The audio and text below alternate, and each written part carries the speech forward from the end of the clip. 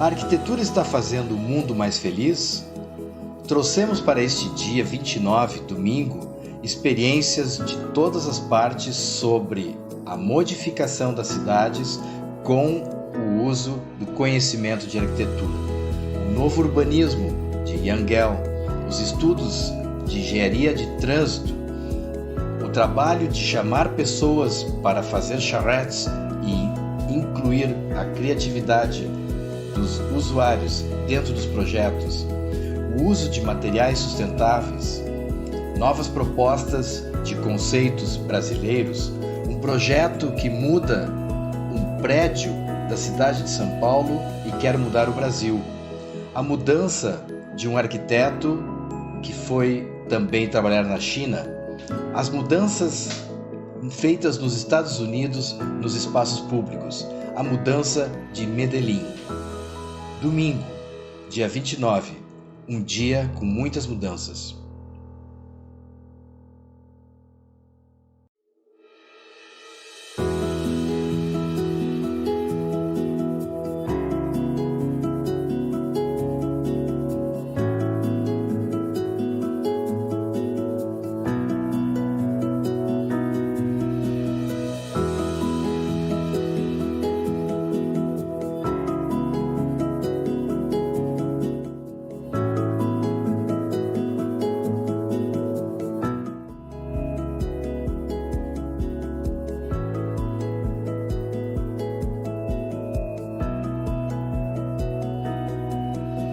A arquitetura está fazendo o mundo mais feliz?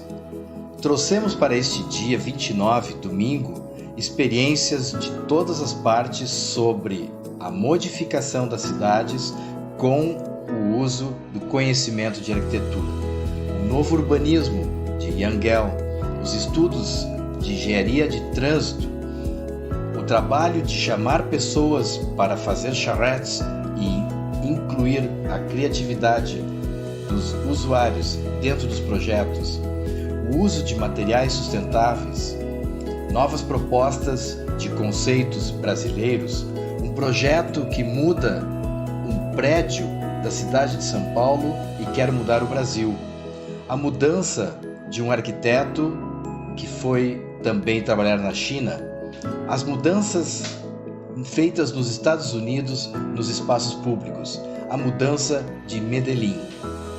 Domingo, dia 29, um dia com muitas mudanças.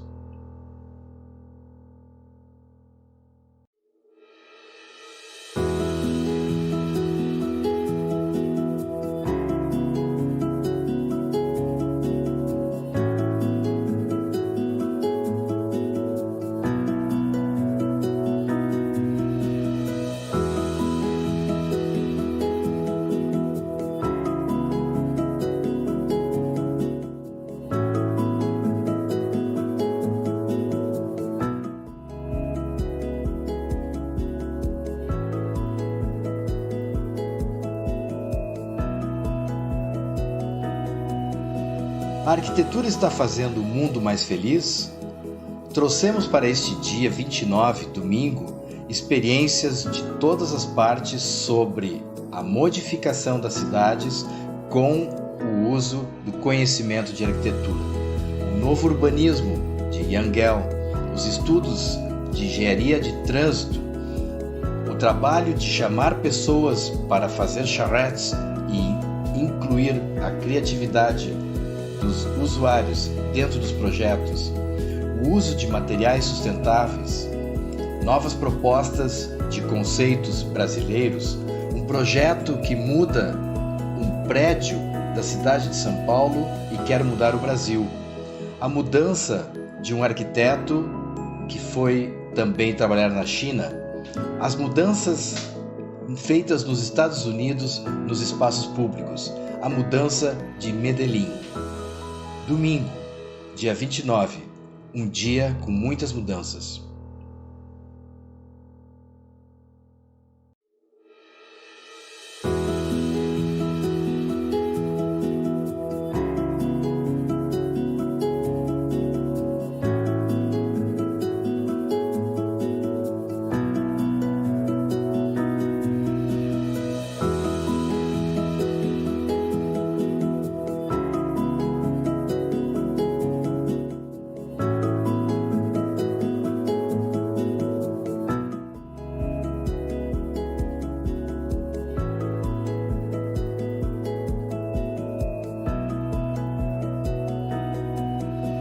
A arquitetura está fazendo o mundo mais feliz? Trouxemos para este dia 29, domingo, experiências de todas as partes sobre a modificação das cidades com o uso do conhecimento de arquitetura, o novo urbanismo de Yangel, os estudos de engenharia de trânsito, o trabalho de chamar pessoas para fazer charretes e incluir a criatividade dos usuários dentro dos projetos, o uso de materiais sustentáveis, novas propostas de conceitos brasileiros, um projeto que muda um prédio da cidade de São Paulo e quer mudar o Brasil, a mudança de um arquiteto que foi também trabalhar na China, as mudanças feitas nos Estados Unidos nos espaços públicos, a mudança de Medellín. Domingo, dia 29, um dia com muitas mudanças.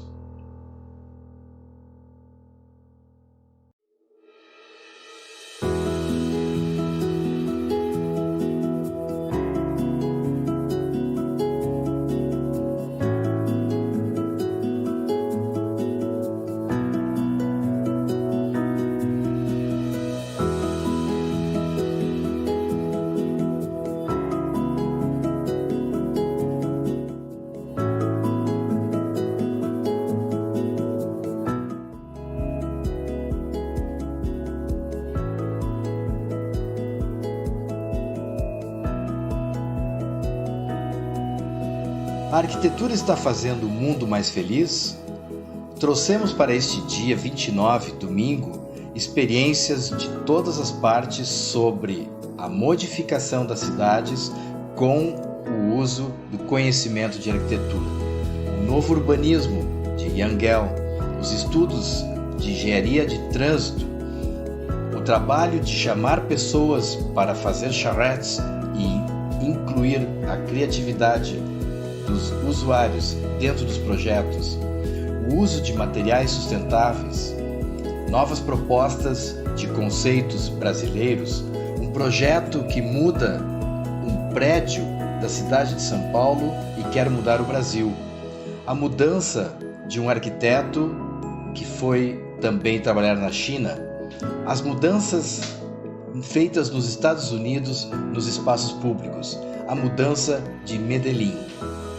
Domingo, dia 29, um dia com muitas mudanças.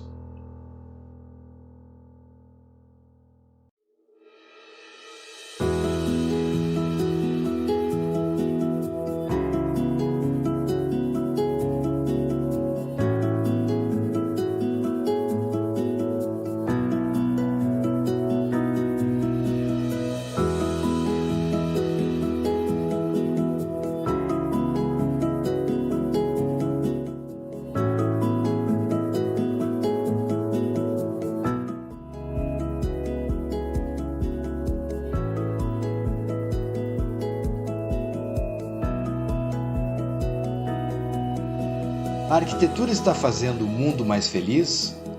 Trouxemos para este dia 29, domingo, experiências de todas as partes sobre a modificação das cidades com o uso do conhecimento de arquitetura, o novo urbanismo de Yangel, os estudos de engenharia de trânsito, o trabalho de chamar pessoas para fazer charretes e incluir a criatividade dos usuários dentro dos projetos, o uso de materiais sustentáveis, novas propostas de conceitos brasileiros, um projeto que muda um prédio da cidade de São Paulo e quer mudar o Brasil, a mudança de um arquiteto que foi também trabalhar na China, as mudanças feitas nos Estados Unidos nos espaços públicos, a mudança de Medellín.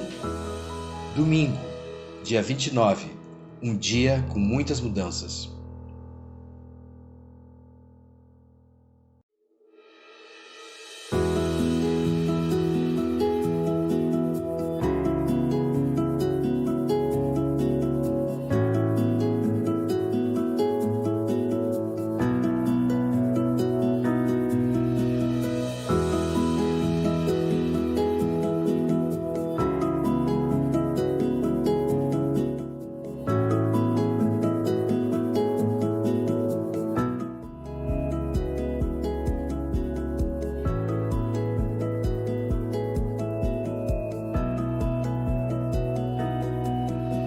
A arquitetura está fazendo o mundo mais feliz?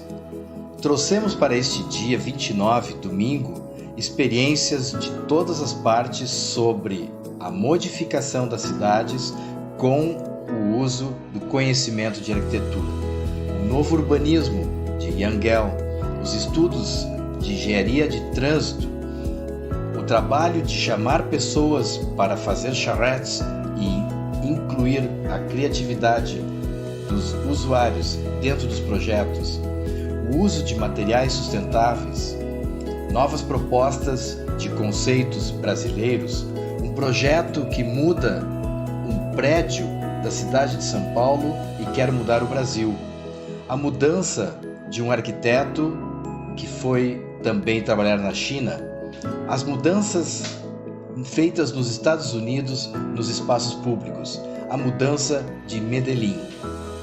Domingo, dia 29, um dia com muitas mudanças.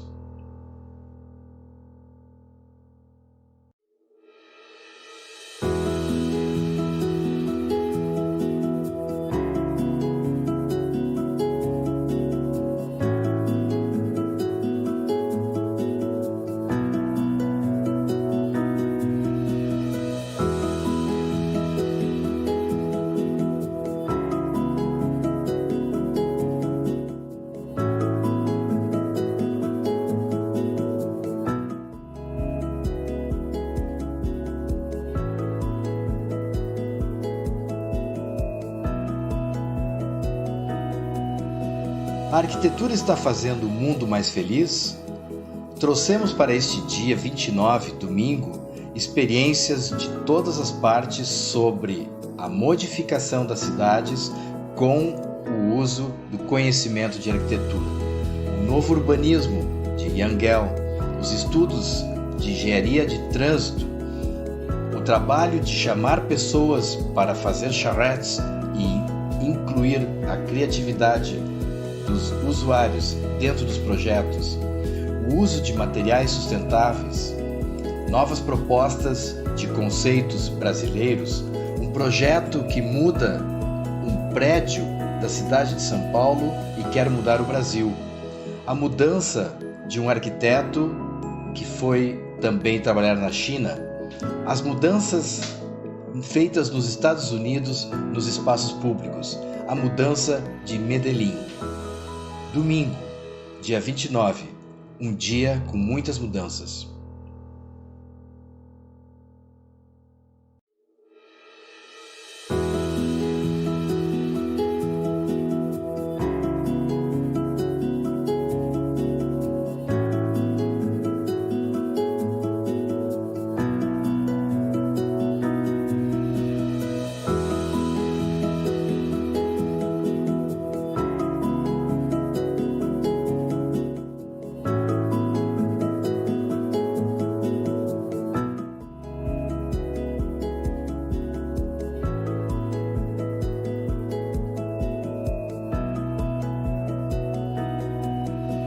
A arquitetura está fazendo o mundo mais feliz?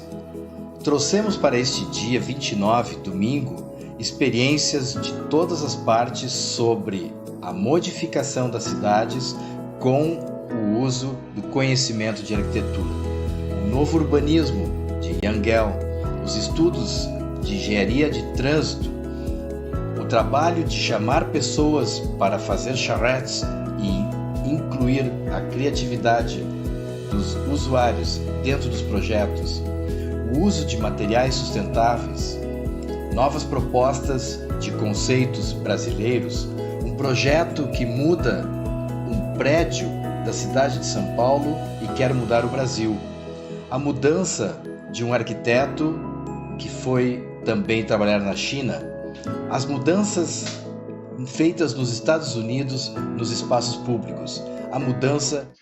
Boa tarde, pessoal. Tudo bem? Good afternoon, people. How are you? We are here on this new day for the Brazilian Congress on the Architecture of Happiness. And today we have Marcos Paulo Schlickman. Hello, Paulo. How are you? Welcome to our Congress. It's an honor to have you here. to talk a little bit about Marcos. He's a civil engineer, master in territory planning, and PhD in transport systems by University of Porto. And today he's going to talk about a very important issue today that we're going to talk about the commuting and transportation in our daily lives. Okay, Marcos, go ahead. Thank you. Good afternoon, everyone. I hope you guys are well. I'm going to talk about urban mobility and happiness, how to make our commuting happier. So the first question is this one. How would be a happy commuting? A trip that is not unhappy. People, when they choose the means of transportation to commute in the cities, they have some criteria, with model choice, we may say. And those criteria are with more quality, less quality. People choose the way they prefer.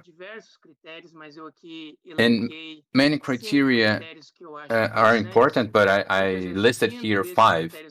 And maybe inside of those points here, we have some others that may affect the means of transportation we're going to choose on our daily basis. The first one is the time travel. It's a very important criterion. We want faster and shorter trips. We want to work closer of our house, and we don't want to work next to our neighbor, but we want something more predictable. We may face some traffic and delays, but that could be predictable. So if we leave our home 7 a.m., we're going to be at 8 a.m., not at 9 or 10 a.m. That's the previsibility, because we have public transportation, which is something that affects our choices. And we don't have many shifts and exchanges of transportation, and that makes our choice a little bit more difficult. And other means of transportation, for example, bikes or walking is another option. It's not necessary to create a path, just a piece or just a small part of a bike path, for example, and then we use this. We need to understand and find an integrated approach. The second one would be the comfort, not just about the means of transportation, but the streets, the sidewalks, the bike path, all the environment. Temperature has some influence on this. Then we have the safety, which is a very important issue to be considered. We have physical security without facing some risks when we walk, or even the security for not being robbed or suffer any kind of crimes. Cost is another important factor. And the last one would be a random criteria, which is difficult to measure. That could be happiness, and happiness could be a mix of all those factors here. It is something difficult to measure. So talking about the duration of the trip, which is one of the most important. I like this cartoon very much. It's a Denmark company who designed this, a short story of traffic engineering. So since in 18th century, 18th year, we had walking and horses and 100 years later, we had some other means of transportation. 1920, we had the vehicles, and from the 50 to now, and the vehicles, automobile, is now the main means of transportation.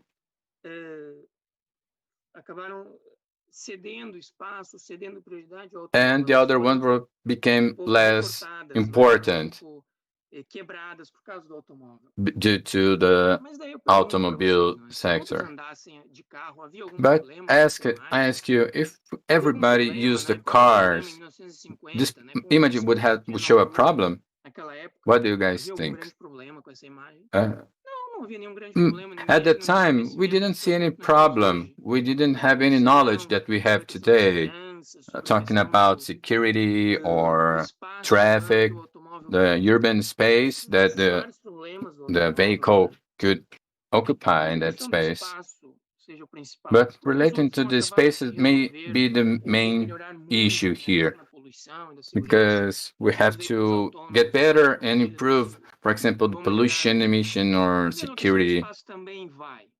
But the space is also going to improve, but it's going to be unfortunately an issue. The airport is a big space, but of course it is prepared to receive airplanes. And if we think about a city projected for a scale to have cars, so we have some issues there because we can lose some spaces. And since we have some distance between the places, cars are the best options for commuting. Many cities in the United States were demolished and reconstructed because of the structure we had there, and they had to rebuild and reorganize the city. So here we have Los Angeles with a classical example. It's very difficult to say that this district has some integration on the other side of the highway, because we have practically a very huge barrier in the lives of those two districts. It's practically impossible to go from the other side without a car. It is not. It's not something really pleasant to be there or walk with your family. So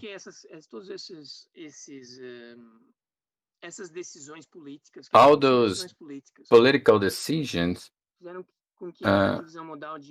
made that this model division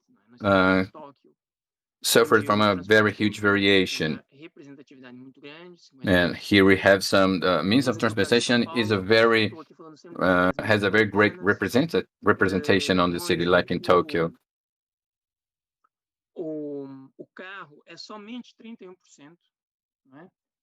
Cars, for example, in São Paulo is just 31%.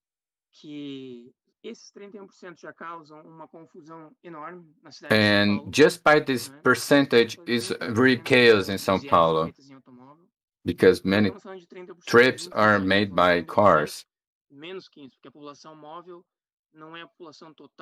And I'm talking about only the people that use cars, and not including the other sectors. So the Brazilian cities have a lot of modal divisions. United States, for example, in New York, car is really used there. Here we have Houston, 91% is made by cars.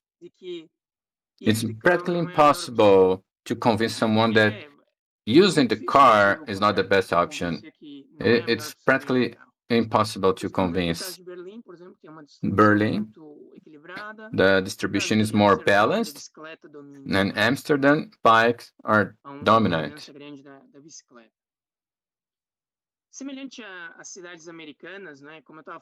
Similar to the American cities, I was saying that the car, not only does it occupy a big space, but also make places more distant from each other.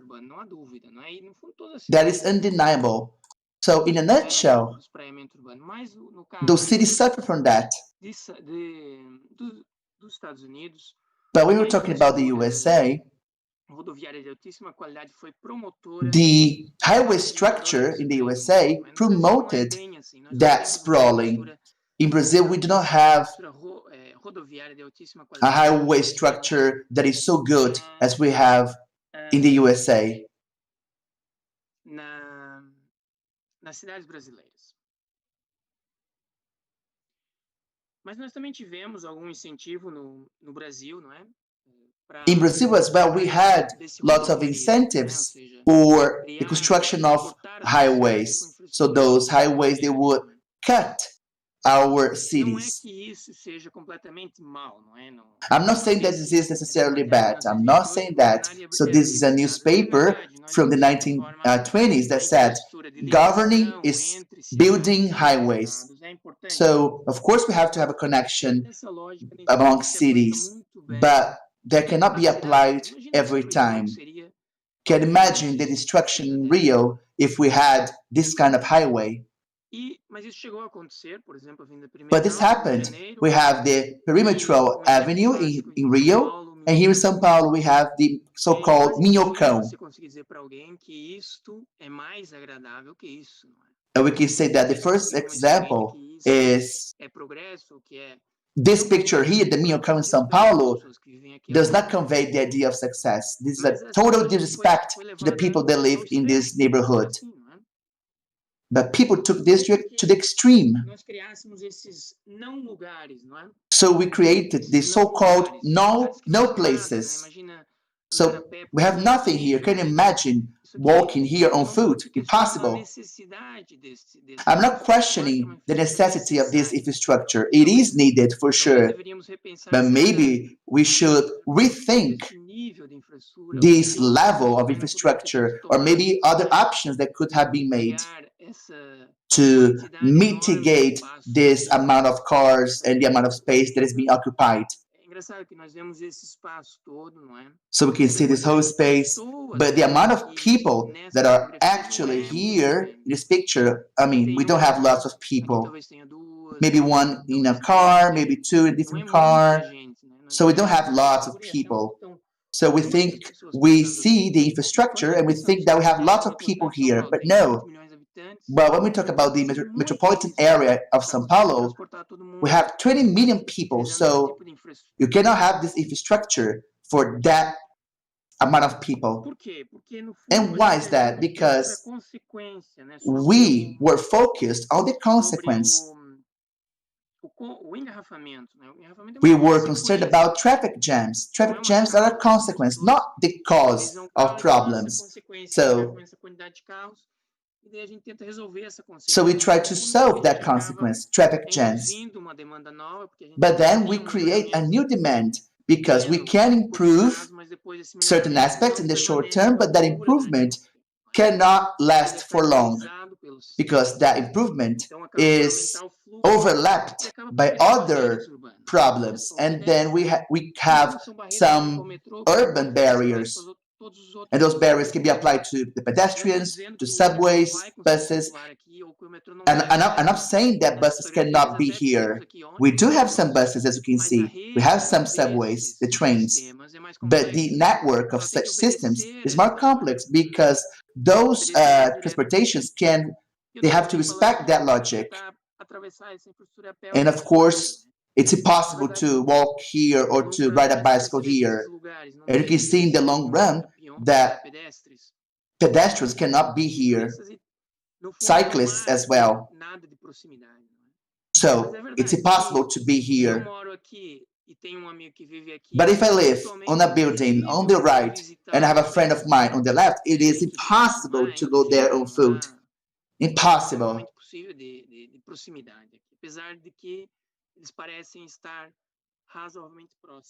Even though they look quite close from one another.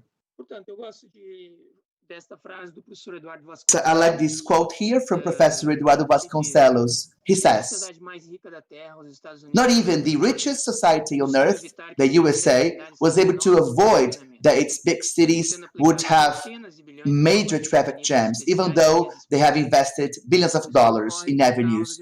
This happens because of a barrier that cannot be overcome. And this happens in Brazil as well. And in rich societies, the use of the automobile requires a big space, 40 square meters to run 30 kilometers per hour in the urban environment. So it's impossible to have all the automobiles in a city with a big flow. In Sao Paulo, the simultaneous presence of from 600 to 700,000 automobiles on the streets, which makes up 20% of the amount of the vehicles, it can cause a major traffic jam. So there are some people that don't have houses or apartments with that size, with that area, 40 square meters. And we allow cars to occupy the area for free.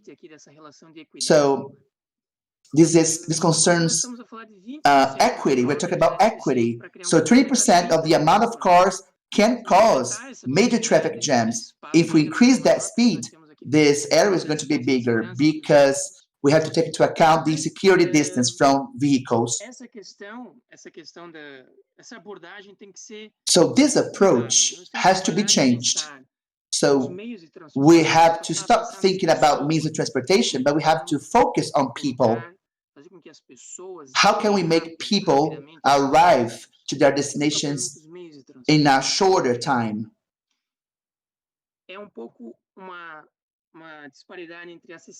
So we have a disparity between accessibility and mobility. So there is a technical difference between those two concepts. So when we talk about accessibility, it means that you can reach multiple places in a short time, and mobility means you reach a certain place in a fast way. Alain Berthaud says,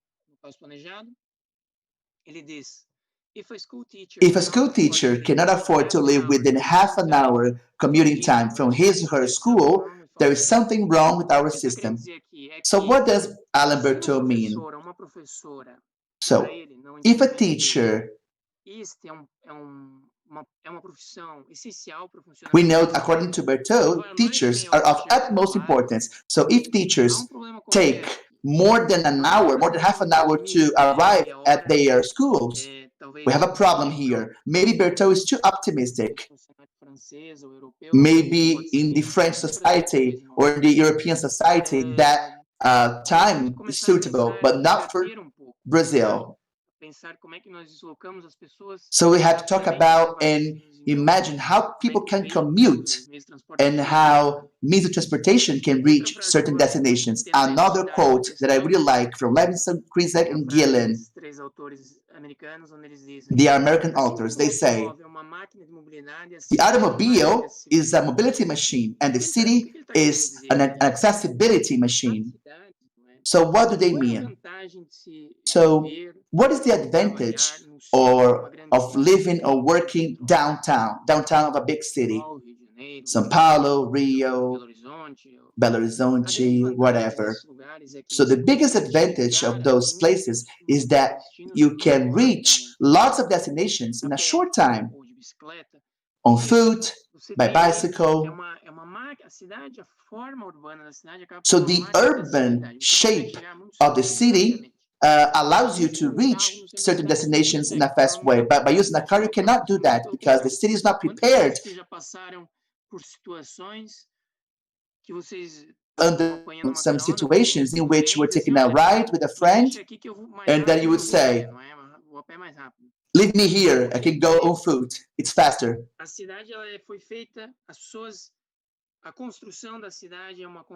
Because the construction of the city concerns proximity, because we have to be together, because we can reach certain destinations in a fast way. But when we talk about the automobiles, of course they can transport you to to further cities. So maybe you are on a vacation, and in 1 hour you are on the beach. You reach the beach, or in 1 hour you cannot go to your workplace. So this is not something new. We want to change that. We want to analyze the duration of the trip as a parameter of the quality of the system.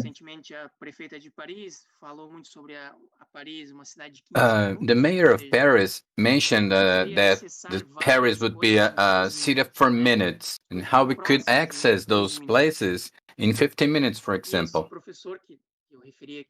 And the Professor Levison mentioned the same thing. Try to make people reach their destinations within 30 minutes. Let's talk about the next item here, which is comfort. About comfort, comfort is a very important criterion. When we look at this picture, you think that this trip is uncomfortable. Don't you think? To travel like this is really uncomfortable. Nobody wants to travel like this, but they accept because there are no other options. We need to give options.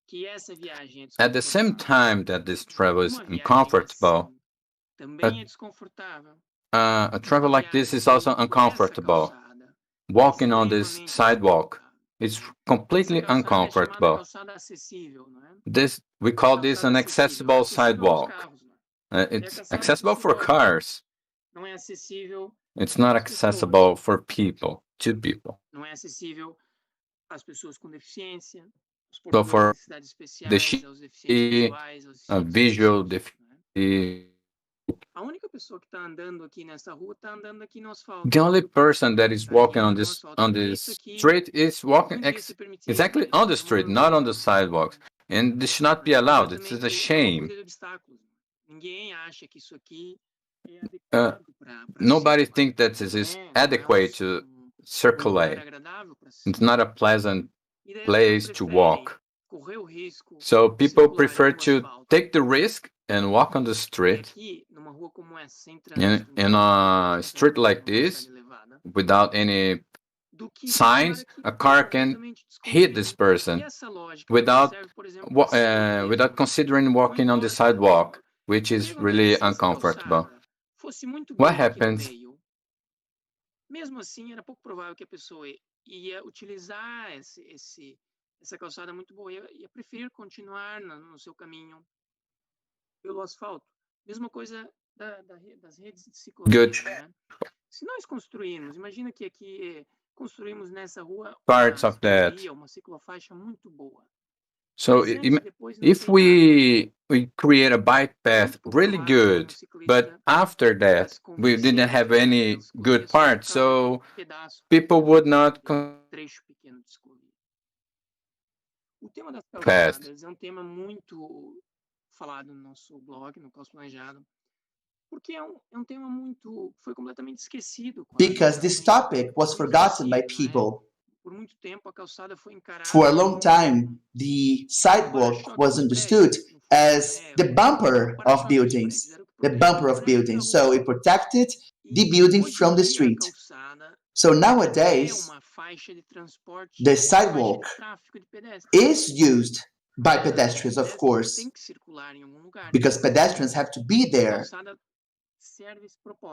So the sidewalk is important for that reason. At the same time, when we look at this picture, so we can see, okay, these people are uncomfortable. Yes, they are uncomfortable. Of course, it's not comfortable to be here in a traffic jam, but they are in a certain way comfortable because they are inside their vehicles with air conditioning. Maybe they are with some relatives, with some friends. So they are talking, they are listening to music. So we can see here lots of space, and comfort is connected to space. Even though this horrible scenario is really bad because people have to be alert, of course, the bigger the traffic jam is, the more hostile the place is. So cars are too close, people are in a hurry, they are angry. So despite this fact, it is the best solution. So it's tough to convince people to abandon people to take a bus or a subway. Why is that? Because we have a major difference in comfort. A car that is standing still occupies a specific space, and in a bus,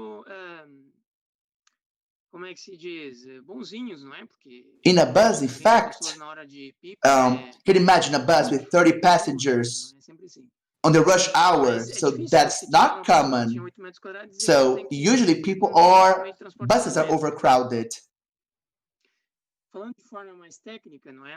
So talking about the technical aspects. So talking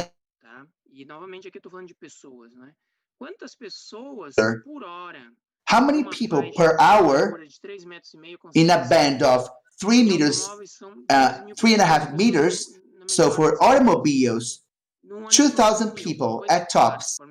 On a bus, 9,000. So we have trains, and of course the number gets bigger. So as you can see here, we have, it's really tough to convince a person that this figure here of 2,000 conveys the idea of comfort. So because just 2,000 people are occupying a place, so we have to have something in between from 2,000 to 9,000. So what is that? This intermediate level of comfort.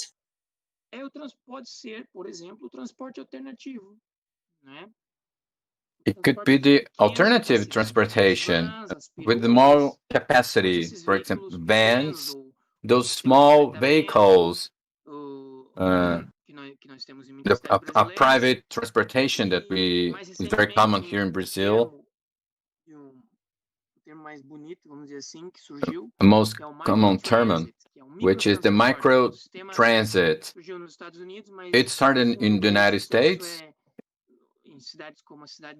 but the great success is on cities such as Mexico City, for example, because you can make a reservation. It's similar to a Uber transportation. You can make a reservation. All of people can travel very comfortably and go to their destination. It's a medium comfort. That would be one possibility to be implemented. The third criterion here, which is really important, is the security issue. Or maybe the perception of the security.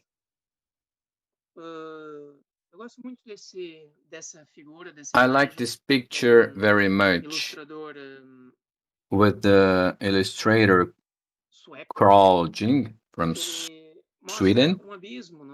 He shows an abyss where people can circulate in some areas and sidewalks, the crosswalk, but there's an abyss. And if people step outside this, they can die. It's an analogy.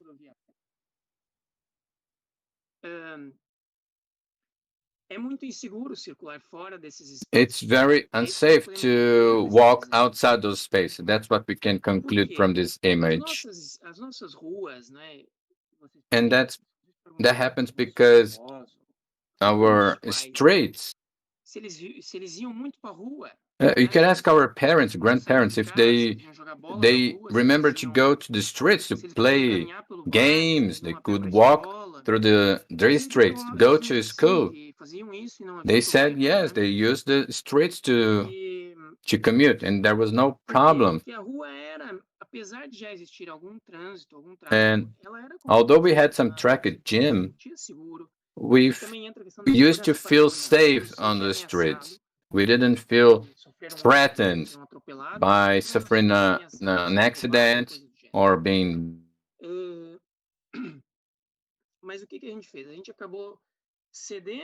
But with time, we start using the street space, the curbs, to circulate the automobile. And before it was an urban space, and now we use this transportation. As this author says, the problem that many towns suffer is that, in trying to accommodate traffic, they have allowed streets to become so heavily dominated by vehicles that those streets have lost their primary purpose, which is places that attract people, but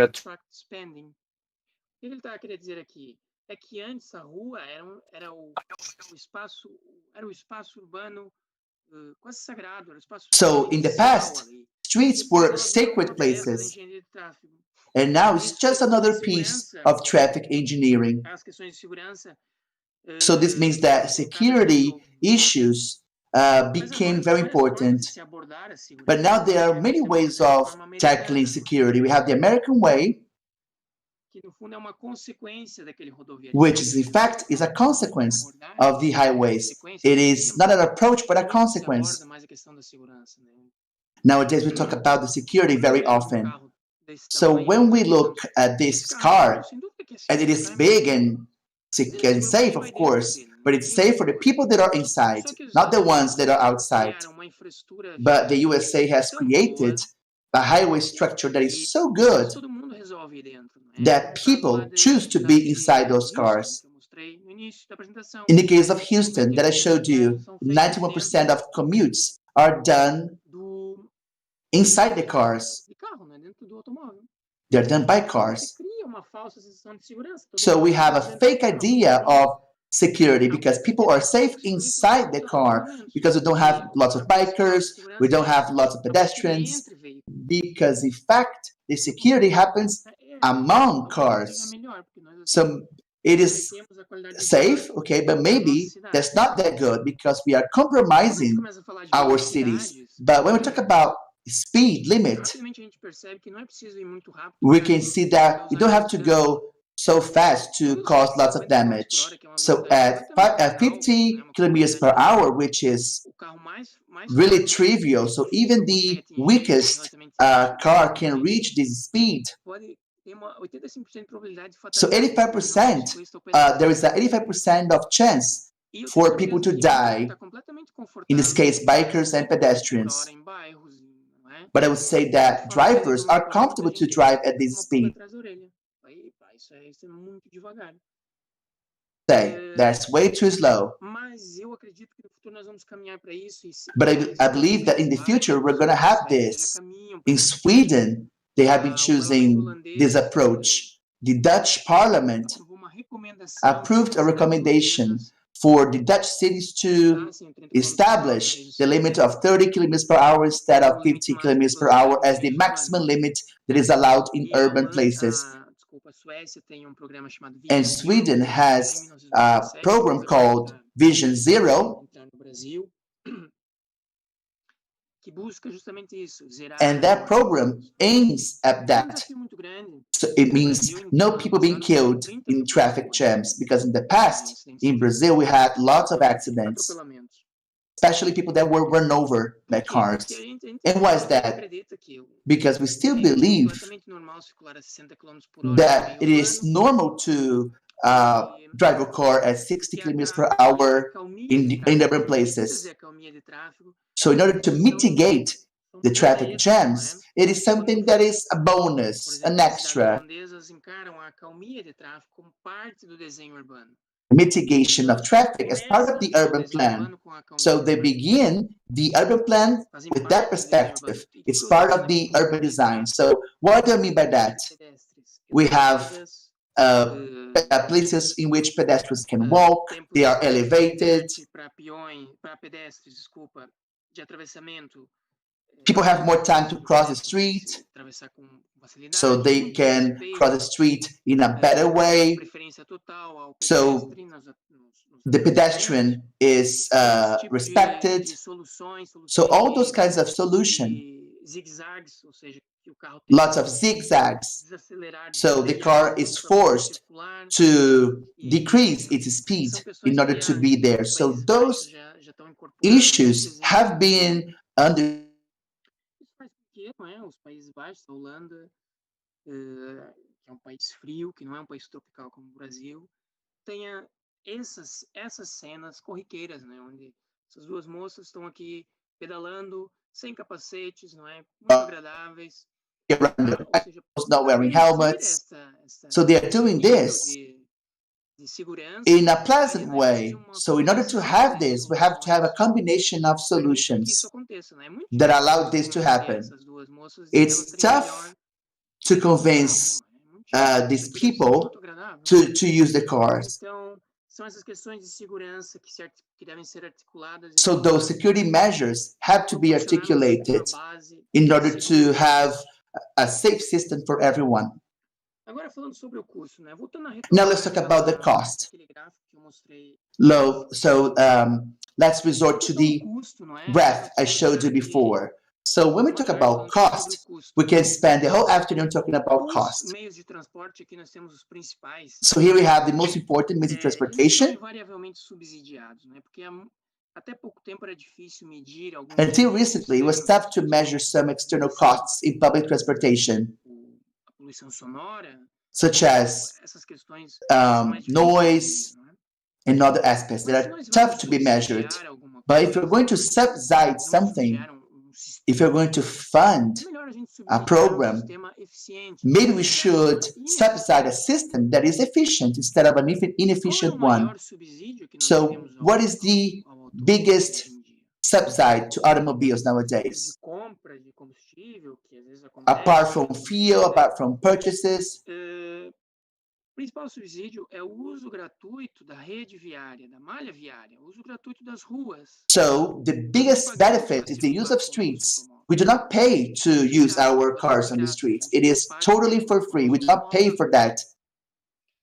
Isso não quer dizer que é completamente mal. This doesn't mean that it is really bad.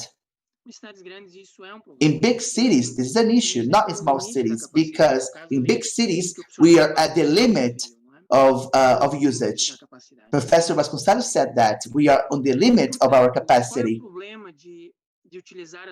So what is the problem in using free streets? So let's establish an analogy. Why the free use of streets is problematic? Imagine you have two brothers, John and Joseph. They live in a city called A, and they have to send some files to B using internet. John needs to send a 3 gigabytes video of his cat playing with some wool. Joseph needs to send a TXT file of 3 kilobytes with the exact location of a terrorist attack that's going to happen tonight.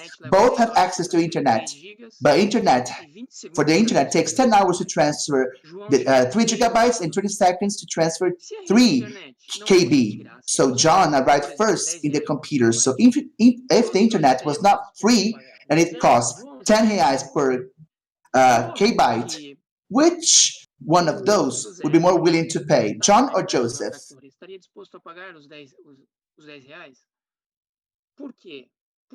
Let's talk about this. Because in fact, Johns want to send a message, want to send a file, and this is much more important than the commute of his brother. He just want to send the video of his cat. So Joseph's intention is more important. And the same thing applies to our streets. Due to the fact that streets are for free, they are badly used.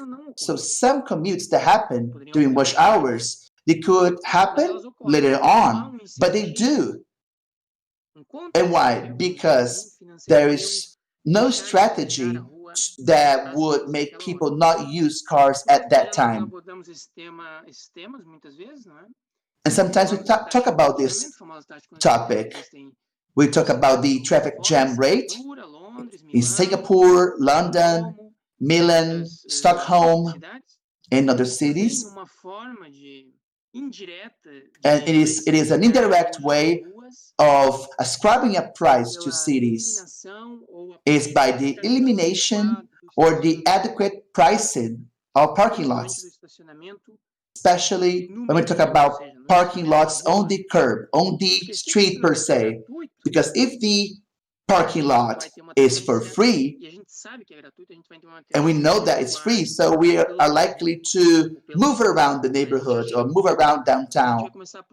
So we're going to look for places to park our car because we know it's free. And this induces us to have more traffic. According to Professor Donald Trump, he says that a significant percentage of traffic jams stems from people looking for places to park their cars. Another important thing, sometimes we try to solve that problem with big solutions, big bridges, but I would say that small solutions can help. Finally, let's talk about the last criterion, and it is very tough to measure. So let me just talk about this picture once again. It is safe and, of course, very free to ride a bicycle here in this city, in Holland. And it's very pleasant. So we have a playful component. It is a happy component. Probably those girls are happy, so they are coming home from work in a happy way. So this is a random component that is tough to measure. And for cyclists, there are studies that say that people ascribe value to cycling, not the cost per se or the time. No, it is the physical exercise that matters to them.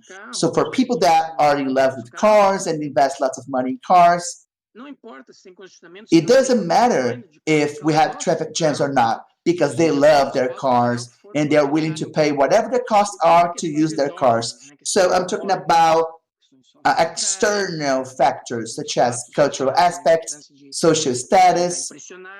So we want to impress other people by having another car, by having a rich car. And also we have complex issues. So we have, you have to go to work, but first you drop your kid at school, and then you go to the gym, and then you go to work, and then when you come back, you go to the market. So that relation is tough to break, to separate those commutes. One day I was talking to my wife, trying to answer the first question. So tell me your favorite commute. I would like to go to good places that are not that far away from me. Something like this. And she said, yes. So it didn't matter for her to walk. No. This is very pleasant. Maybe this is the happy component we are talking about. Okay. And now let's talk about the pandemic. I'm here in Portugal, but of course Brazil is suffering from the pandemic as well. And we discussed this topic many times. And I chose to talk about this topic at the end because everything we discussed so far can happen regardless of the pandemic or not. So we have to create systems that can make people commute in a fast way, in a safe way, at a low cost, with comfort. And we have to try to give comfort to pretty much everyone, if possible. And we want to have people that are happy, people that can arrive home and at work on a happy mood. And this is really interesting concerning the pandemic. So Google report says yield this important results. For São Paulo, we can see an increase in the localization data. In April, as you can see, we have the peak. So residential, it increased a lot. So stations of public transportation in yellow, so they have decreased a little. And this is really important when we work at home, home-based. It's very tough to convince a person that it was better to go to work like this instead of being at home, working from home. Many people are happy working at home. And why? Because they avoid the commute. They don't have to commute. So when we see those people here in this crowded place, if it is tough for them, especially, can you imagine a person that is visually impaired or physically impaired? So people that work from home was the best solution for people that have some kind of impairment. You don't have to face this problem in public transportation every single day. And the same thing happens here. So let's analyze this picture once again. So we are comfortable in these cars, but of course I would say that we would be much more comfortable in our houses instead of being here inside cars in a traffic jam. But we shouldn't think this, we shouldn't consider this something that is sustainable in the long run. Alain Berthaud says, one more time, he says, the serendipity, which means the synchronicity, face-to-face synchronicity among professionals is necessary for innovation. So what does it mean by that? Because if everyone worked at home, cities would not be necessary. You see? People could live in their houses, and then the cities would not be that important. They would lose their importance. Because cities were born because people have to be together, the proximity of people. So the scope economies were born because of the proximity of people in the cities. So working from home is a solution that can be good for many people. But in my opinion, I would say that after the pandemic of COVID-19, I think that working from home should continue existing because it can reduce the amount of cars in the streets and the number of commutes that are necessary. But we have to bear something in mind. We shouldn't abandon the urban city. It is really important. So those meetings that happen on a daily basis that can make our lives happier, and people get closer to one another. We can get closer to friends and family.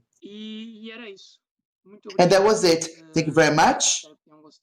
I hope you liked my presentation. And I'm here to answer your questions. Thank you, Marcus. Thank you very much for your lecture. It was amazing. We don't have any questions from the audience, but people really liked your topic, your lecture. It's important to talk about this issue, to understand how those issues affect our lives and how we can question everything and how we can improve the condition, because sometimes we just accept things, we just do not understand those topics. So it's important for our quality of life. For sure, Helen. Thank you very much, Marcus. It's an honor to have you here. Thank you very much for the time on a Sunday afternoon. Thank you. Your lecture was amazing. Thank you very much, Helen. Okay, everyone, so before we continue, let me just talk about the sponsors. The main category, Conceptor, Platinum, Takeda Design. The golden category, we have Vertical Garden, Castellato, and Concrete Steel. In the silver category, we have Import Plus and T-Daily, and the support from EPOG, Interface, and Arc Daily. Thank you very much, everyone. So we're going to have a wonderful lecture later on. Thank you very much, Marcus. Bye-bye, everyone. Thank you.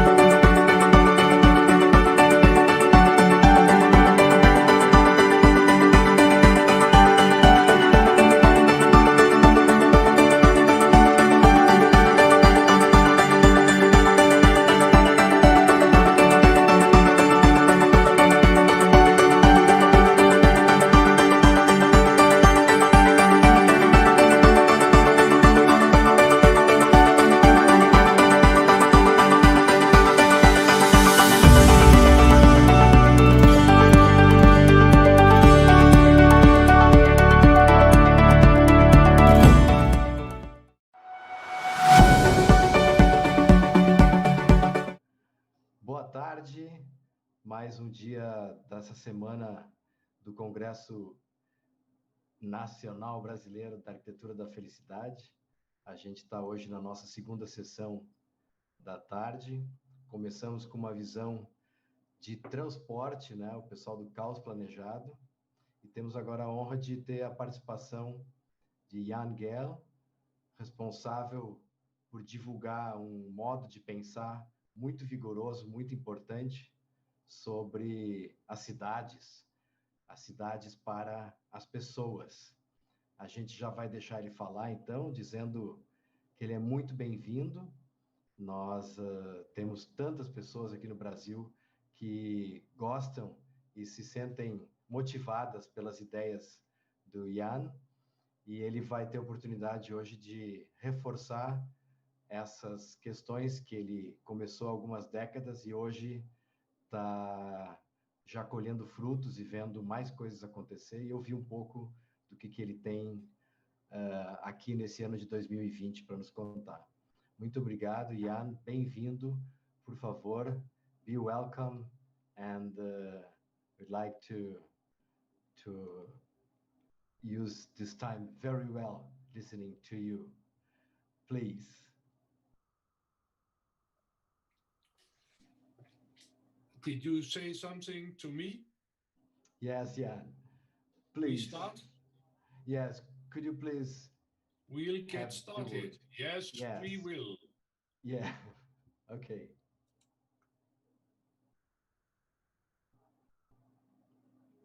You are on. Does it work? Yeah, it is working. Now we have. You can hear me and you can see the pictures. Yeah, we see the slide and we listen to you very well. Go ahead. Please. Okay. The Architecture of Happiness Conference. Haha. Wonder what Architecture of Happiness is all about. but we'll have a go on this subject.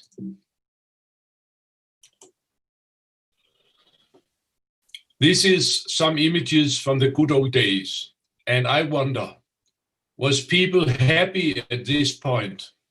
Were they more happy than today?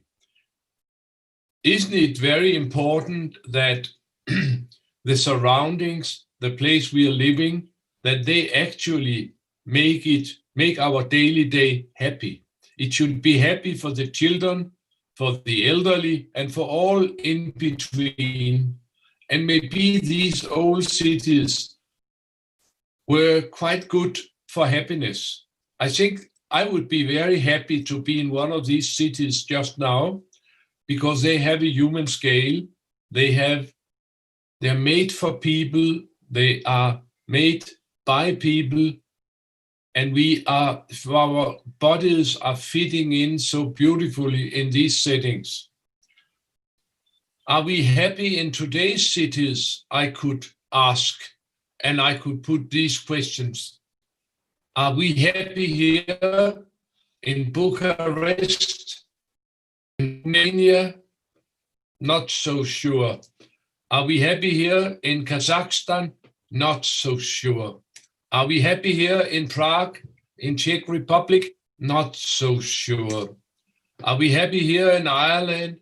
Not too much space on the sidewalk to be happy in.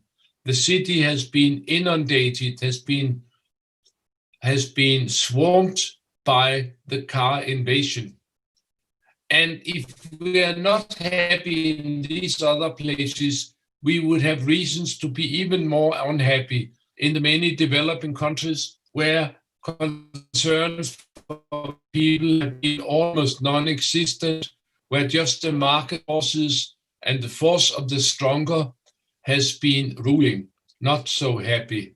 Not so happy here either. People doesn't have a great time here. Happy, no way. Oh, this is a cartoon and I like it. The devil comes out with a guy who has been relegated to hell. And then the devil comes out and shows just the normal city scene. Ha! You never realized that this was hell. It may be correct. Then maybe we have a few problems with handling the cars and the mobility in relation to our city planning worldwide. That's a new problem. Especially after 1960, it's become worse and worse and worse unless we do something about it. But maybe the architects have been out there doing a lot of wonderful things so that we could get happy. We were not happy about all this traffic going in, but maybe the architectural ideas which we have worked with in the last 50 years are those which could make us really happy. Is this social housing or is genius architecture? That's a great question. So are we happy here with the modernistic architecture, where only the spaces where what was left out after building the spaces could be used by people? Would you be happy here? Would you like to sit on that bench and tell your girlfriend what a wonderful world is waiting you? Would you be happy to do that? Question mark. Are they happy down here in Brasilia? I was told when I studied that Brasilia should be absolutely heaven on earth. Then I went there and I could not see any heaven on earth, but endless places where there were no concern for people, only concern for mega structures and architectural monuments. But the people was not having a good time. So maybe modernism was not so smart after all if we are interested in happiness and the relation between happiness and architecture. Maybe we won't have happiness just now, but maybe in the future, the cities will give us endless happiness. Unfortunately, there seems to be some confusion about the future. I was in India and saw this poster about building for the future and restoring the past. I asked everybody in this conference, does this poster show the future or the past? People told me, oh, that is the future. And I said, oh, holy Moses, the future in India doesn't look too good. Then I went to another conference, UN Habitat, and they had exactly the same poster as the Indians. And again, I am very worried that this will not give us enough happiness. It's still dominated by freeways, skyscrapers. They've got 2 hospitals and 6 windmills, but is this happiness? I went to a conference in Germany about building for the elderly, and somebody showed this future for the people with dementia. And I looked at this and said, oh, I hope I'll never be in that group. Will this be a happy place to be when you're old? Question mark. We are told again and again that the moment we have the autonomous cars, all our problems will be solved. Here is a take from Ford. Let's solve all the problems. And look closely at this place. Do you think that you'd be more happy here? Look at what you are heading towards. Look at the situation for the people on this poster. Then, of course, we hear that the moment, if not all the problems are solved by automatic cars, then the drones and helicopters, they will solve our problems in the cities. Of course, the sky will be full of noise and of machinery going here and there. And look at the place where they are heading. Do they look like a place for happiness? We hear all this about that the moment we have smart cities, all our problems will be over. But will you be more happy here than you could be in a good city for people? One of my friends took a tour on the internet to look at what you can find if you start to look at future city. And it's so amazing that whenever architects and planners are to design and show their dreams of the future city, it certainly looks as places which I would not like anywhere near. They look awful, each of them, as a place to be a child, as a place to be old, and as a place to be anything in between this. Maybe the future is a little bit scary. All these new things are based on new technologies, and they will be expensive, and it will take quite a long time before they are available, especially in the developing countries and around the world in general. And we may ask, are there some meaningful things we should do right away to make happy cities? Yeah, I think that happy cities and cities for people will be very much the same thing. So putting people as your first priority will make a good road to happiness. What is the problem behind this? Yes, I showed you before. For the past 50 years, we have done whatever we could to chase the people out of the cities and made them unhappy about what kind of cities they live in. Could be the motorists who had the car invasions, or the modernists who did all these funny buildings and funny places and didn't look after the spaces for people. All these things have dominated the city planning, and especially after 1960, it got really bad, and that's the situation we are in today. One can start to put the question, when all these things really started to unfold, in a direction which I think has been very unhappy. That was in 1960. And what did we know about quality for people by that time? We knew virtually nothing. But then just at the same time, 1961, we started to hear a strong voice from Manhattan in New York, Jane Jacobs, having fought a vigorous fight against the city planners, against tearing down Manhattan and putting freeways and high-rise all over. She wrote this famous book, Death and Life of Great American Cities, where she said that if the motorists and the modernists, they were to plan our cities, the great cities will be dead cities. She is still today the guru of humanistic city planning. She's the godmother of humanistic city planning. My work in this area started in the mid-60s, actually.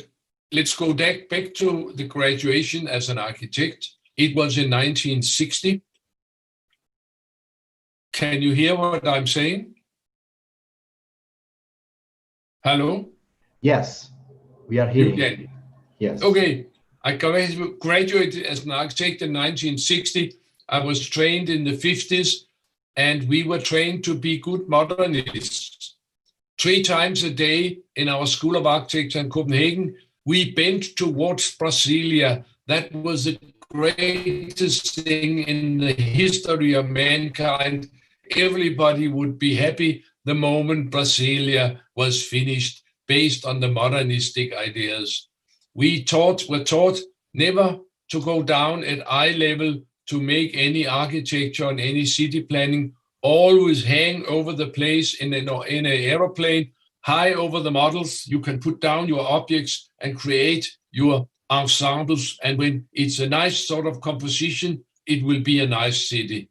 A city should look good from the airplane and from the freeway. Forget about the people moving about in the city. That was what we learned. I rushed out of School of Architecture to do all these fantastic things.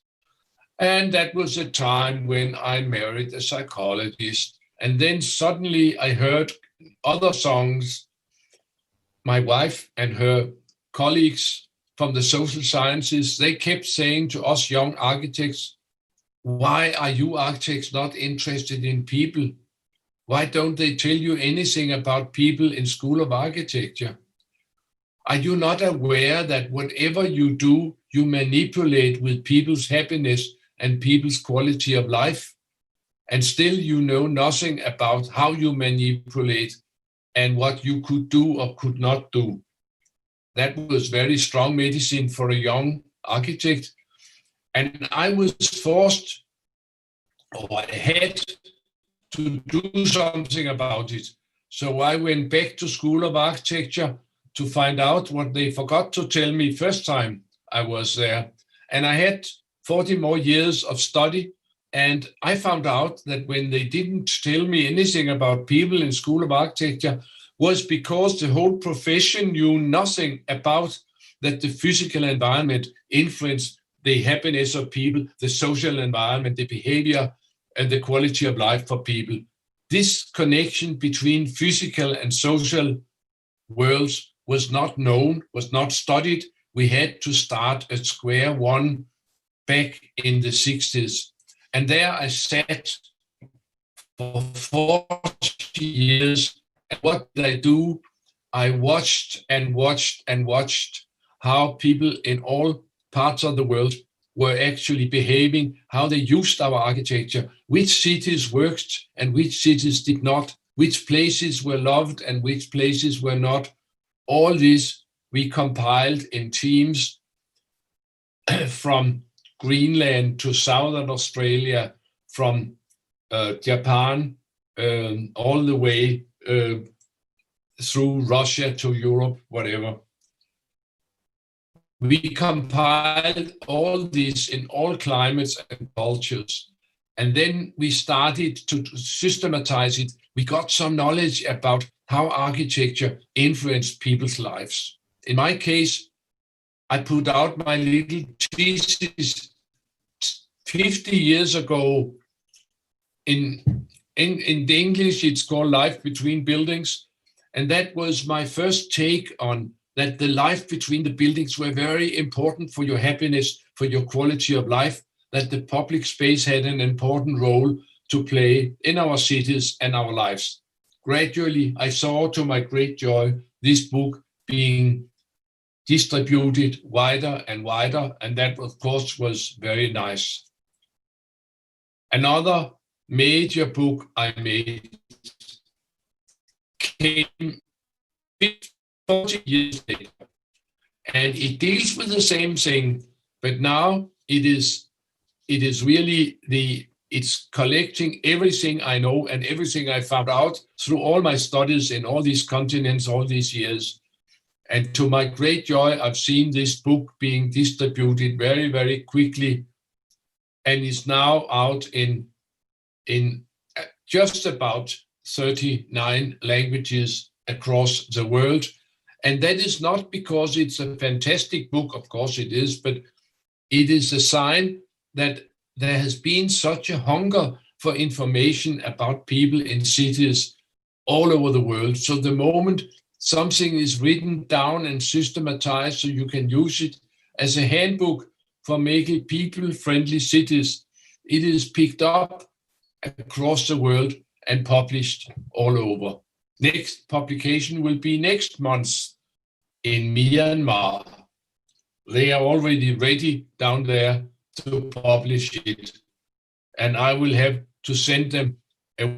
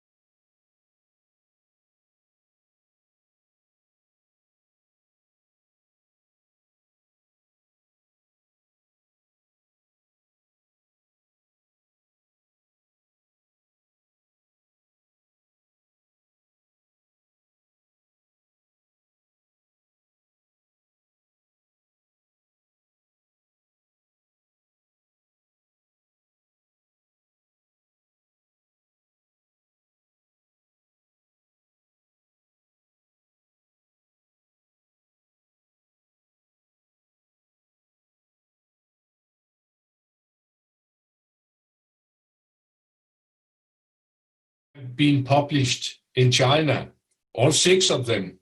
They've been out there, some of them for 25 years. That's wonderful.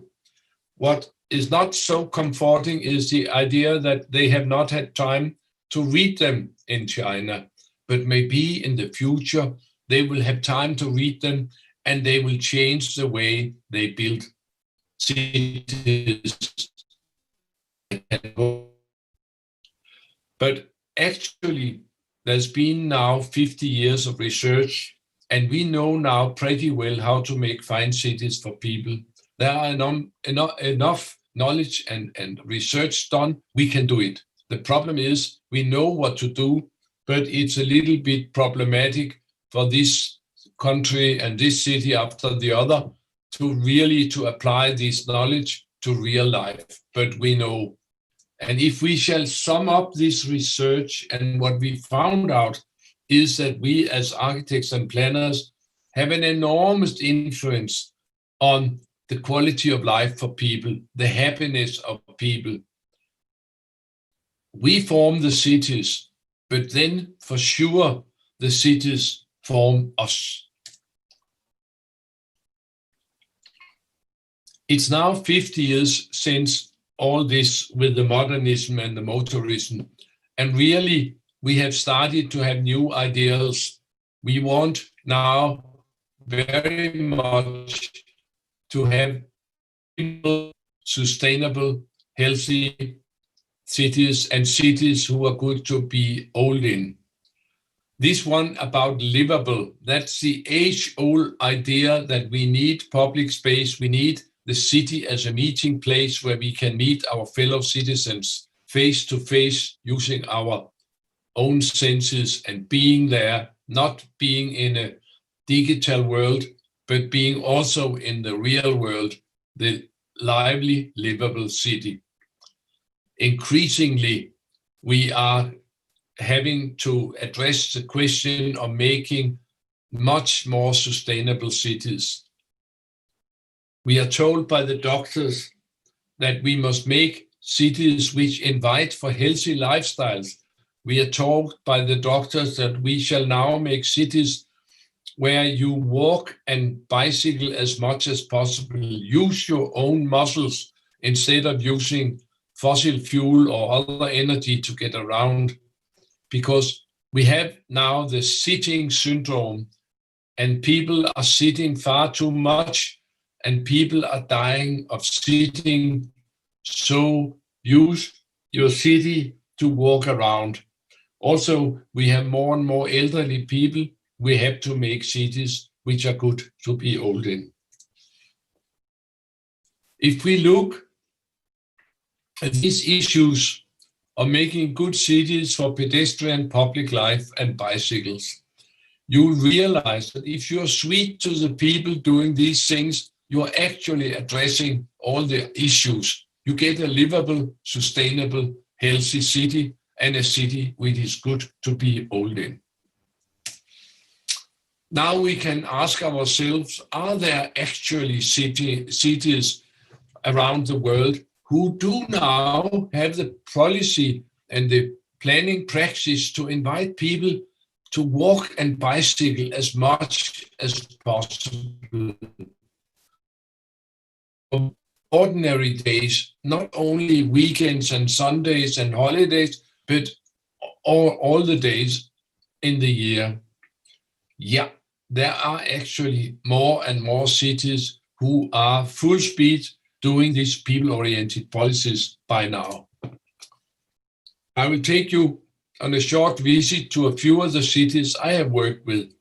We can start with Melbourne. It looked like any American city, and when we started in the 80s, it was indeed an American city. All the towers full of offices, no residents were left in the city. It was completely dead at night, completely dead in the weekends. But they decided in Melbourne that they will need to revitalize their city. They will need to bring people back to the city. They could not live in this part of Australia without having a living heart of the state of Victoria. We must revitalize the city. They brought back enormously many residents to the city center. They brought back the shops.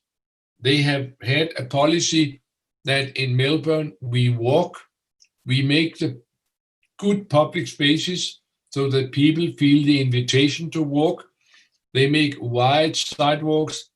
They put trees for shade. They have excellent street furniture. And Melbourne now is one of the very best cities in the world. And definitely it's the best city in the Southern Hemisphere. And if you ask me, Melbourne has very much the ambience of a place like Paris, but the weather, the climate in Melbourne is much better. So if I shall give you an advice, if you want a nice city to live in, move to Melbourne. It's one of the best in the world now. It has become so because they have worked very much concerted towards making a livable, people-friendly city. The next city I could invite you to would be Sydney. Sydney is very famous for its waterfront and it's very beautiful, wonderful, but the city center is quite awful. It's full of cars, full of buses, full of noise, congestion, pollution, whatever. We have been forced to work very hard to rectify this situation, but by 2019, we saw the city of Sydney taking out a good part of the traffic from the inner city and in the main street putting down a light rail and making it for pedestrians only, a completely different situation from the old one. And also, like in Melbourne, they are full speed making a bicycle system to invite people to bicycle. They want Sydney to be a green city. So do they want in Moscow, in New York. In 2007, the mayor in New York, Michael Bloomberg, declared, "I will make New York one of the most sustainable metropoles in the world." And he set forth to do it and then started a big process of transformation. Many places were taken away from the cars and given to the people. One of the things which was done was closing Broadway to traffic, to through traffic, and freeing all the wonderful public spaces, Times Square, Herald Square, Union Square, and so forth, down through Manhattan. By closing Broadway, they were made available for people, and in 2009, it was closed and people at once took over. It was a very fantastic success. And now they have 50 of these spaces around New York, all of them with asphalt taken from the cars and given to people activities. Also in New York, they have a very ambitious plan of having people to bicycle much more and having no people using the car to commute to work at some point. So use my metro, use my sidewalks, use my bicycle lanes, said the mayor, and he set forth to realize this program. Other cities I have not worked in, but they must have heard something about what they should do, because here's a mayor in Vilnius going around showing the people, do not park in my bike lanes. Very efficient, this one. And the Bucharest, I showed you before, but they have a little problem here with the traffic. But now they have my book in Romanian, and soon they will sort out this problem. Have we lost the connection again? No, you are on. Okay, fine. Keep talking, yes. I'll invite you to Moscow. the vice mayor of Moscow I met at the conference, he came running up to me and say, "Oh, we must humanize Moscow. You must come at once. We have urgently need for humanization." When I and the team went to Moscow, we were shocked to see that this city had been completely taken over by motor cars. There was hardly any space left for people.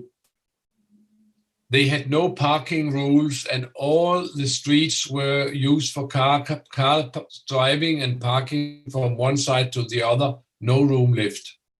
A side street in Moscow would look like this. Who talked about happiness? And this is Main Street, Moscow. Of course, they had allowed the cars to park on the sidewalk of Main Street, Moscow. And the 14 million people in Moscow, they were left with 1 meter of sidewalk where they could walk and enjoy their city. It was appalling conditions. And I was with my team commissioned to come up with a study on Moscow, the life of the people in Moscow, and how Moscow could be improved. And then started a fantastic process over the next 6-7 years of improving Moscow. I'll take you on a short tour. Here's Main Street, Moscow. People, only a meter with cars, whatever. 2 years later, the parked cars have gone, and instead you have benches. The gray street had become green, and also the advertisements in the hanging in the air had disappeared. So now you could see Kremlin in the distance, a completely different situation. A little side street in Moscow. In the old days, very poor conditions, absolutely awful for people, now inviting for people. Here's the square. Over the years, many objects have moved into this square. It has been completely renovated, a new pavement with granite. You can see the metro station, and you've got trees, and you've got a sidewalk cafe. It's a completely other dignified space where you can be happy in Moscow. When I was last in Moscow a couple of years ago, I was approached by some people saying, "Are you aware that we've got a new problem now, Jan? Because of all the benches you put up and all the swings that's been put up and all the cars which have been removed from the sidewalks on the boulevards, whatever, now we have baby boom. It's your problem. It's your fault. It's because of humanistic city planning. People meet in the city. People enjoy the city. And we have baby boom. Great problem." I'm very proud, actually, to cause this sort of problems in Moscow. I will end this tour of cities of the world to tell about Copenhagen, the capital of Denmark, 1.5 million people. They have now, for almost 60 years, followed a people-first policy. It started very early. In 1962, they took out the traffic from the main street and gave the main street over to the pedestrians. A 1 kilometer long route right through the inner city. This was really a pioneering effort, and to know how many years ago it was the same time as when Jane Jacobs sat over in New York and wrote her book about the great cities. Copenhagen, they did important steps to make the city more inviting, and it worked right away. And then started a long process of making Copenhagen more people-friendly. All the squares were parking lots. all the squares are now people squares.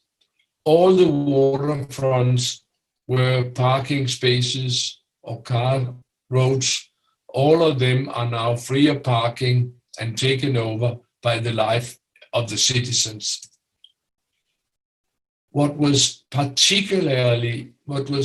the reason for the transformation in Copenhagen was really that in Copenhagen was the first city in the world where the life in the city was closely studied and systematized knowledge about the life was made available. We did it in the university. We started in the mid-60s and have over the years published one book after the other about how Copenhagen works and how it could be better. And these books have substantially been the basis for the policy of the city council. They look to the university to hear what to do, and we work closely together with them. And we have an old saying, what you count, you care for. In Copenhagen, they started to make the people in the city visible, and then you could start to care for them in a more systematic way. They have done so. In 1962, they took the cars out of one street.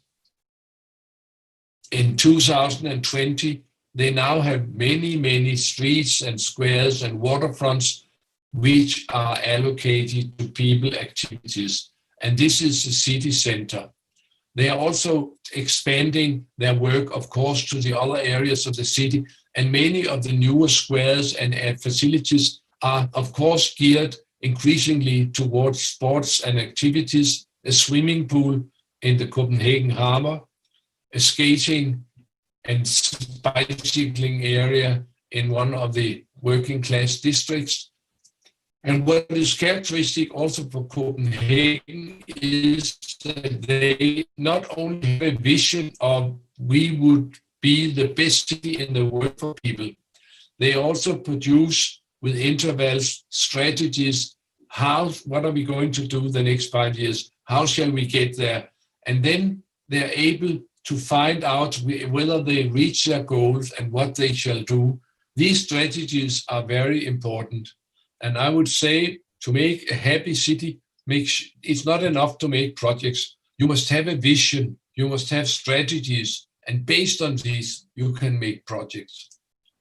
Some of the things done in Copenhagen based on these policies are found all over the city, not only in the city center. One typical example is the reshaping of the city streets from asphalt from wall to wall to the newer streets here with only 2 lanes for traffic, a good median for resting, street trees, bicycle lanes, sidewalks. The lower street is much more beautiful, and it's extremely more safe for all categories of people in the street. And it can take the same number of cars as the old street could. Another item is part of this people first policy is that they have this continuous sidewalk policy, that they take the sidewalks and the bicycle lanes past the streets in the major streets so that people can stay at the time. They don't have to be interrupted. They don't have to cross side streets. And my granddaughter, which you see here, she's 7. She can walk now to school because she can stay on the sidewalk all the way from home to school. Also in Copenhagen, they've done very much to invite people to bicycle.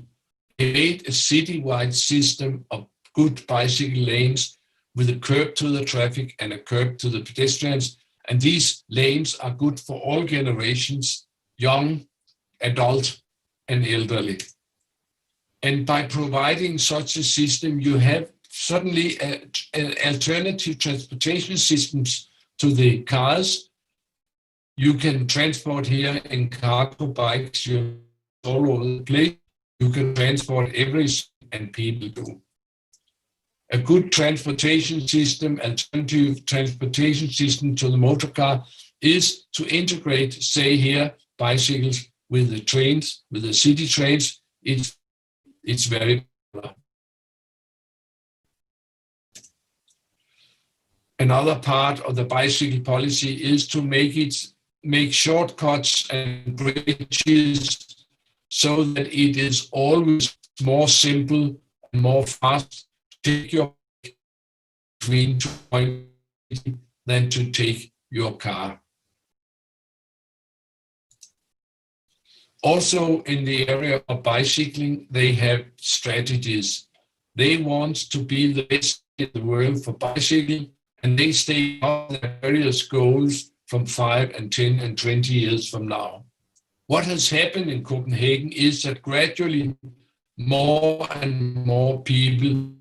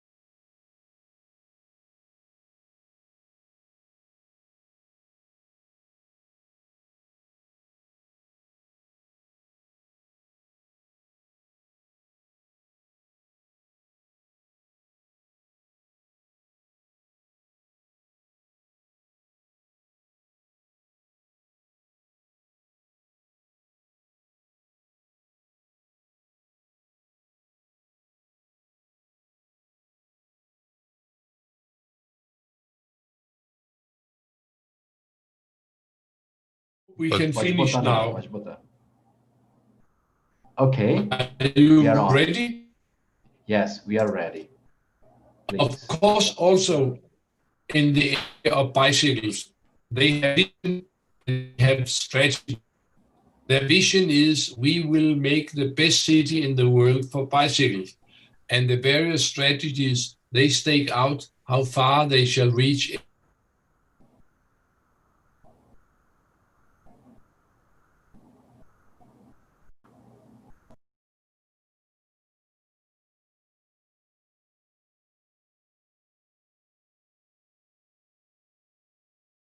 Eu acho que caiu de novo.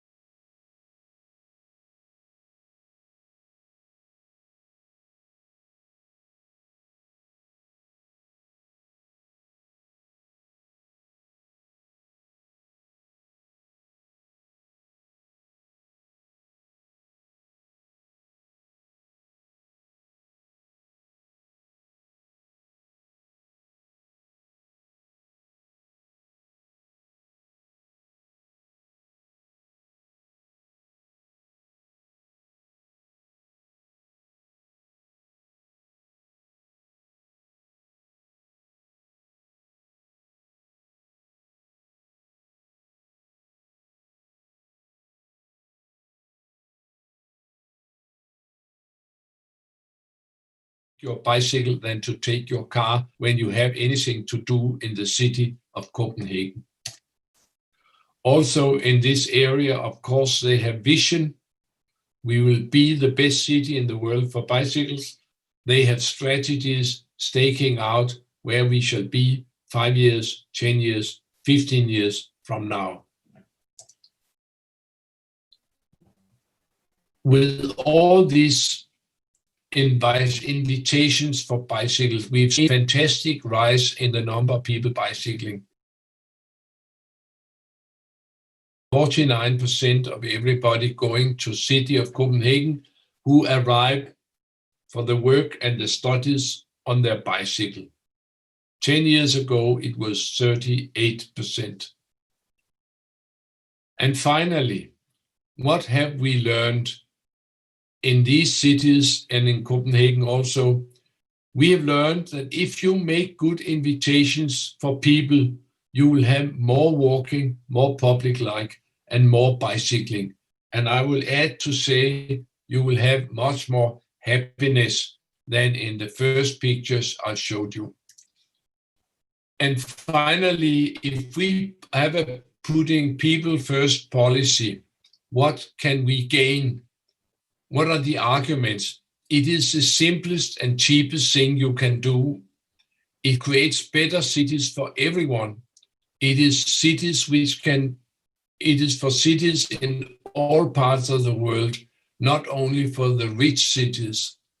And finally, you can start tomorrow, and to all this I can add, I'm sure you will have more happiness.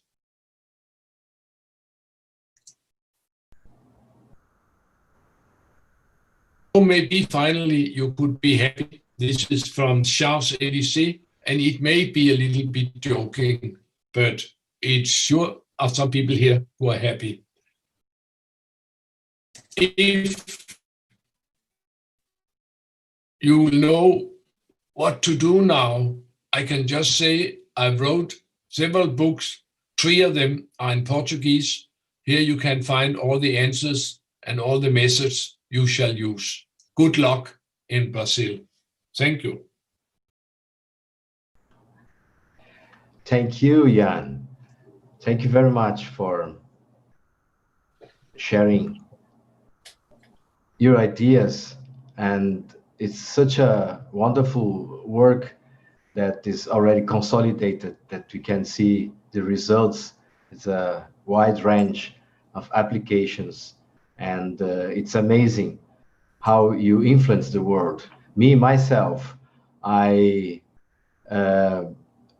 sold my car in 2012 and became a biker since then, with the belief that cities are better with this way. And you promoted this idea of Brasilia syndrome, correct? You use that word, especially because you have been exposed to that experience as you were a student or in the beginning of your career. And we share with you this idea of the difficulties. Or when I was in Brazil. Okay. And but cities like Brasilia, they became monuments, they became heritage, they became sort of symbols of the story of a country. We agree that there are a lack of capacity to reach the size, the human size. But what do you advise to cities like these? They are like a huge experiment. And where are the clues? Where are the starting points to put it in a different frame?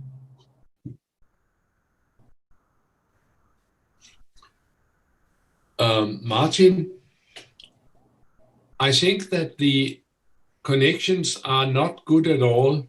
It is very frustrating to have a conversation where every other word is not coming over. I could hardly understand what you were saying. And I don't know if we will have a better connection. If we don't have a better connection, I think that I would rather let my lecture stand as it is, and you can put it on your internet or do what you like, and then that will be my contribution rather than trying to keep up the conversation on a very poor connection. I think it is rather unsatisfactory. Okay, you are right. I feel the same. It's a pity we have this weak connection, but it was already a very nice exchange. Thank you very much for being here with us and saying your words. Jan, I wish you a very good time and thank you for that. And recently, people said, "Oh, this is so nice. We like him a lot." People from Florianopolis that already worked with your team. So, thank you very much, and take care. See you next time. Dinner time, dinner time. Bye bye. Thank you. Goodbye. You're welcome. Só deu problema na conexão dele.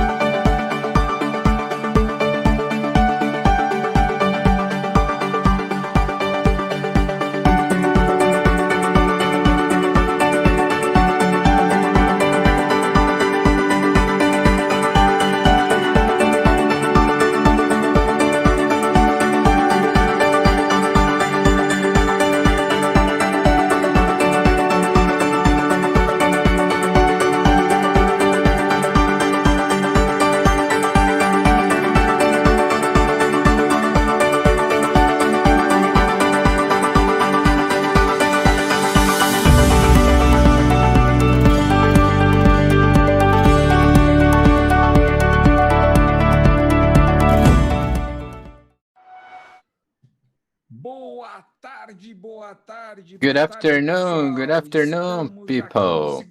We are here in the second Congress on Architecture of Happiness, now with Andrew. We would like to apologize for the loss of translation that we had on the previous presentation. We had a technical problem. We apologize. We're going to send this presentation with the subtitles in Portuguese and in Spanish for all of you. We apologize for this technical issue, and his presentation was really wonderful. And Yangel is really great. And he also rescheduled his appointments to be here in this Congress.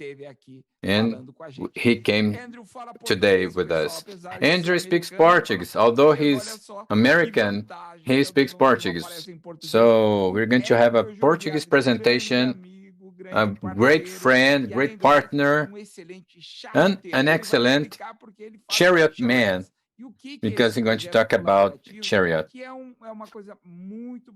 And he's going to mention this. It's something really interesting. He's going to explain and bring some examples from his company, which are fabulous. With you, Andrew, one of the founders of all this process, of this chariot process in the world.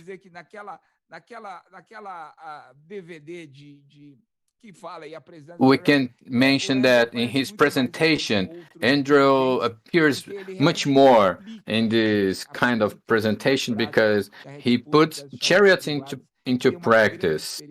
So he has great experience in this area. Now, Andrew, you start. Welcome. Thank you, Takeda.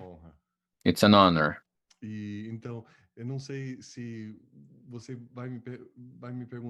I don't know if you're going to ask me if someone doesn't know this chariot process. I want to ask you now, where does this name come from? This is a really unusual name. It's really unusual, yeah. It is unusual for us. Chariot comes from the French. It's a French word. Maybe in Portuguese would be carroça, the word in Portuguese. So the Beauty Art School, which is very famous from the 20th, 18th, and 19th century, one of the professors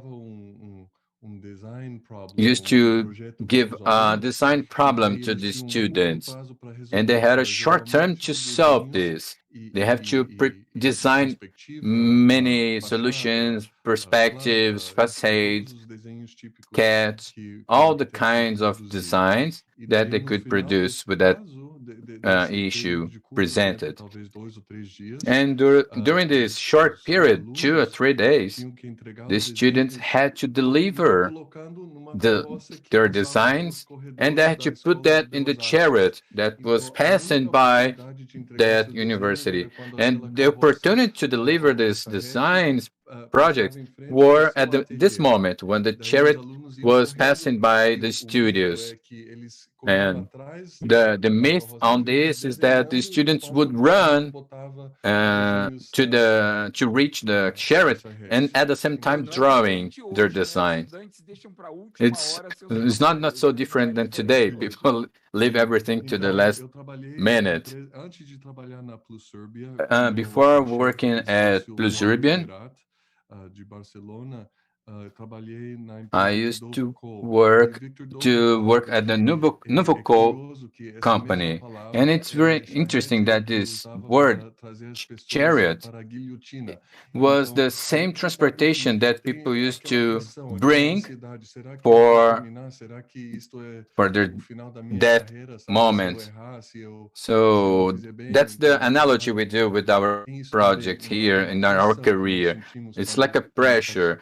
If we're going to participate in this chariot, and Elizabeth and Victor Dover, all of those people, they started this movement of the new urbanist movement para a escala humana no to planejamento urbano get nos back Estados to the Unidos. human scale in the United States. Jane Jacobs, que influenciou muito, que foi a autora da Death and Life of American Cities, he was the writer of the Death American Cities. He mentioned the last lecture. She changed a lot this perspective. And Jane Jacobs identified a problem in the urban structure. All of these infrastructure and were being designed, if I may say, in secret. The bureaucrats and other people are leaving people apart. They were leaving people apart, and the society, in this case, only became aware of the project when it was finished. So from the 80s, with the new urbanist movement, we start questioning the planning in secret, and trying to revert the situation to plan in public, involve the community. And people became, the public actually, and corporate and construction became a little bit afraid because they didn't know how to ask the people's opinions. They asked if they're not going to be able to implement those projects in the future, if they have to ask the residents' opinions. So it was a high risk project situation. You were going to say something? No, I'm impressed. This really happens today in Brazil. We are 40 years late, and all of our plans are extremely secret. We never know about it. And the plans are in 4 years' time. So the mayors do not follow the other mayor's plan, so we have this delay. And I didn't know it came from this kind of project. Very nice to know. And it has changed the culture a lot. It's compulsory in many cities. They use this word chariot. And we are very proud because the word is already adopted in the legislation. They try to create workshops to provide this community participation, and they use the chariot word. Yes, the invitations to those people. Sometimes when a urban planning company start creating a propose to the community, to the city, they have to present a chariot project to present and to be competitive in this competition with other companies. In this thought process, chariot is also a tool, right? Thought means transit-oriented development. It is totally oriented for the traffic. In the United States, we had a problem that the mayors tried to build new subway stations, other technologies, and few people were users of those technologies. And they noticed that around those subway stations, they realized there were no houses, there were no parks around it.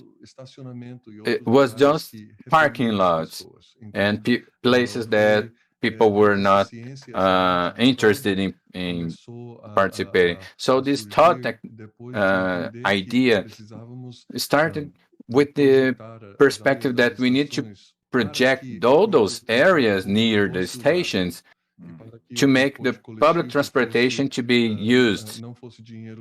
It was not just wasted money, but something invested. It was urbanism based on transportation. To have all this work, all this orientation of the planning, because of the subway stations, trains, thinking all this in a chariot project. What about your experience? You have a huge experience in private and public sectors in other countries, in Europe, for example. Can you tell us a curious fact that is really nice for us on this topic? So when we build chariots in different countries, one thing that we have to bear in mind is to adapt easily to the culture of the place. We have to be humble. We have to listen to people and pay attention to the context and observe, and not just arriving there as if we had all the solutions. I'm from Miami, I'm an urbanist. No, so we have to be humble to be successful in order to get people's hearts, to make them understand our emotions. Because it's tough, because people are already prejudiced about us. So what do you know about our lives? What do you know? You that have never been to our country and you want to influence the organization of our country. So we have to overcome this. That's really cool. And you can see my granddaughter. Yeah, do not worry. She's here. She's in my house.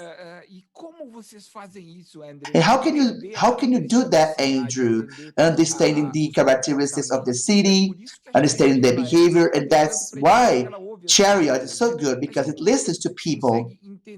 But how we can understand the culture? Do you do any kind of previous work?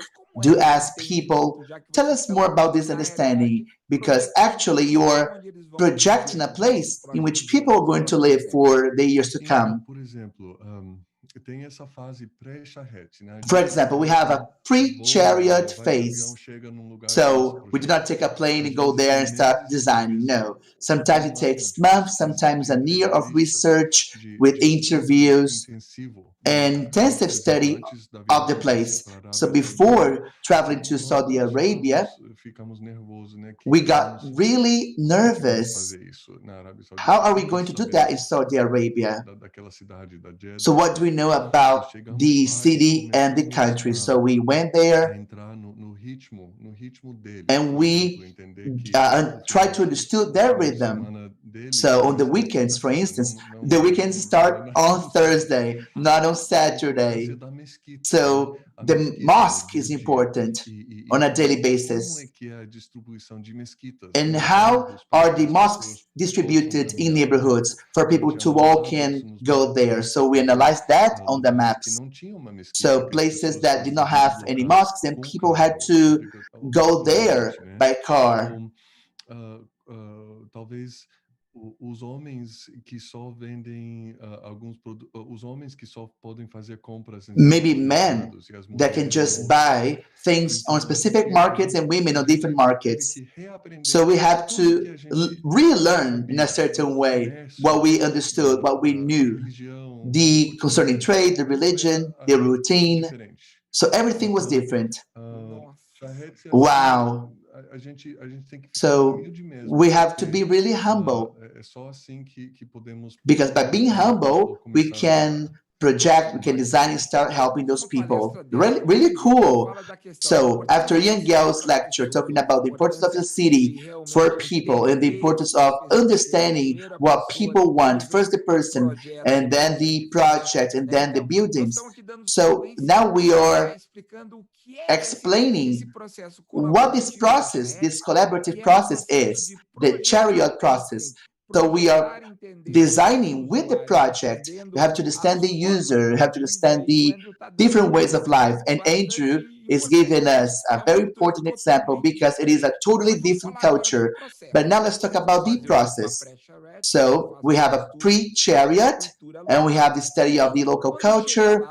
So the process is really fast, right? Could you tell us, could you tell the audience the process of the chariot during the process, the planning process, could you?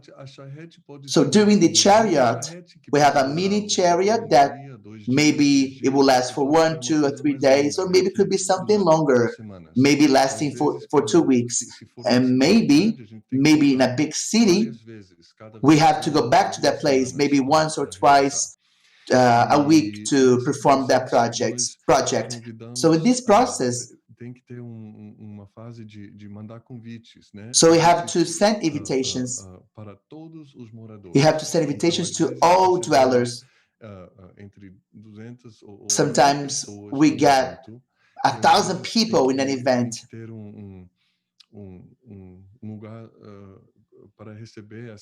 And we have to have a place like with some tables in order to separate people into groups from 6 to 12 people for table. So we have facilitators,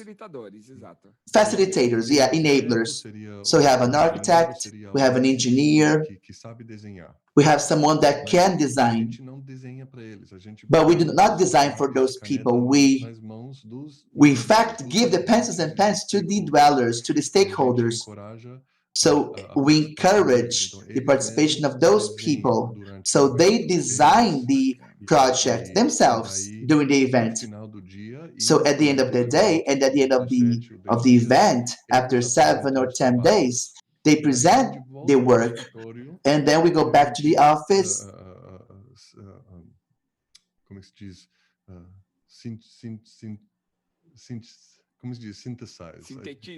We synthesize, we sum up the ideas, and we refine the ideas. We go back to the community, and we have 3 cycles of feedback, at least 3 times. So we are following you. Does this reflect what you spoke to us? And finally, we want to establish a conversation that is transparent for people to not fear that they did not like it, or they did like it. So we like honest feedback in those events. Really cool, Andrew. So after designing the project, you have those feedbacks, and then you start with the conceptual project in the place. Is that so? Yes, it is. That's the process. Maybe we could show the first image. Yeah, maybe people can see the whole process. So tell us the example, a video. The first case is Wynwood, and people that know Miami, Wynwood is a district to the north of Miami that in the past, Wynwood, it was an industrial-like place. It looked abandoned. And from the 1990s, in fact, the 2000s, Art Basel, the biggest art fair in the world, it's from Switzerland, Basel. He started to do the Art Basel Miami. So in Miami Beach, in Miami,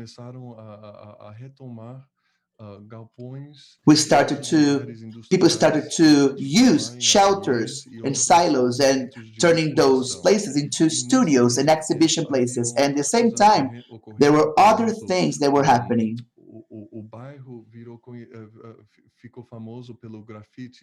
So the neighborhood got famous because of its graffiti. The graffiti was really good on the walls. It looked like the ones in Vila Madalena, São Paulo, Brazil. Essa mesma coisa, né, de grafite. E haviam, como é que se diz, urban pioneers. There were urban pioneers. Yeah, there were urban pioneers there. And one of them, a friend of mine, a Brazilian lady called Leticia, she opened the first coffee roaster. So they would grind coffee seeds in the morning. So she opened that place and she became famous and she was invited to go to the White House. Yeah, in Obama's presidency. So when Letícia got into Wynwood, so there was a polemic because the zoning did not allow the commercial use, just the industrial use, but you could manufacture, but you could not sell it. So it was illegal to sell coffee that she had produced.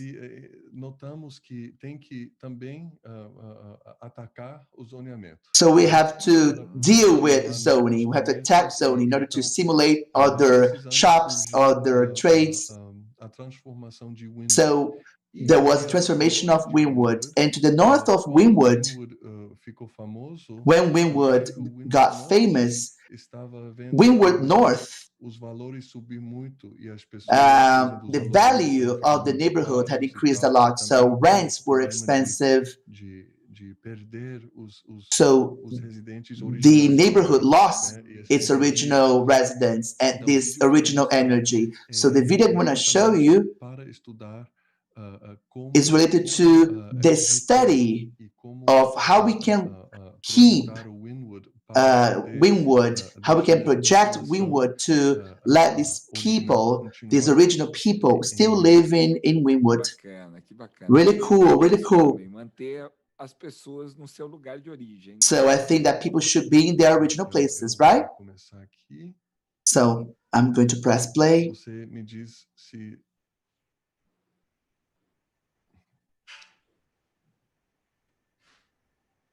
Vamos ver. Está funcionando? Não sei. Let's see if it's working. It is loading. Okay. Yes. I live in this community about 12 years.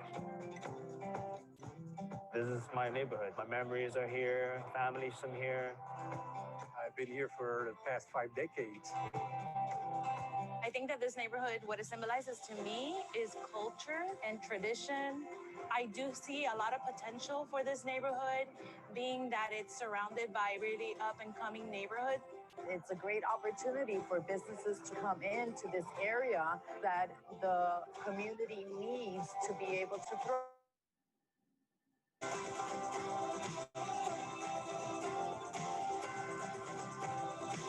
Project started from the neighborhood approaching us. A few neighbors, a few stakeholders, a few investors came together and they created a neighborhood association called the Wynwood Community Enhancement Association. The purpose of the association is give the stakeholders of the neighborhood some context to go talk to the elected officials and to really help make some positive change in the neighborhood and to really encourage the city officials to invest in the neighborhood. And we need their partnership to have both public and private work together to really help shape the neighborhood. We really want it to be led by the community. It's essentially taking the planning knowledge that we have and what we've heard to create a plan that reflects the vision of the community.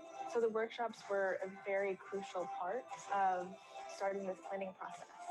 And that the people have that opportunity to say what they would like to see and what they want to see in their community moving forward. I think it was a way to come together as a neighborhood to really see what works for the community and for the people that actually live here. So I think it was a tremendous idea to have everybody here, and it's a very good initiative.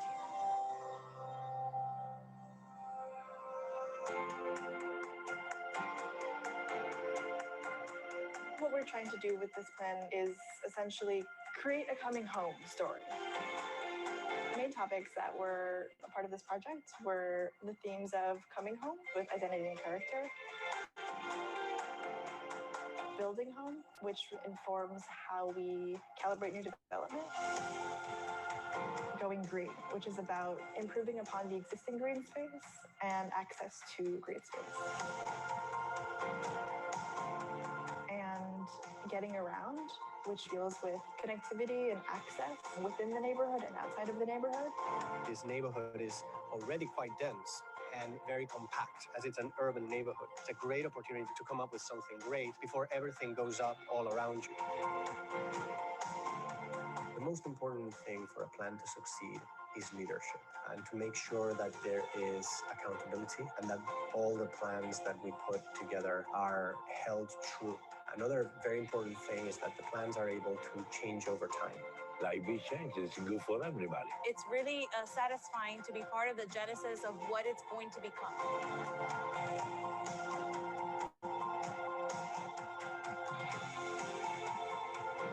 Changes will occur, but they need to be channeled to make sure that the legacy is not lost.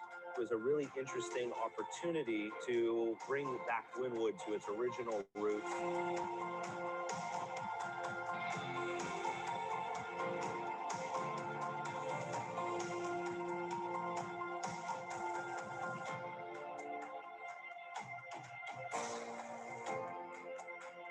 Que bacana. Que bacana. Really, really great. Awesome. Isso trabalha em cima do orgulho. This works on the pride and belonging. You can see children, society technicians, people from the city hall. All of them, the technicians with the population, children, all together for the same purpose. This is beautiful. And this is wonderful. I got touched by this. Andrew is responsible for me feeling this way and valuing the places. So it's very common, a very popular district, and people expelled all those people from there, and how you can maintain the same structure.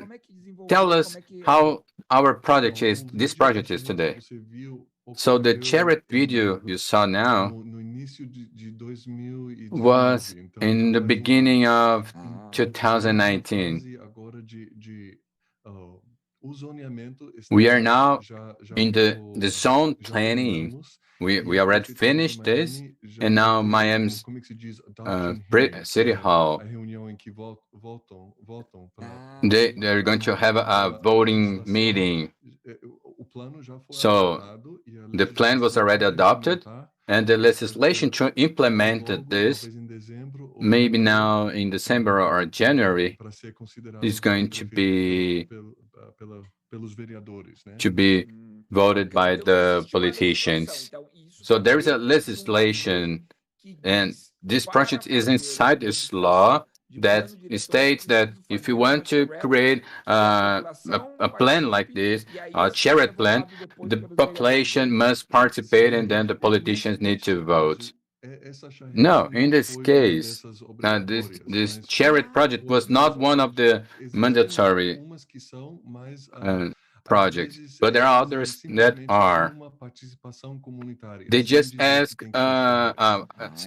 society participation, not just a legislation. In this case of Wynwood, we noticed that a legislation to be implemented takes 1 or 3 years sometimes, because legislation must come first, and then the project comes after. We cannot start with the legislation because we don't have any vision of the project if we haven't studied yet.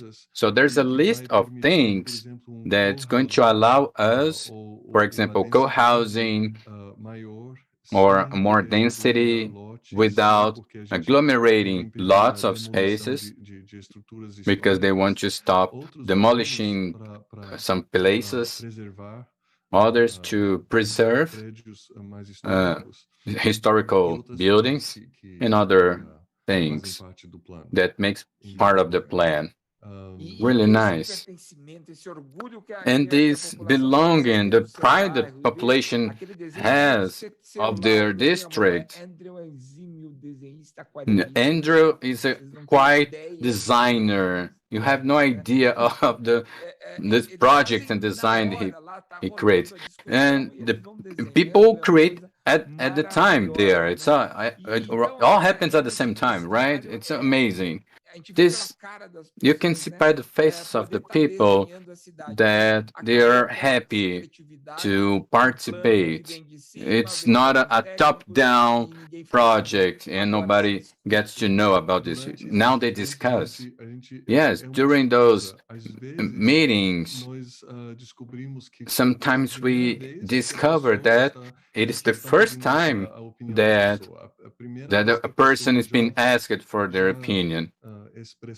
Maybe this they have already expressed their opinion on the planning, on the quality of life in the district. So most of those people, it's a mix of gratitude and enthusiasm. So it's really, it's great. Wonderful.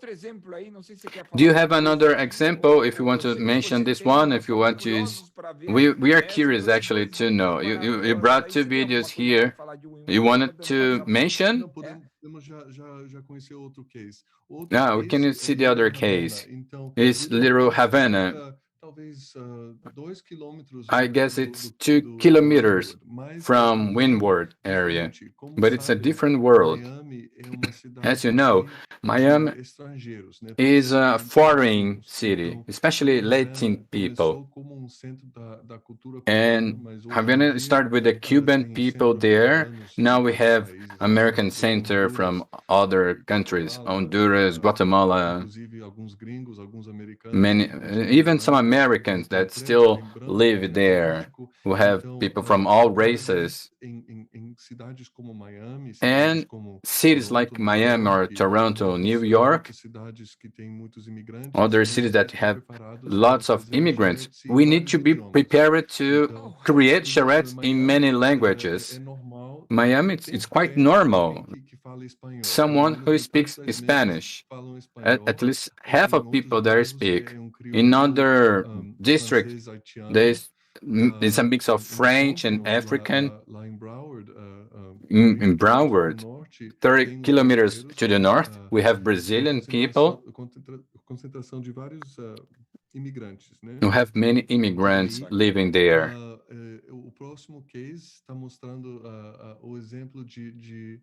And the next case, we're going to show some bilingual chariots. Calle Ocho. The 8th Street. The 8th Street is the main street in Little Havana. And this chariot, it's a very interesting story. The founder of our company, Juan Muyriat, he's from Barcelona, or at least he used to live in this district. And he started donating projects to the city hall, to the community. And then he saw this a daily project that it was not good.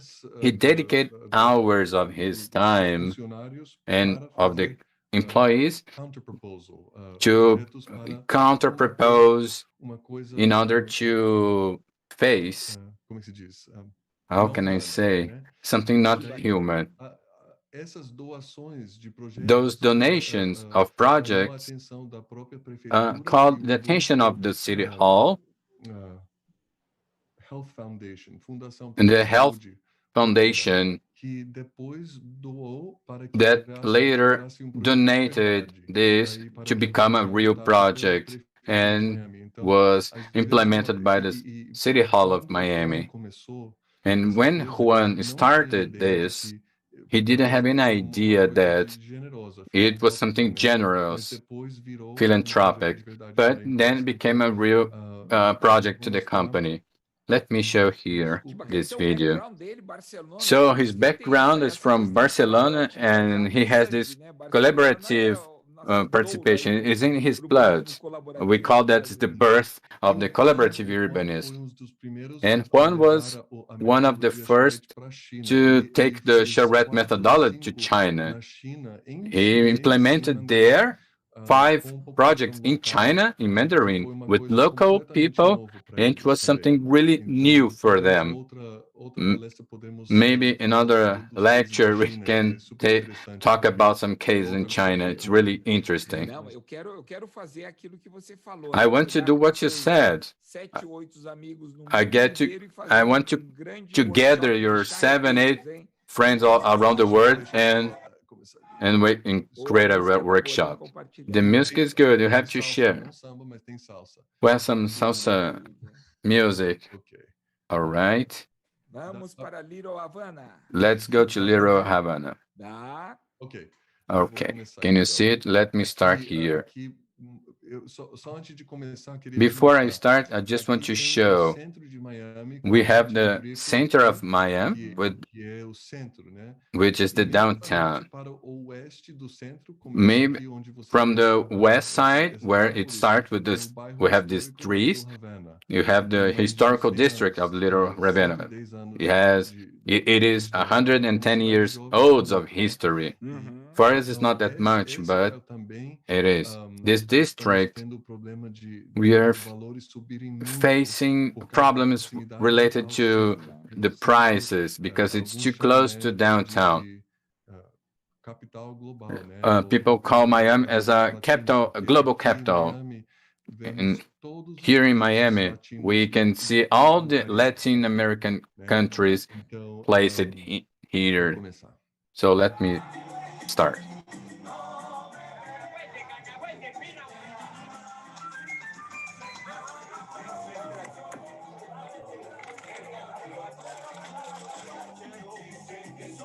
Little Havana is probably the most diverse and the most historic of neighborhoods. Identity was therefore the most important element to address. Little Havana is such a special place. It's also a bustling and active community, part of a growing city. La Pequeña Habana es uno de los barrios más icónicos en Miami, está embedded un poco en lo que es la cultura y el desarrollo de Miami, queda justo casi que en el centro, casi que el corazón o el alma a nivel cultural. We got involved with the community and realized that we were in a unique position to help protect the neighborhood. So in collaboration with the National Trust, we approached the Health Foundation of South Florida, who graciously gave us some funds to be able to undergo this project. Lo más lindo de este proyecto es que el master plan fue dibujado por la comunidad. We approached almost 3,000 people who helped with the vision of Little Havana. Trabajamos 4 secciones en el proyecto: Identity and Sense of Place, Mobility, Nature, and Community Building. So our approach was to create a future for Little Havana that is in context and protects the existing historic nature and that is respectful in scale and also in character. So I am just beyond blown away. There has never been a more comprehensive study done of any neighborhood in the city of Miami. And to me, this master plan is not just a document. We need all of you to make this a reality. We are working on implementation of some of the elements of the plan that are in short term able to be put in place, but have long-term benefits for the community.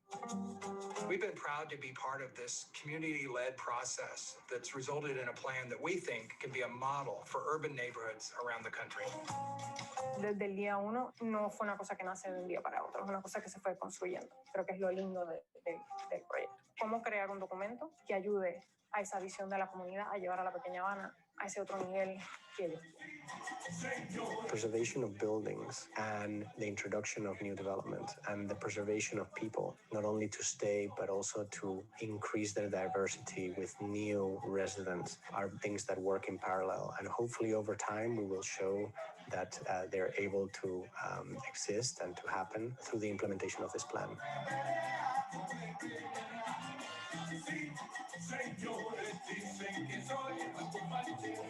Maravilha, maravilha. Wonderful, wonderful, Andrew. Let me pause it just a second. Que coisa linda. It is wonderful. Opa, é pra a gente pegar o embalo. Maravilha. Wonderful, Andrew. Coisa linda, né? Beautiful thing. Solidário passou It is from a solidarity work it turned into an official work, and the mayor said that that was priceless. So we must be really proud of all the work that have been done, all the kinds of experience that you had. Unfortunately, we don't have time, but we're going to tell your story, Andrew.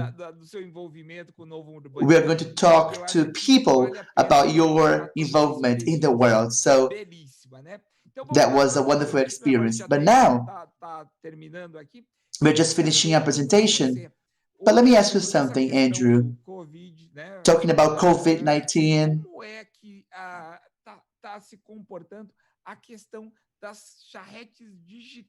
What about the digital chariots? What is your perspective on that? Have you made one? Is it happening? The new urbanism, the professionals, Victor Cole, DPZ, how are they following this process via the internet? Good and bad at the same time, yeah. I would like to say that everything is good, but that is not true. In the beginning, we imagined that it was a matter of transforming that into the digital world, but no. So in our first online events, 6 months ago, we had some workshops. We had a bad assistance, so people did not help us that much, and sometimes we had to redo this chariot to have more than one participant. We had more engineers and architects taking part compared to the number of dwellers. So we wanted to study what went wrong.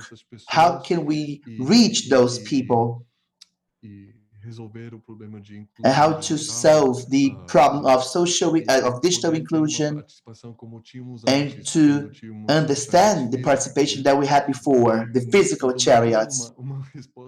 So I don't have a good answer for you, Takeda.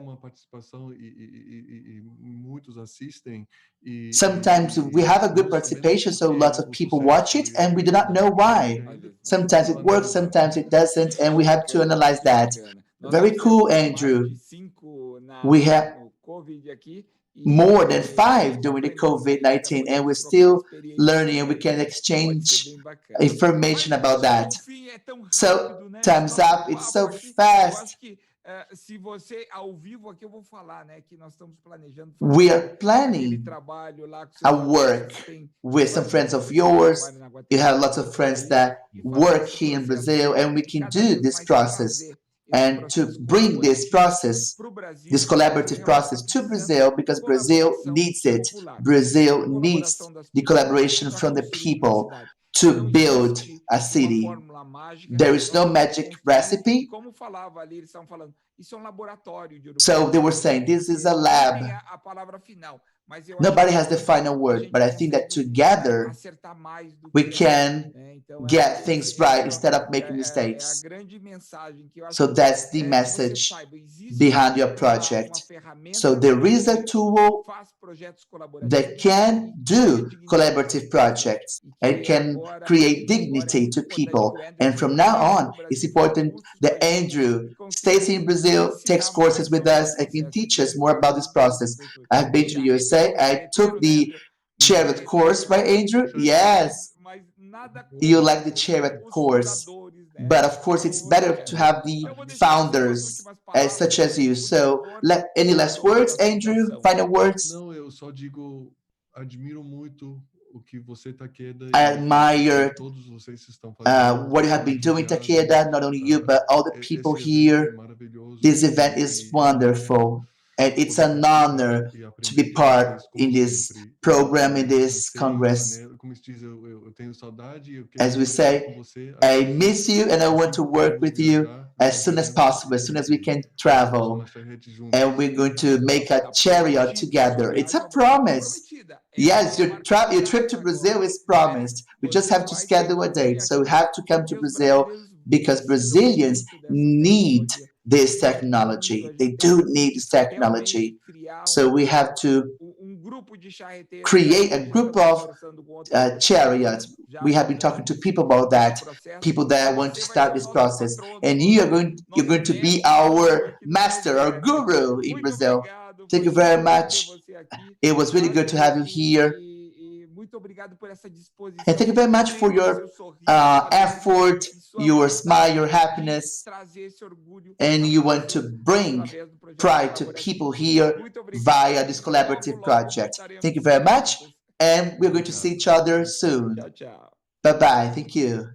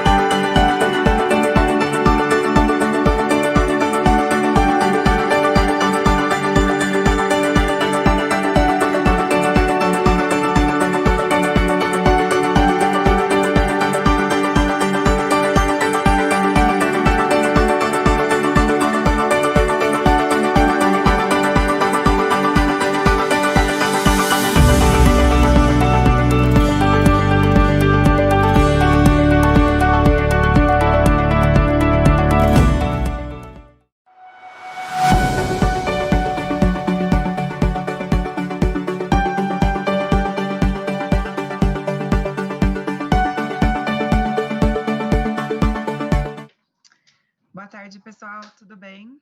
Estamos de volta. Agora a gente está com o arquiteto Solano Benites, mais conhecido como Solanito. Ele é graduado pela Faculdade de Arquitetura e Desenho de Arte da Universidade Nacional de Assunção. E ele está cursando uma especialização didática universitária na FADA. E hoje ele vai falar sobre o solo sul-americano. É isso mesmo, Solanito? Tudo bem? Tudo bem, Helena. Muito obrigado. Bem-vindo. Uma boa palestra para você, viu? Ok. Comparto pantalla, Helena. Sim. Empezamos.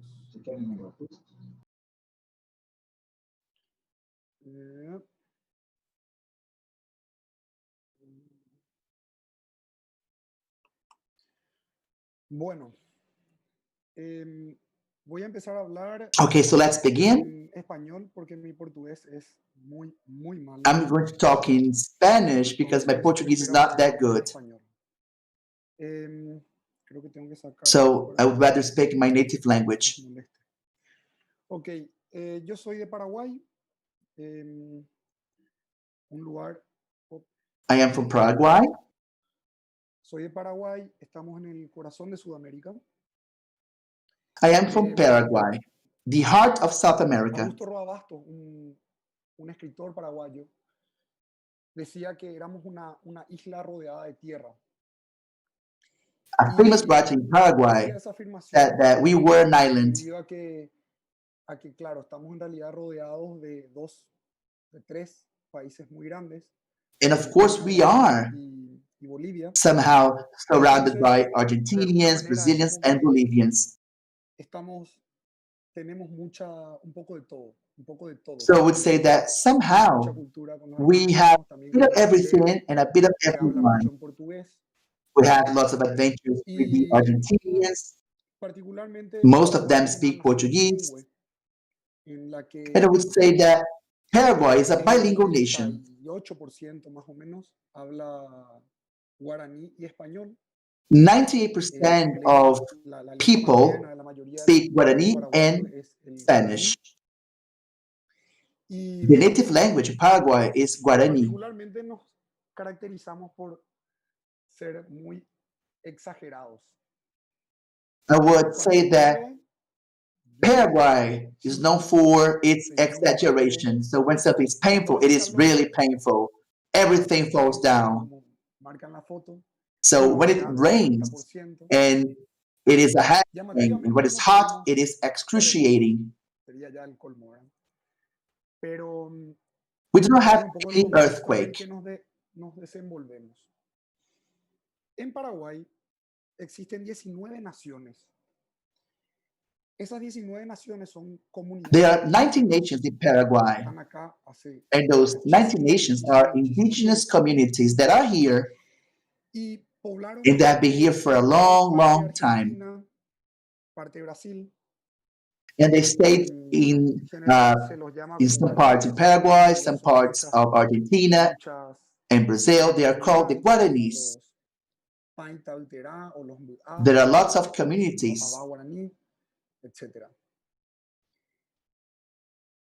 There are lots of communities. Me llama mucho la atención que quiero compartirlos con ustedes.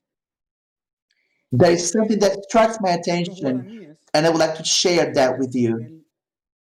The Guaranis believed in something interesting, in Do Maranhão. So Do Maranhão was the name of their land in Paraguay.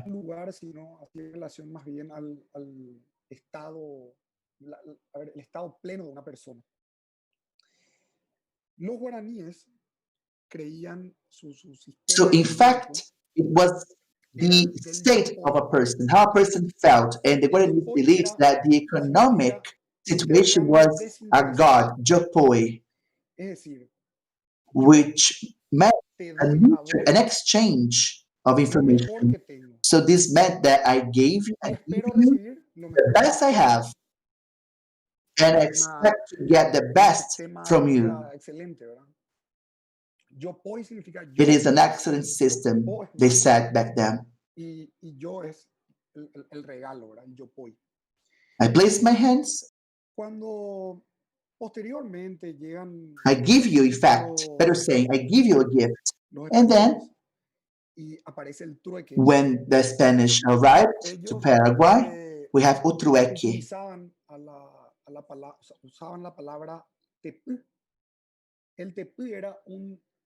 They use the word tepi. Tepi meant it had a bad connotation, a bad exchange. Nowadays, we use the word illusion, something that looks expensive.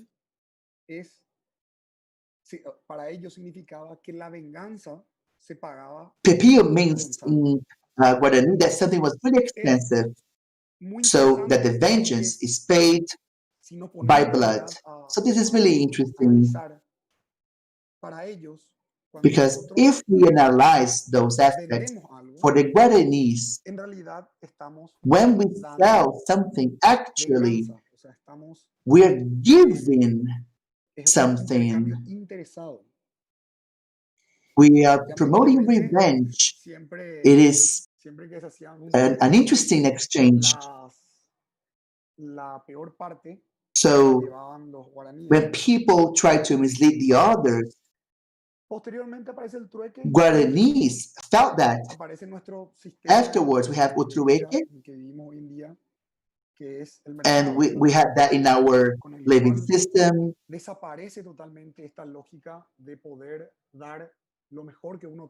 So that logic has disappeared, because you have to give what you have from the best of you, and you will have to wait for the best from the person. So things start to have a value price in them. So we have an economic value in those objects. So before, let me give you an example. People that manufacture the best stools, the best benches, but that person maybe could not get the money. This person was sick, so the person had to stop the manufacturing process. So this is lost somehow. This beautiful idea is lost.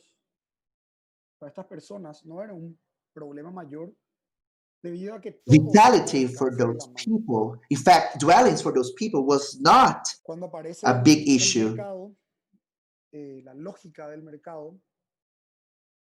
So when we understand the logic of the market,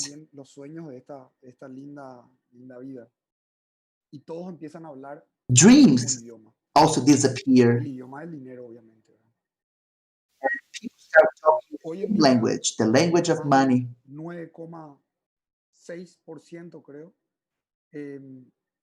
Nowadays, more than 9.6% of people do not have a roof to sleep under. And actually, the real crisis that we face nowadays is a crisis of ideas. As a society, the best we did led many people to live in poverty, in misery. So in this crisis of ideas, in getting resources, Mínimo Común is born. Mínimo Común is a studio. So I have a partner. Lo hicimos al independizarnos de otro estudio que era de mi padre, que se llama Solano también, con el que trabajamos muchos años. My father had a studio back then, and we worked together for many years in that place. And some time ago, we decided to try a new adventure. So on the right, you can see the three people that started the studio. So here is our team. We have been working together since today. This is the first house that we have built. de edad. It's called Anna House. Anna was a person. Y de alguna manera quería blindar esos. Anna was a person that had some money, Anna was a person that saved some money, and she wanted to use that money somehow because the interest rate was not that good. So she bought a house and she called us. She told us to have a look at the house. It was really old. ¿Cómo hacía la gente para bajarse del auto? It was really destroyed, and I did not understand how people could live in that house. La casa tenía, como les decía, muchas patologías, mucha humedad, ambientes muy poco ventilados, oscuros. Y the house had many problems. Este era el plano de la casa y so there was a space there for an oven. Construir, ¿verdad? Lo que hicimos fue So cambiar the red spots are the areas that we wanted to build. So what have we done? We changed the entrance of the house, se pasaba por el medio y la tipología acá se and llama then vivienda chorizo, se llama. También flow los argentinos lo there, conocen así. who walk there. Y nosotros lo que hicimos fue sacar la circulación por fuera, conectar con la galería incluso y meter estos patios privados para cada habitación. We could connect spaces. Los recursos We had terraces. El propio recurso de lo que íbamos demoliendo, ¿verdad? Acá, como se ven, las paredes que nosotros íbamos echando y el recurso que teníamos era el de ladrillo. And we, Entonces empezamos a desarrollar after demolishing the place, the bricks, these were the resources we had. So we started to develop a technique. Contra esas tablas. Posteriormente ya nos animamos a hacer paredes más altas. We started to build, y este tutor, and we built higher walls, as you can see. De cometer errores, en realidad. Yo creo que nosotros nos debemos más a los So we have made lots of mistakes in building the house. And mistakes are more important than getting things right. Because when you make mistakes, you learn. Simplemente es una manera de entender que se puede hacer de una manera mejor. It was a way to understand that we can do things differently and we can improve. Utilizamos este sistema de vigas que para no meter pilares, etcétera. To hold the structure, we had some beams. We didn't want to have pillars. Le amarramos a los cimientos. So we got those structures inside the wall and we tied those beams, those structures. El sistema de apoyo era muy sencillo, ¿verdad? We tied something Este era el sistema de patios que les comenté. To sustain, in order to hold the structure, keep it strong. As you can see, y fuimos all there, los patios, and the resources we had to build the terraces, este era el espacio que ventilation, but really, so this is the space I showed you before, siempre muestra un poco la foto anterior para que se vea and we got everything together. Fue quedando. I always like to show you the previous pictures to compare the past to the present. The bathroom is underneath the staircase. Look at this structure. We have designed the opening system of the doors to open them freely. And that's how our house became after construction. This house belongs to Maria Emilia. The previous house was for her son. And she wanted to rent the house. And when she rented this house, rented to this woman that called us, and she's begging us to rearrange it. This house that we are showing here now, we only had brick as the resource. And why use brick? We use bricks because we have bricks in abundance.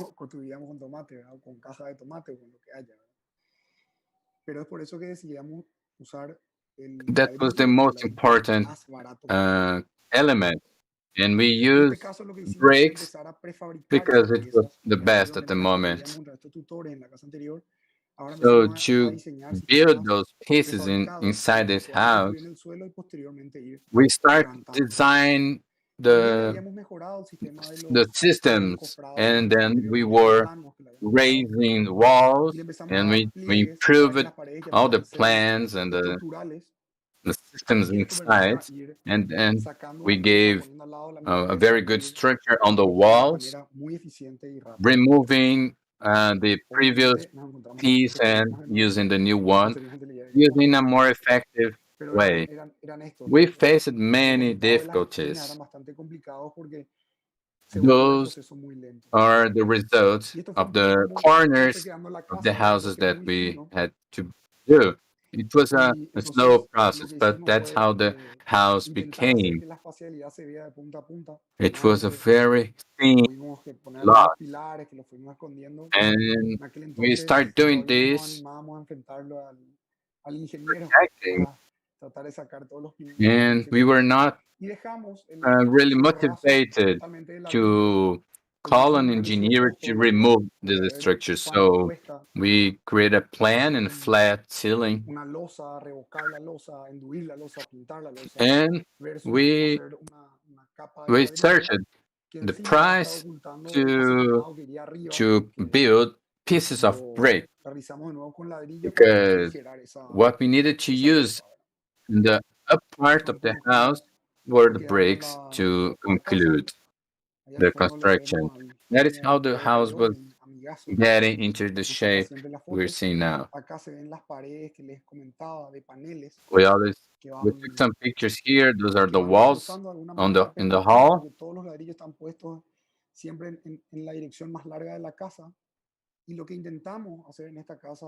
That's the longer distance. And what we tried to do in this house was to reinforce the concept that he named in a very interesting, which is trying to make a longer way something more spatial. We try to rearrange the walls in a way that someone could look and have a connection to the surroundings.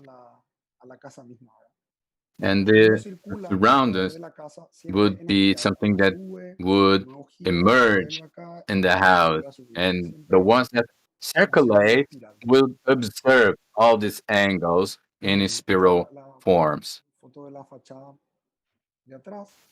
Here's another picture from the back. Here are some details of the windows, so you could see and observe the landscape. Particularly, these house opened many doors for us for construction and pre-construction. We start developing later. And this is the H house. It's a very small house. It cost $10,000. It has 63 square meters, so it's a small house. And then we analyze the way, a fast way and shape, and the fast way to add the bricks. And then one day, walking to the office, we saw a place, and then I thought of a fast way to add all the bricks together. And that would be where we put all those bricks in the truck, and all of us could participate in this construction. And thinking about this, we could add those bricks this way, as you can see in the picture. We had two workers. One was removing the bricks one by one, and the other worker would make a liquid mixture, and then one by one they would slide all the bricks. We had to respect the structure of the wall. The normalizer ray that we have to say was used to put in a way that we could see everything in the perfect alignment. I like to mention all those professors that taught us those techniques because we do these constructions. And I call all of those professors carpenters, painters, all those people that we don't see and are there to provide this construction. And I always say in the studio, we need to meet these people. We should not unknowing things trying to build something. We need to know all the process, even if it's a repetitive way. That is how we can assess those changes. We cannot do those changes if we don't master the technique. My father used to say, to learn, you need to do, and you learn by doing. And then, little by little, this house was built, and you can see all the lower part is all integrated to the exterior part, as you can see here in the picture. We have like a base floor where the bedroom is located. And here, as I mentioned, the bricks is a mix in a vertical way. So when you see people walking, you can watch and observe those light entrance from those little spaces among the bricks. We actually had to close all those entrances with silicone to avoid some insects. Posteriormente a esa casa, entramos con esta que es Nordeste. El encargo era muy particular. Nordeste teníamos que construir unas oficinas. This house was it's a very particular project. We built this in a 11 square meter space. There, at the back, we had like a space for a pool full of trash and garbage, and near that there was a tree. I don't remember the name of the tree. I guess it was a fruit tree. Well, in Paraguay, it rains a lot, and when it rains a lot, you cannot work. You have to stop the construction. And when it's not raining, the sunshine is too strong. So the conditions of work for our people is really hard. And the work that they perform during these days are fantastic. We're in charge of doing this. We raise the walls like this, or at least people have some shade, shadow, and we spend a lot of time working on these structures. Otherwise, the walls would not contribute for the system. So we try to create a mix things here with a thin pipe to support the ceiling. So we nailed everything here in this line. You can see and then we turn around the space, and then we create a facade, and then we create rings to work with the pillars to give sustainability to this construction. So we were raising the walls, to work much better and with safe. And this wall is 6-meter tall and 4 meters long. So we use this structure. And at Maria Emilia's house, we had the problems there, which was a little bit difficult. And here it was possible to implement this system. Simplemente ir plegando estos encofrados. Acá creo que puedo. And by using this up part that you can see where I'm drawing in red now, you can move all these spots and these areas so you can connect everything. These panels were built on the floor, and then we placed them among those two pillars. And all the panels we put on the ground, and then that became like a box that became part of the structure. So the swimming pool was full of trash.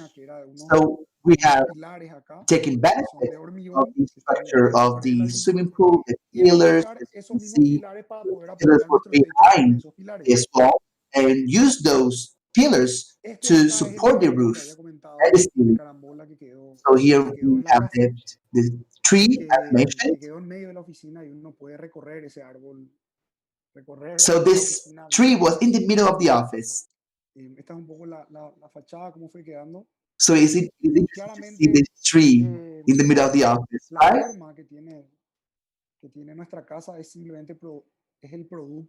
And that star fruit was really interesting, the star fruit tree. So we did not want to use so many pillars, so we can see how the space is open. So those windows are low, because we believe that when a person is sitting on this bench, he or she can look at the garden and enjoy the space. So as you can see here, we have the main office. It is a kind of a co-working space. The bathrooms on the right. So those are some offices, and you can have some meetings, some sessions here.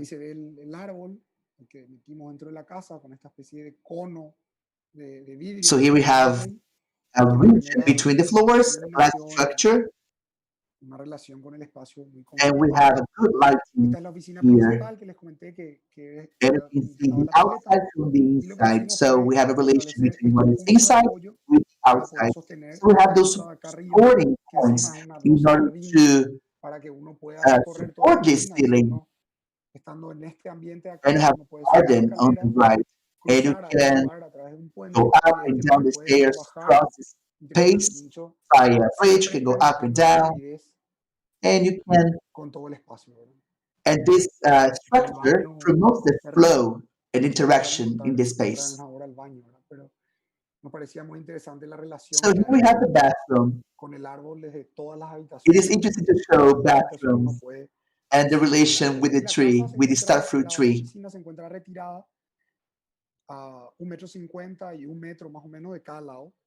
So the office is, yes, it is.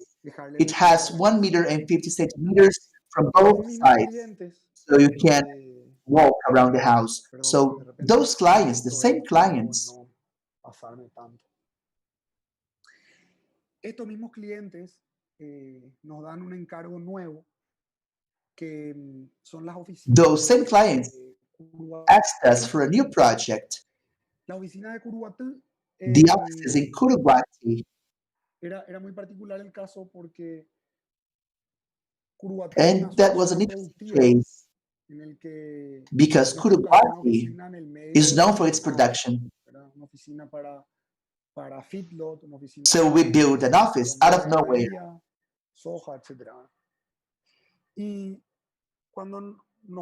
So we built this for the farmers, for the rural workers.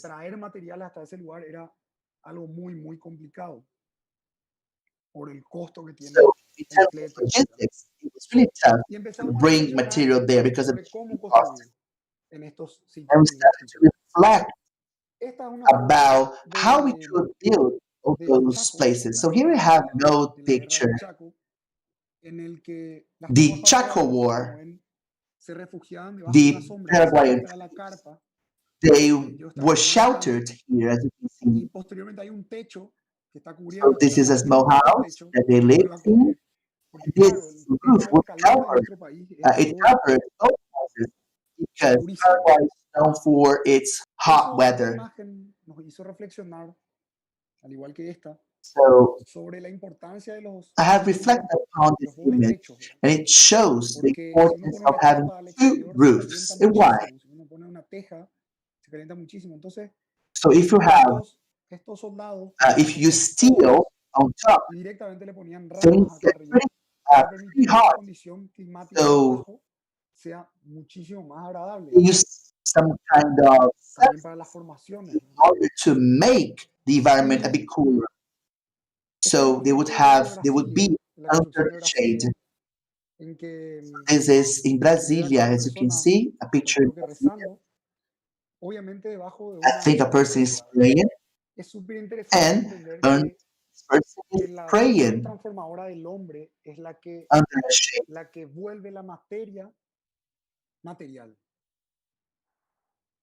So materials and people are connected. We have to people transform materials. So I say that you can build your house water. It's madness, of course. But if we start to understand you can build a house with ice, you would say, okay, that's possible. So the resources that we have at hand, with our intelligence, they turn to different materials. We have two worlds, basically. The world of ideas and the real world. Of course, we are. We live on the ideal world, on the world of ideas. Esta remera o este saco de este hombre que está acá, anteriormente era una florcita que estaba por el campo. This coat hanging on the tree, as you can see. This man would wear it if it is too cold, but people using their imagination, they can change, they can use this quote, they can protect themselves by using his and her intelligence. Este es el cruce de Brasilia. So here we have a crossroads, a crossroad in one of the first construction sites in Brasilia. Tan creyente, obviamente lo primero que había que construir, la primera construcción que debíamos realizar, no era una I would casa, say that the first construction that we did was not a house, was a church. It was a church, as you can see. And it was wonderful. You know why? Because of the synthesis of the place. So we have a canvas hanging, and underneath it, of course, you can hear, and a person can hear in a mass, like a priest, for instance. So this is the project in Paraguay. So what do we have to put in this place in order to make it a pleasant office? So the first thing we did, we moved the land to control the landscape. The second idea that we had is to create some kind of shadow to people, to make the place more pleasant, to make the construction process more pleasant, and for people to use it as well.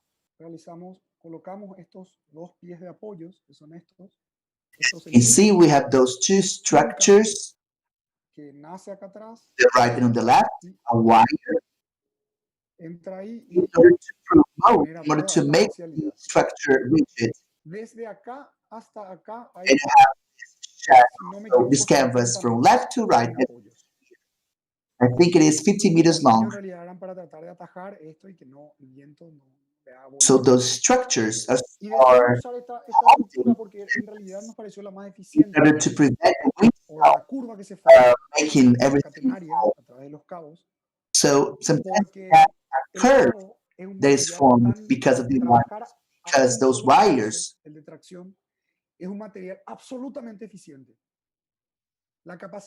because those wires are efficient, the material that is used in those wires is efficient. We can do lots of things with it.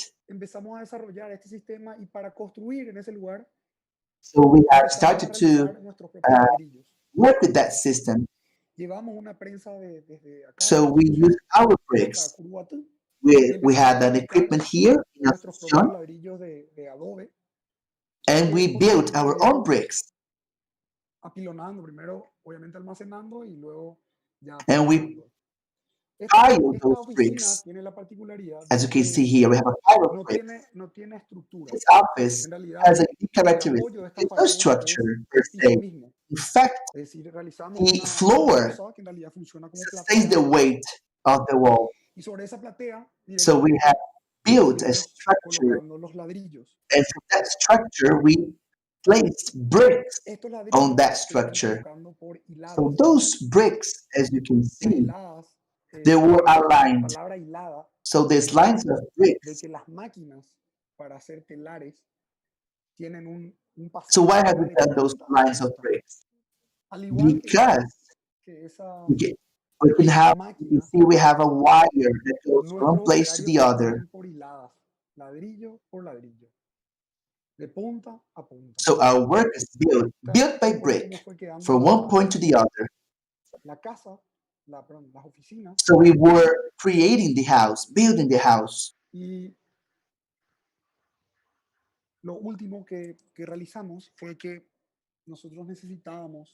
And the last phase, as you can see,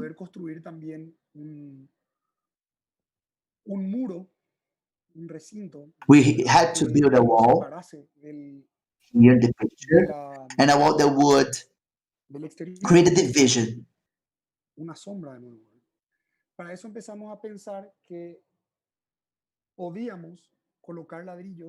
So we started to think that we could place bricks, and those bricks, as time went by, we could wash those bricks, and actually they would be covered by a substance. So we build bricks without cement, and when we wash those bricks,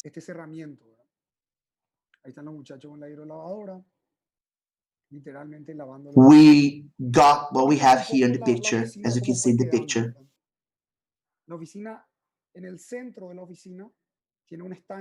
So this is what we have done. Water from the rain flows, and they get the water. And this tank has a water pump. And this water pump, this wet structure is a pipe that goes from one place to the other. So the same water is used to the water pump. So it falls, and we have a cycle cooling those plates. And due to the fact that it is moving, we can prevent mosquitoes and worms from appearing. So those molecules of water falling, they evaporate and eventually produce energy, of course. And this leads to the absorption of heat. So the same thing that happens to the human beings when we sweat, when that liquid evaporates. We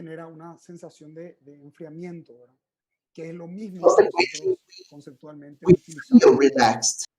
It is the same process here in this building.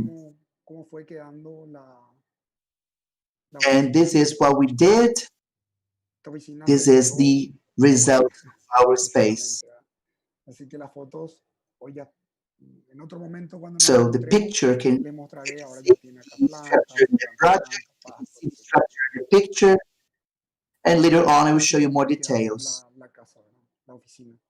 Y estos cabos son So 7 de cada lado. this is the end result, and those cables, those wires, Este techo que permite que el estar acá that adentro hold sea súper agradable. the Aparte que los ceiling, ladrillos, they are made of la steel. casa es de tierra, eso hace que la casa sea súper fresca. Además, eso tiene todo este sistema de House is made refrigeración. of cement, and due to that fact, it is really cool. It's pleasant to be there. Como fue que So this is what we have la discussed casa es before. como la oficina es como una Sure, at night, en el paisaje. Y es así como it looks like a bulb landscape, a light bulb. La oficina, ¿verdad? So this is the result. ¿Cómo está quedando?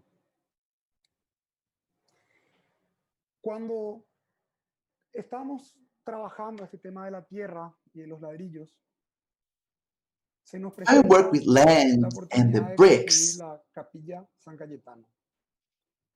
We Nuestra had the experiencia con la chance tierra of era un poco rara porque nos dimos cuenta que hacer los ladrillos our era un experience tema, with earth, un tema land muy is rápido peculiar y muy because económico. Si bien en esta just oficina down antigua to sí se justificaba, building bricks. empezamos a No, pensar as you can see here, cómo podíamos construir de una manera aún we más started to think económica.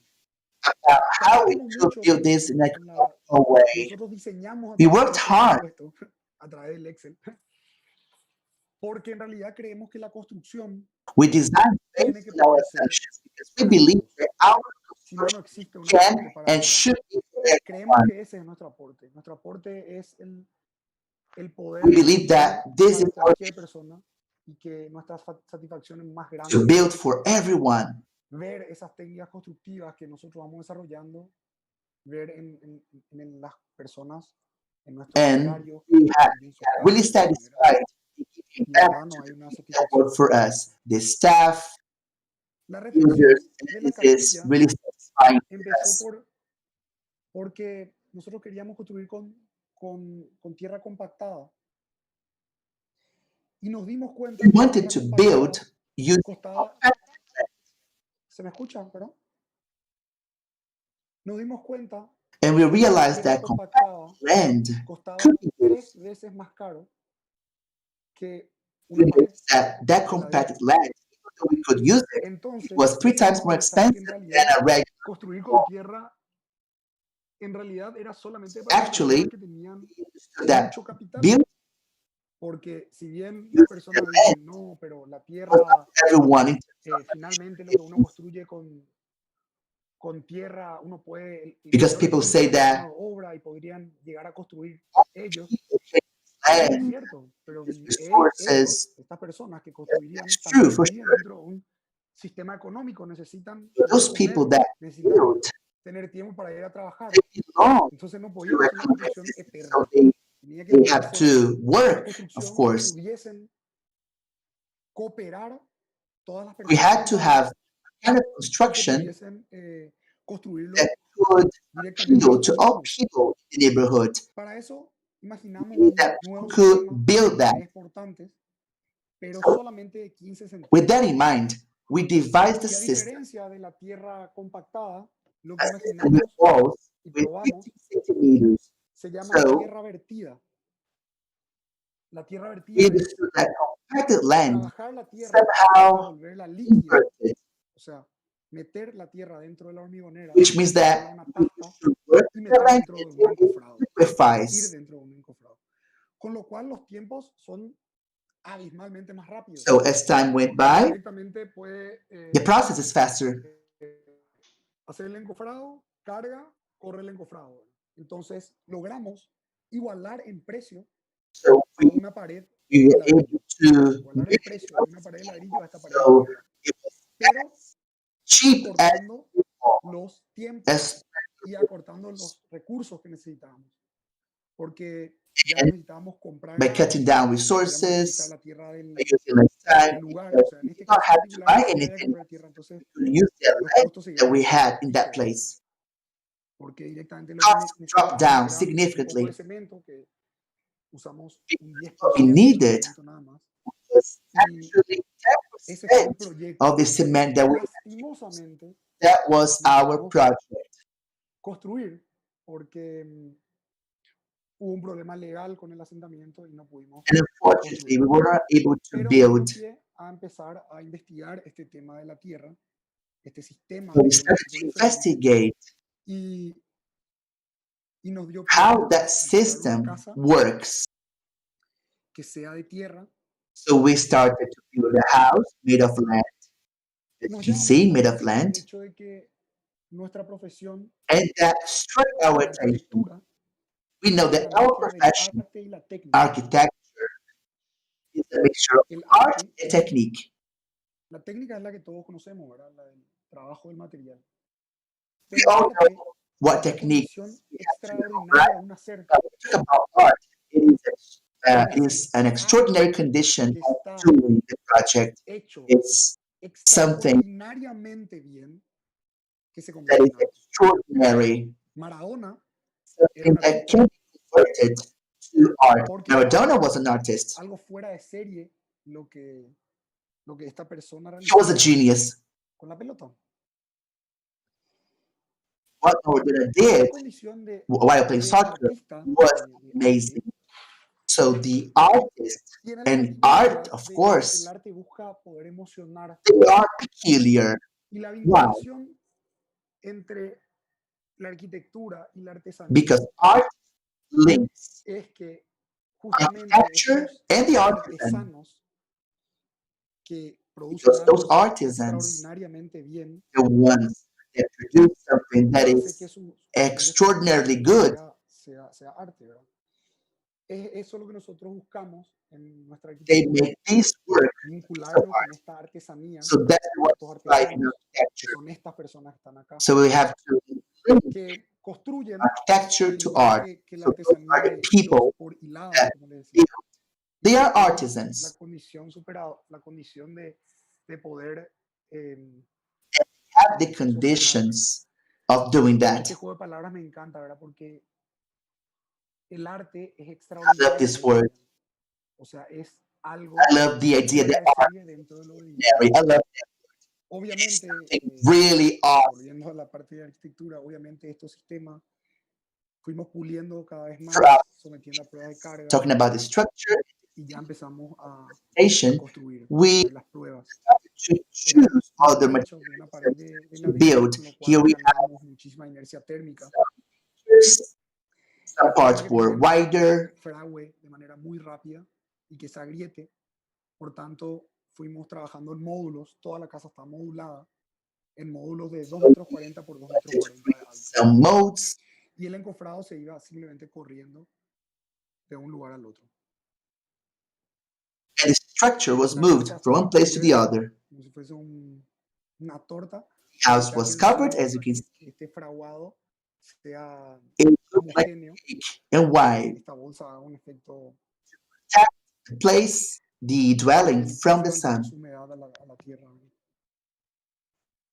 To keep the place No moist. nada. Estas son fotos de obra, To pero make sí ya se puede ver cómo va that quedando. is a recent De picture. nuevo, nuestra But reafirmación en esa it búsqueda looks. de lo económico, sobre todo para pensar que nuestra arquitectura puede llegar a ser para todos, para todas las personas. Architecture is for everyone that could reach. Pues bonito. Oye, Helen. Tenemos como 4 minutos. Thank you very much. Hago el cierre. Okay. You just have 4 minutes. Estas son fotos de cómo fue quedando la obra, la parte del fondo, se integra totalmente con el paisaje. Of the building. Le muestro esta última obra y con esta cierro. Nos toca construir en la Here we have our last construction. Bienal Iberoamericana de Arquitectura. Se construye en el año pasado. Se juntan 11 estudios This happened last year. para hacer una intervención en la Chacarita. La Chacarita es un barrio marginal de Asunción. Una favela sería. Neighborhood in Y slum or favela Portuguese. que son entre nos de Costa Rica. So we work with those young men. So we establish a partnership. Al que se llega solamente a través de unos pasillos caminando. This is a place that we chose. We could reach it, and this was a square, in fact. Los espacios públicos para ellos como esto, que para nosotros sería un pasillo nomás. Public spaces for them would be a public space. Porque a la noche se llenaba de drogadictos, había asaltos, acá en la pared estaban marcadas balas, como que le habían baleado a muchas personas, asaltos, etc. Lots of people being killed, lots of robberies. 3,50 metros, 2,40 metros en la parte más fina. Blueprint empezamos of a pensar qué podríamos nosotros, 250. qué construcción podríamos poner en este lugar para que cambiase So we wanted la condición we can construction we can have here de alguna manera change the condition of la seguridad del barrio, we wanted to el sentido de make pertenencia de the las place personas. safer. Y empezamos a investigar que en Paraguay los Help people. So we últimos elementos and to understand that in revolucionaron Paraguay, la cultura del Paraguay es la motocicleta. the last items that have La motocicleta cambió recognized el concepto de Paraguay distancia. En el because interior del motorcycles país, have ya changed si uno tenía una motocicleta, in Paraguay. un costo muy bajo y ya las distancias se acortaban, se mermaban y podían llevarla hasta un hospital. Entonces, So the distances cambió got shorter. la manera de vivir del Paraguay. Y la otra era la aparición del Internet. El Internet cambió la Dramatically. manera de And comunicarse this de las was personas. El 90% de las personas tiene un smartphone, communication among people. pero el acceso a Internet no siempre People have internet, but the access to es más internet favorable. cannot be guaranteed, and it's not that good, actually. Investigamos y no existía ninguna posibilidad de conexión. We porque no discovered llega that más que el there Internet. was no possibility of having internet connection in Las Chacarita. noticias hoy en día se transmiten por la televisión, primeramente, Now there is segundo use por of las redes sociales, broadcast via más TV, aún que en la radio. and then Es decir, la gente se informa a través de la and televisión radio, y de las redes radio sociales. shows, radio stations. Hoy en día se So habla que el people acceso a get to know Internet about things ya over no the debería internet. ser, debería Nowadays ser people say una necesidad access básica, to internet al igual que la luz y la should electricidad, be ¿verdad? a necessity, Que son un poco basic estas noticias de necessity, hasta ahora such as light como, itself, como electricity. un servicio básico necesario. Oh no, the No lo Nations vemos better nosotros, saying no says lo that vemos. people should have access to the internet. Entonces empezamos a pensar, So this is what we are talking about. ¿qué pasaba si We nosotros started to a reflect esa upon cosa it. le colocásemos conectividad al mundo? So we Las wondered personas if we could create, que saliesen de ese if we could lugar make people para ir a trabajar en occupy la that construcción, space, pararían en ese lugar give para them conectarse, access to para work, saber si es que está lloviendo o no en la obra, and si then va a trabajar, si falta algo, places etc. to get Las that personas que estén volviendo talk to a see la if tarde it was ready de su or not. casa, estarían con su teléfono That para are comunicarse con su returning familia, que home in the seguramente estarán afternoon, en España, en otros lugares. they turn Los on niños, ¿a dónde irían a cell hacer la phones tarea? to talk to their Irían a este neighbors. lugar con internet, acompañados de sus How would they padres, do their homework? y They el would go to their uso de este place lugar and haría que use se the recuperase internet el control to social use que their place anteriormente to do their existía, so que era el que las personas estén sentadas en la all the vereda basic mirando access quién era la lost persona would be recovered. chismoseando, What I mean by that is viendo that y people would conociendo sit down and quién you would talk to estaba each pasando por el other lugar y de qué se estaba and hablando. understand what was happening and talk Entonces to other imaginamos people. simbólicamente una antena, ¿verdad? Y empezamos a pensar que si So nosotros this is teníamos something el we have internet, imagined. en And we realidad started podríamos wondering nosotros poner cualquier tipo de if by having información internet en ese we lugar. could get any kind of information in that place because of internet.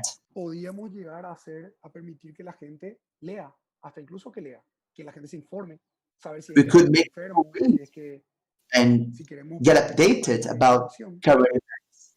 Entonces imaginamos esto, imaginamos un Campaign. mural que este que está viendo al fondo, un We grafiti, imagined cuando that hablamos con ellos, le the preguntamos qué es lo graffiti, que as you can querían see, ellos. Y ellos decían que Lo único que querían para And hermosear we era un asked them, detalle, what do you una want? pintura de algún artista callejero. Contratamos It's a graffiti, it's a painting. al grafitero So más famoso de acá, se llama Os Montanía, él nos we regaló su arte hired the y most famous cada graffiti píxel artist from the region.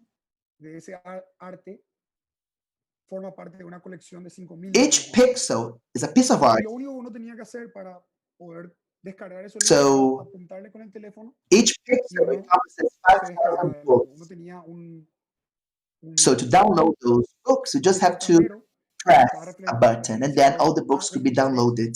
con tal libro. Entonces uno buscaba el número del lado de arriba y del costado. Entonces sabía que ese libro, en este código era el índice, sabía que ese So código we knew representaba a tal libro. books by using the Poníamos oficios, libros, so we knew that etcétera, ¿verdad? O sea, QR libros de code oficio, was associated to a different fotografía, book. pintura, arte, poesía, etcétera. Y Art, así fue como things, le different colocamos al lugar areas, una sombra, uh, plantas que tomen todo knowledge ese lugar. areas. As you can see, we Entendimos have a coverage and people could be que la in its intervención shadow. que necesitábamos en el lugar en realidad era una transformación humana, Because no what una we had transformación to do in urbana. that place, Y que el what we uso del wanted is lugar to promote requeriría a que human la transformation, not a arquitectura, que en este urban caso no existe, transformation. And by using this la place, arquitectura del lugar es simplemente un banco, es una sombra y es virtual. in fact, Y eso, architecture itself esa was not arquitectura that permite que la important. We want gente to se sienta people that connect. albergada, So architecture cobijada, allowed cuidada people to feel, y nos permite recuperar la identidad to y la make them take personalidad care of the place. de ese lugar. We can recount Creemos que, the entity of the place. creemos que con lo que hacemos con mínimo, el mayor aporte que hacemos, o el único quizás, We also believe sea el de that poder what we permitir a las personas our la only opción objective de habitar diferente, humana is to allow y para todos. to have a human Obrigado. that could be applied to everyone. Solenito, gracias por su Thank tiempo. you. Thank you very Su tema much. es muy importante So Lenito, y que todos los arquitectos y it's los really interesting. ingenieros All piensen cómo architects, producir una arquitectura para todos, years, ¿verdad? Ujú. Muchísimas gracias. think about that. How to Gracias build a an vos, architecture that could be Elena. applied to Muchísimas everyone. gracias Thank por you su very much. tiempo, por habernos escuchado Thank you everyone for y sobre todo por watching permitirnos la oportunidad de my conocer lecture, un poco for más allowing me a amigos, a to gente que have está del this otro lado, opportunity to para talk poder about myself generar una and to comunidad know other que friends finalmente and permita creating a un mejor community that vivir will para allow todos, ¿verdad? Un people mundo to mejor. live better, Muchísimas gracias. a better world, Gracias a vos, basically. Elena. Thank you very much. Gracias a Thank ustedes. you. No sé si tienen alguna pregunta Thank you, Helen. o cerramos. I don't know if you have any questions. Es que Is it el over? tiempo Yes, se it is pasó over un poquito, ¿ok? because time's up Perdón, Oscar. and now we have to go. Dale, Elena. Thank you. All Antes right. de No terminar, eu problem. queria agradecer os nossos Before we patrocinadores, né? end, Sem eles, esses eventos, let esses me dias de evento just não seria possível. say Na before we categoria start. Diamante, a gente tem a Conceptor. So Na that categoria Platinum, a we have gente tem a Takeda Design. Na categoria Ouro, a gente tem design, a Vertical Garden, for the category Casolato e Concrestil. Na categoria Prata, a gente seal, tem a Import Plus the seal e a category Artibelli. plus E o apoio é da Delhi, IPOG, Interface, Comunicação Empresarial e Arquidaily. Obrigada, pessoal. Obrigada, Post and Solanito. Daily. Obrigado a vocês. Thank you very much, Solenito. Tchau. Bye. Thank you.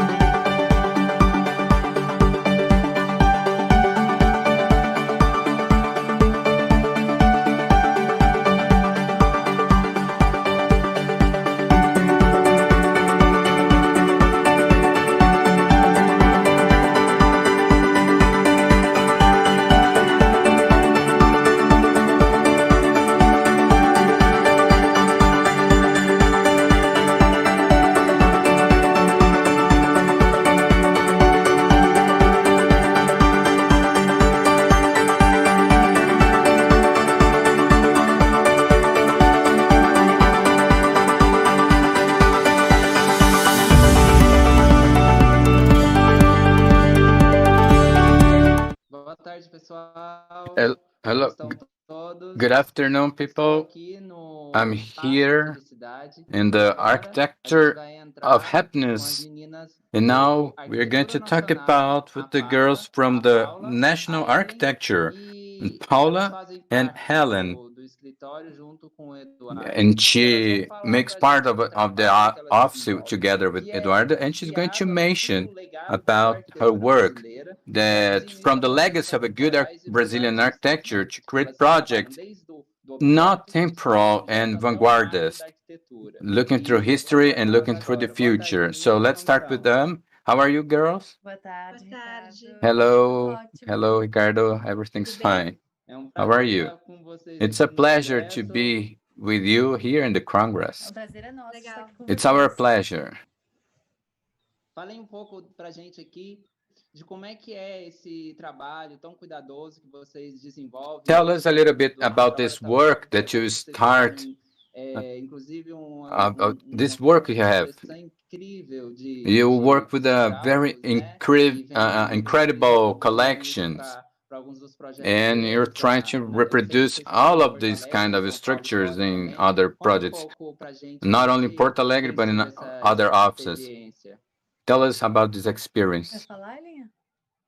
Ellen, can you... Okay, go ahead, Paula. Well, we completed 10 years of the office this year, so it was a great experience to get this. We know what we like to do and what we like to do. We have a collection of projects that brings a little bit of our experience during these years, and who brought us as what we represent to the society, language, technology, not just projects, but also people. We have a human office, if I may say. We try to create things that people are integrated and part of this. It's not something just traditional, but we want the office to grow when we get older and stop working, when we're forced to stop working. So the office and the project could continue and grow and keep this work. So let's see what you guys have to present. I'll be here watching and happy this work that you're doing. Good presentation for you. So let me share my screen with you.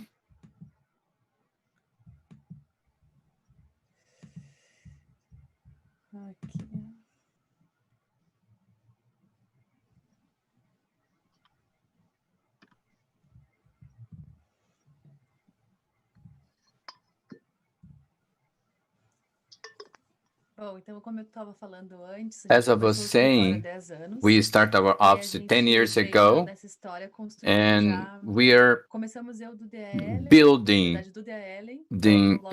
since dwelling. We connected a very great team. We know people from 8 years ago. So it's a very young team, but they are very engaged in the way we think, the way we like to work, and we're happy with them. And this picture is from a trip we did together once a year. We always do, but this year was not possible. But we always do a team travel and to celebrate our anniversary. And this year we celebrate 10 years of the company. So we want to share a little bit of our company. And talking about the beginning of the office, everything has to do with the architecture of happiness. Architecture is so vast. It can reach all branches of architecture, and we need to find what makes us happy. Even if people say, oh, if you have your own style, it is something that we search for, and it must be like this. We do what makes us happy. So the word happiness follows us since the beginning of our office. That's our objective. The team is happy and try to promote happiness to customer. So it's nice to think that most of our work is that people fit in our office and makes them happy. So of course there is the architect stereotype because there's opportunity to break this paradigm and do something different. Who does this? Who makes this viable and feasible? So most people try to fit the place without suffering. We need to value what people have the best, and that's what we do. So we brought a little of everything, saying from building to design. So we're still starting on this, but I bring here the first project, which is Kev. It's related to happiness. Paula, Ellen can talk a little bit about this. It is a family building. Duda and I were partners, we're married. And there was a moment that we had a project to have a child. And we are from the countryside. And talking to our parents, we asked them if they agreed to create a building.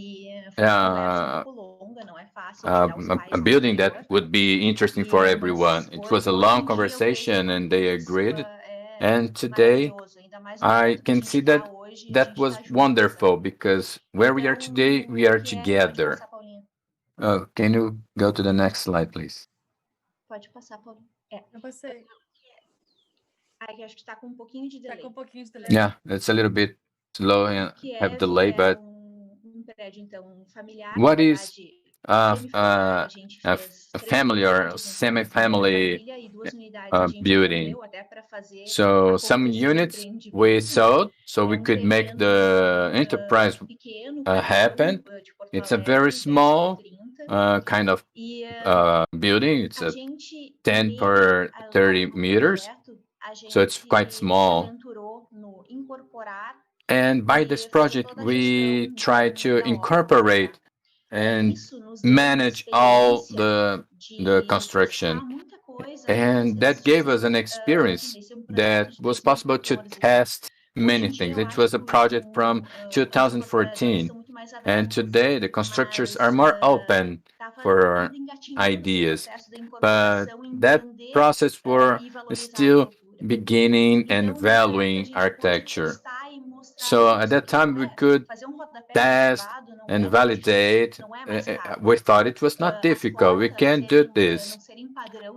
Doors would not be a standard from the companies, or it's not that expensive to have those materials for to be used. So there are many things in those projects that we could experiment, and we were there together with the constructor to make the project viable. We start with suppliers that had some materials that we could use, some frames, and how it was not so expensive. So how could we make this happen? And our role today in the office is try to develop the suppliers. Maybe we can have a conversation with them, analyze their profiles, and this help and partnership with the suppliers to make the things happen and make the cost very interesting for the enterprise project. And it was really wonderful because it was our second project. We were rewarded on this project. It was recognized in many platforms. How can I say? People recognize our architecture, and this is a very important step in our area. what Ellen says to make project feasible, it's something that we worked a lot. We moved to São Paulo in 2017. Besides the South, we have offices in São Paulo state, so we could make this kind of project, like the Kiev project, with a low cost, because it was our investment, and we could prove that it was possible, and the place was really great. And we realized that to be good the way we see now, it's because of the decisions we make in the beginning. And if we have money to invest, we can use, for example, investments on frames and have a better project. So we have AutoCAD software. It made us change the way we think today. And this is what the first project, the building project that we could do with this software. So it was really an experimental project and was really rewarding in many aspects. Esse daqui é eu adoro essa foto porque I love this picture because it's a live thing. I'm here on the top. Here's the terrace area. We should not use this area, the terrace area. But I said, no, we have all this space. Why not create a garden here? We're not covering anything. We're not applying or expanding the area. So why not using this? So we described everything with a lot of justification. That was in 2014. In 2020, so later, just after those years, the City Hall of Porto Alegre, they are incentivizing the urban house garden. So it's nice. So it was one of our enterprise projects that our suggestion at the time, and the customer must accept this idea and take the risk to have this kind of implementation. But it's another thing that we created, we had the courage to do, and it really worked. It was nice. We have here the municipal square. It was our first building. It is one of the projects that we had at the office.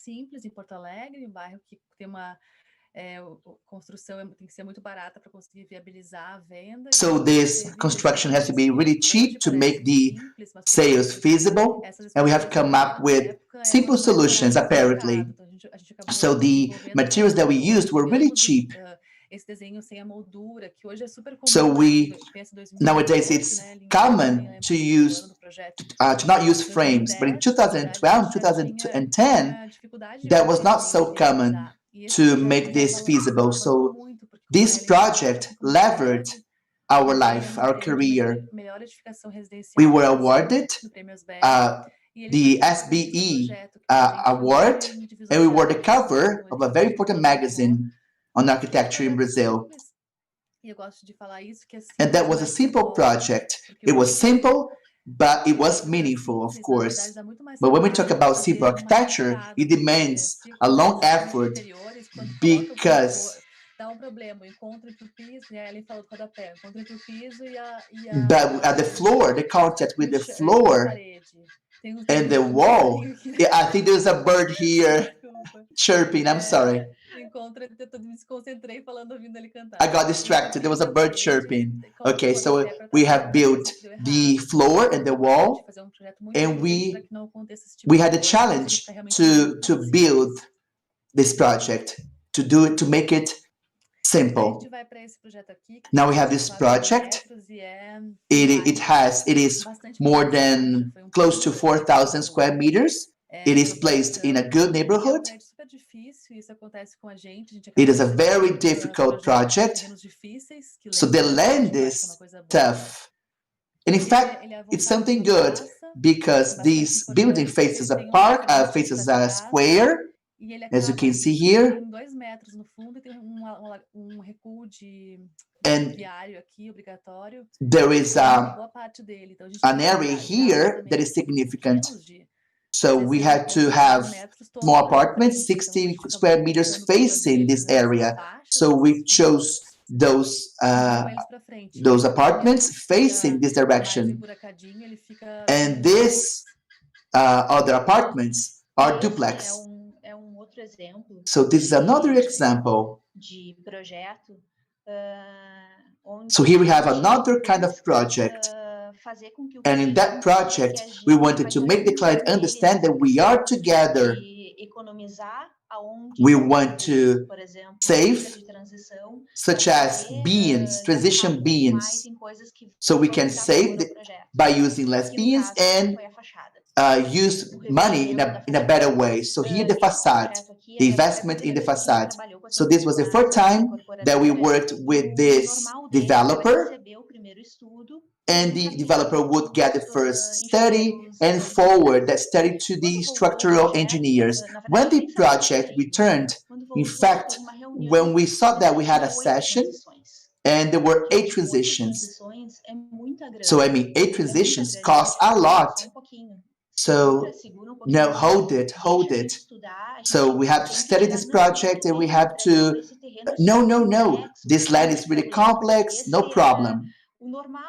So that was the normal idea. They were used to this value. And we said, no, it's unacceptable because later on we are going to do fancy stuff and we are going to be prohibited from doing that. So we focused on the project, studying the project and trying to change it because the architect has to do that, not the engineer. The engineer is not going to say, so place the wall here or there, or maybe you can make the bathroom smaller. No, the architect has to think about that. We have to think about this role. So we have removed all transitions. So we always say in the office how the architect lost its role as a manager. I'm not talking about selfishness or being snobbish. No, because the engineer cannot know if he or she can move walls. We have to provide the coordinates to the engineer. So that's why we have to take these things into account, because in the 1950s and 60s, architects were the major managers, and this was lost.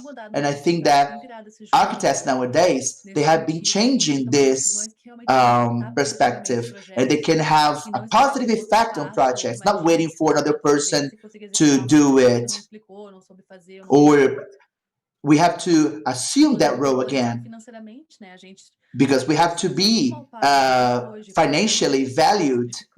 We are underpaid because our role has been simplified. Our projects have been simplified. Our role in those projects have been simplified. So we have another project here. It has just begun. In fact, it started 6 months ago, and it's really cool. It is an evolution of Kiev. Because we ask ourselves, what makes a house better than an apartment and vice versa? But what are the elements that make a house cool? So we have realized that looking up the sky does have a positive impact on people. So we wanted to bring the sky to the apartment. So we chose scaling in an asymmetrical way, because if it was truly escalated, the design would not be this one that you're looking right now. So we have 2.50, we have some flowers, and the idea is to have a terrace as well. So the client, which by the way is very cool, the client wanted to provide a certain urban kindness. So we wanted to make the pavement and the sidewalk freer, so no walls. And we know that streets are getting more and more unsafe. So we liked the client's idea, in accepting our suggestion. It is semi-public, so to speak. Acho que tem alguém com o áudio aberto. Esses são os interiores desse mesmo So here we have the internal spaces of the project. A gente sempre tenta fazer as duas coisas quando faz o prédio, também faz os interiores, que a gente acha que So we do the internal spaces because we know that the language is important. Quer falar um pouquinho do Fusinato, Alinha? Let's talk about Fusinato. O Fusinato é uma incorporadora de Erechim, no interior do estado. So it is from Erechim, a developer. A gente gosta de colocar também na apresentação, porque, por exemplo, Erechim... And we like to talk about this because in Erechim, the countryside, bem diferente, assim, has a different reality when it comes down to costs. Geralmente, a venda é aqui em Porto Alegre, por exemplo, prédio... In Porto Alegre, bairro similar. In a similar neighborhood, it would cost 10 or 12 reais per square meter. In Erechim, the same scenario. Yes, I'm talking about 10,000, 12,000 per square meter. In Erechim, just 5,000 or 6,000 per square meter. So it is way cheaper. So we have to think about issues that are way simpler, but it is good in architectural ways. Let me tell you something, those gardens, those lateral windows in the bathrooms, it's a pattern there, so we do not like this idea, but we have to use this structure. So we were able to make the balconies linear, the swimming pool, internal spaces as well. We wanted them to be open. We wanted to show people that we can have a nice language with a low budget. So we like to show these solutions that are conventional, but at the same time, they work perfectly. This is ALM Cândido in Porto Alegre. ALM Tororó, from the same developer. So here we have the language being applied. So we based our ideas on modernism. So we prefer contemporary aspects. So we are not stuck to the past, but we have to recreate some solutions based on past ideas. And we do like modernism. We are big fans of modernism, but we are not just imitating modernism. Here we have We4. We like to show this project. We won second place in a contest. It is in Curitiba.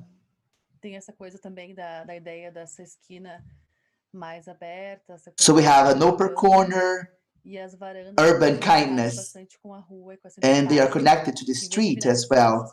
So it is facing the street. The building faces the street. This is a retrofit. So I'm showing you to talk about language. This building was abandoned. This is the model. This building was built in the early 2000s.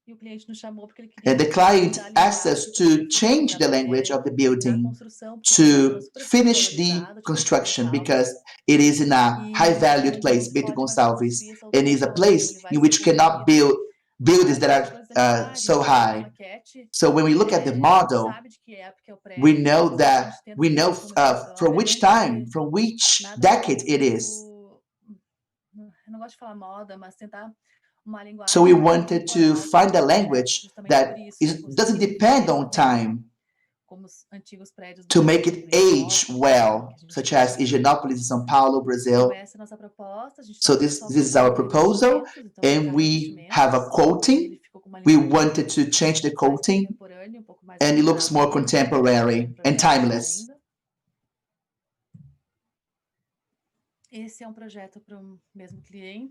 This is a project for the same client. It has a wonderful scale. It is made of wood.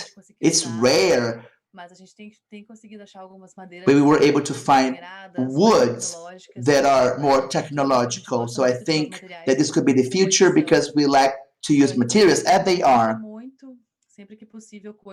So we avoid using things that copy other things. So some people do not use wood. They use some kind of fake wood, but we try to use real material. So if we cannot use wood, we try to use something that has wood or something that is similar. Maybe a color, maybe a shade, maybe another material that looks like wood. Sometimes we lose, but we try as much as we can. But let me tell you something, Paula.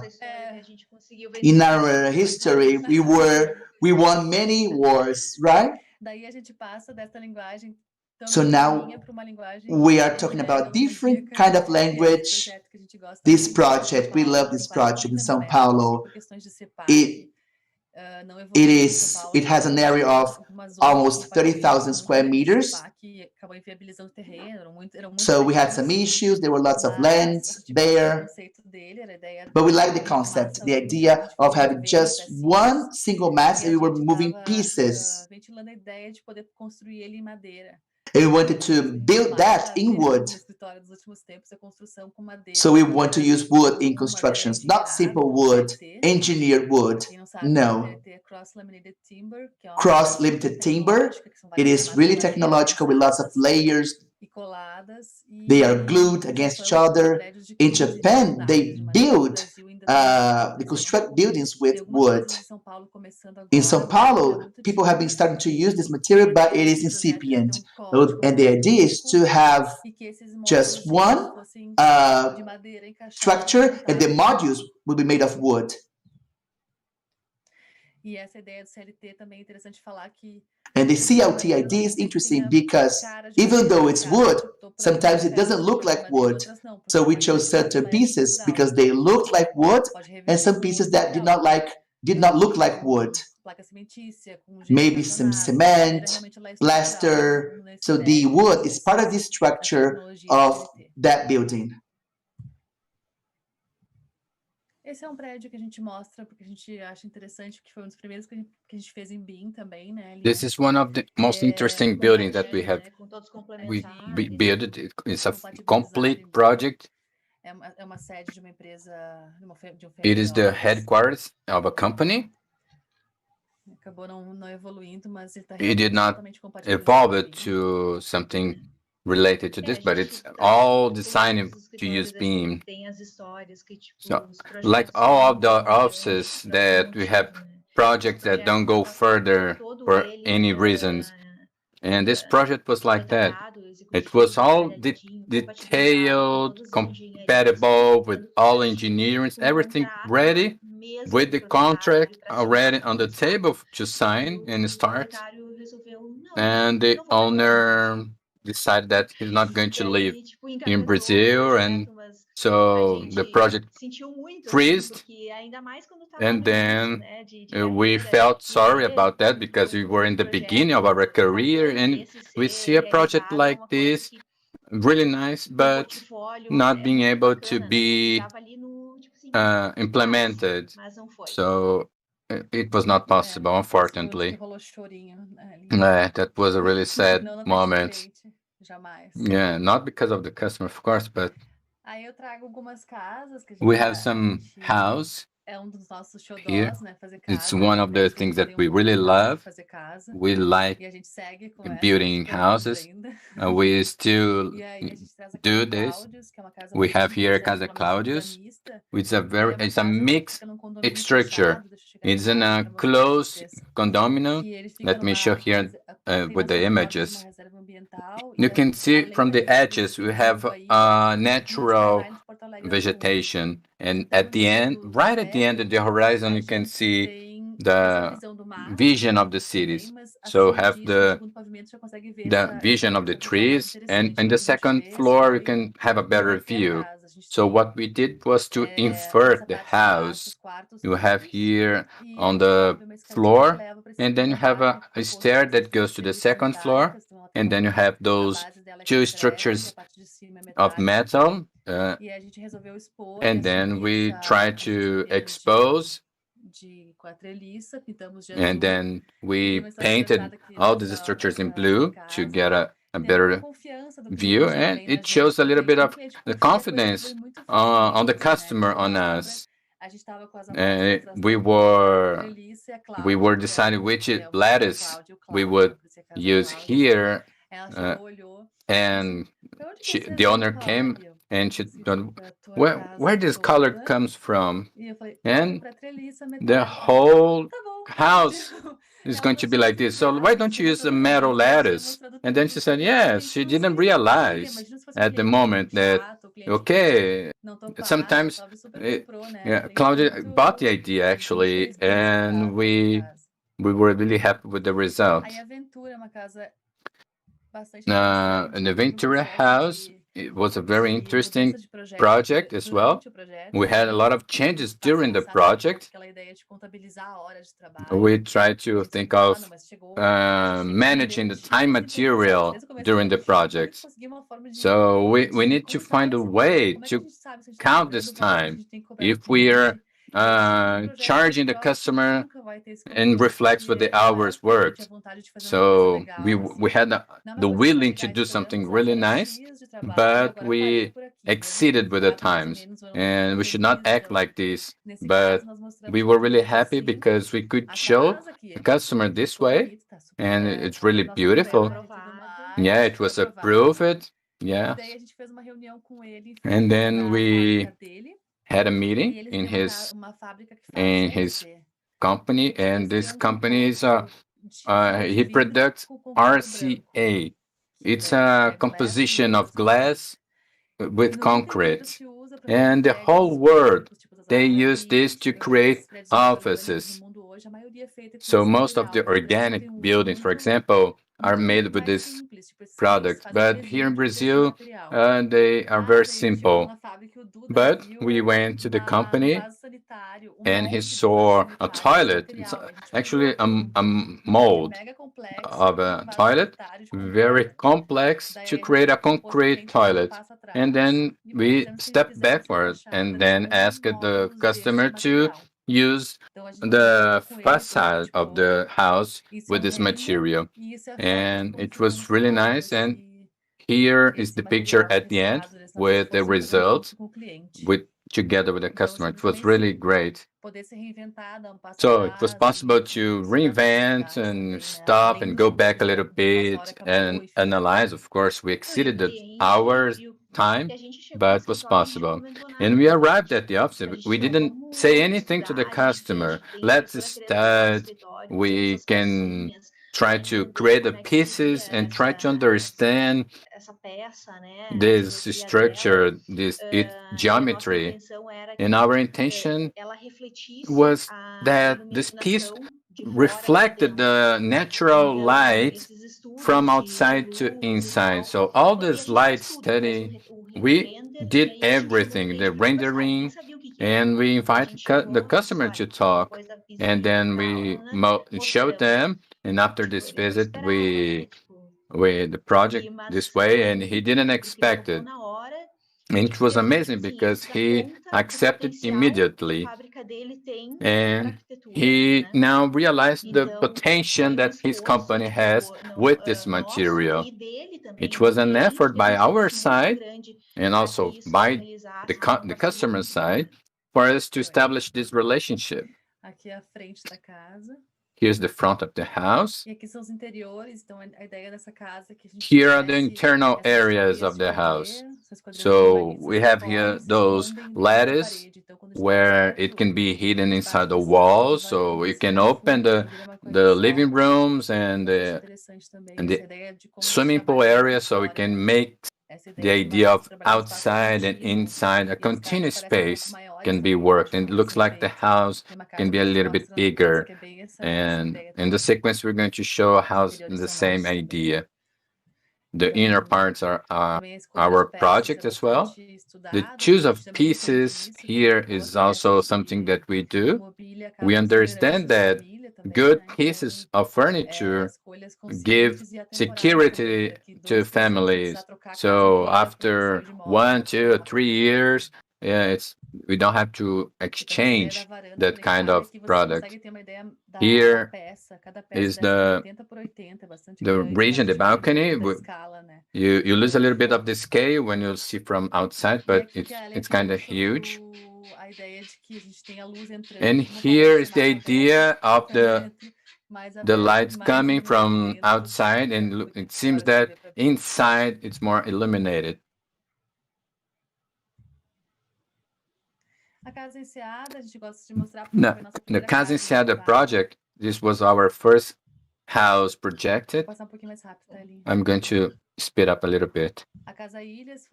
The Casa Ilhas, it's our first project, but it was our last project, but the first one to be implemented. The customer asked you to stand by the project for any reasons, but when we return, we have an evolution of the project. We call the first house, but after 2 or 3 years, more, I believe 4 years. And when we returned to this project, we saw the house, and then we thought, we need to change. Things can be better.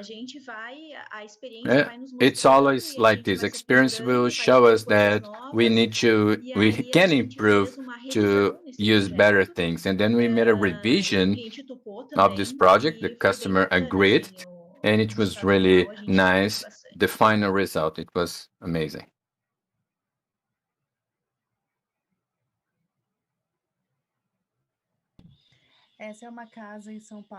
This is a house in São Paulo. We like to show this house. It's a small house, just about 300 square meters, but the family receives lots of people. And then we projected this house to have these means connected with the other areas of the house. So it seems that the house is much more expanded and bigger than it seems. And it's our first house in São Paulo. We have some cases of projects because our office is focused on projects, and we have an assisted operation on the project after it is implemented, helping with the suppliers, with the customers, helping them to solve any issues. So the idea of this house was for a corporate customer, and we didn't have the contract to visit the space, but at the moment that we create a connection with a supplier, and he understand that we can be there to help, it's fantastic. And with the pandemic, we can solve many issues standing from outside or away from the area. That's what we were talking about in other rooms when we talk about exporting projects. If the executive projected really well, really detailed, I believe architecture should not be just around us. We can export our projects. We have ability to do this. And this is really nice. And we have some really interesting case about this. This is a house that unfortunately is just on the draft. It's not a reality, but it looks like a house that seems really big, but we have some tricks here to give a perspective and an idea that it's really big. We used wood here just to give it this impression. We love this project, but it was not possible to continue. I'm going to talk about the interiors. The first ones, the corporate ones, with ASEAN Technologies, a technology company. We do a lot of things to work with the companies, and the idea to work with the area. So when we like to talk about this vegetation, or if the customer wants to get away from the urban areas and going to lose the force, we try to remember him, remember the concept, and we're going to help you with this. So the customers are more nerds because they like they're attached to technology, so they're more dark. Here we have Axer. E que é legal de mostrar também porque a gente setorizou com cores o espaço, que é uma coisa que a gente usa bastante há alguns anos já. So we have been using this technique a lot. It is cheap, and we can have a great effect. How can we make a place that is whole, and we can create different scenarios along that space? So there is in order to avoid a strange rooftop. So it's important to have a delimited space. So those conversational spaces, and people can have meetings, informal meetings there. A gente traz o render. Neológica. Mas a gente tem algumas fotos, também tem umas fotos fora, se der tempo a gente mostra. São 3 lajes. We have lots of pictures about that. Redesenhando várias coisas. And we have redesigned lots of staircases. These pictures are brand new. Tem bem a ver com a linguagem deles. And they have to do with their language. Como empresa, né? Nosso conceito. Their language as a company. So the concept was materialized. Aqui tá para mostrar a ideia das 3 lajes. So we have 3 rooftops. On this floor we have a counter, and then we have a room, a meeting room, a library, conversational space. Paula, can you show us the pictures? Yes. I think we do have time, maybe. I think we have 10 minutes.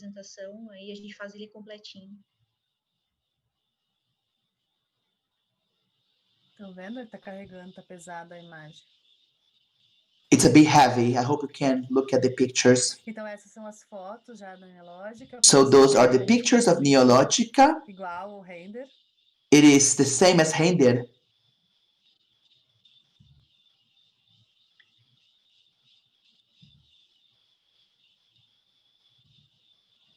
E a Neológica, ela é uma empresa de tecnologia. Neológica is a technology company, porém pretty young. Como é que eu vou dizer? Com uma parte empresarial muito forte, sabe? Eles são muito and is really business oriented. They have been growing really fast. Jovem, é uma empresa Even though it's young, it is an IT company, but it's focused on financial aspects. So we had to make the ambience more neutral, but at the same time, making the environment light. So we use the color of the company on the floor. As you can see, this carpet here, this blue carpet. E a gente tem uma horta. And we have a garden house.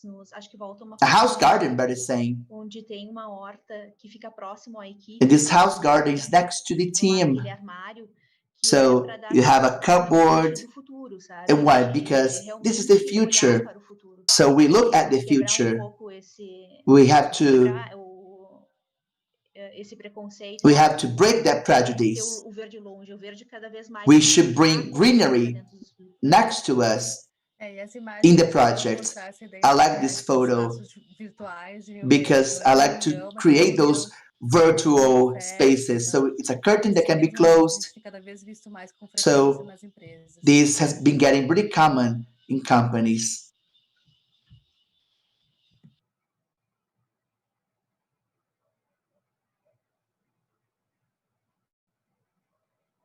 No andar de cima, a gente fez On the upper floor, grande volume onde tem algumas we reuniões. had lots of meeting rooms, and above those meetings there is a library. Do you have that picture, Paula, of the library? Aqui, ó, mostra So here it is. So we have the library. It is connected to, it connects people, it promotes conversation.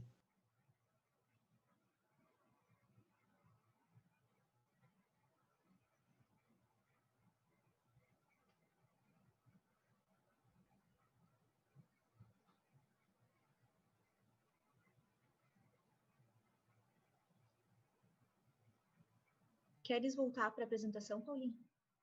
Would you like to go back to the presentation, Paula? How much time do we have, Ricardo?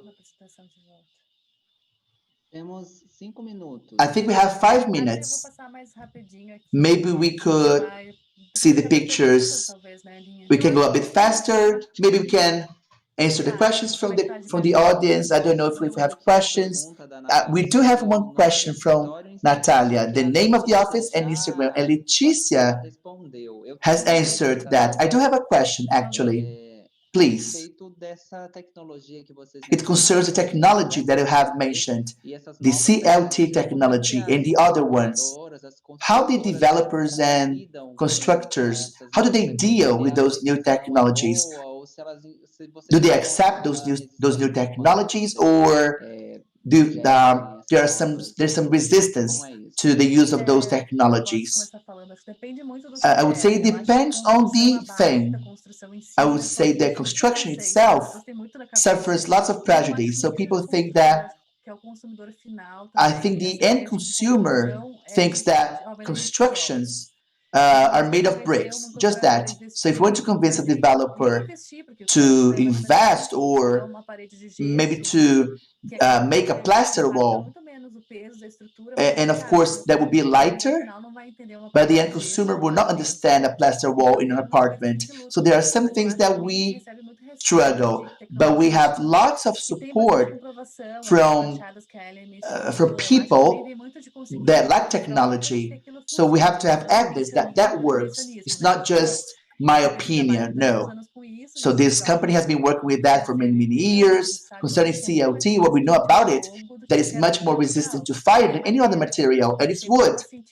But we do have scientific evidence that this is true. So it's not me, Paula, talking about that, no.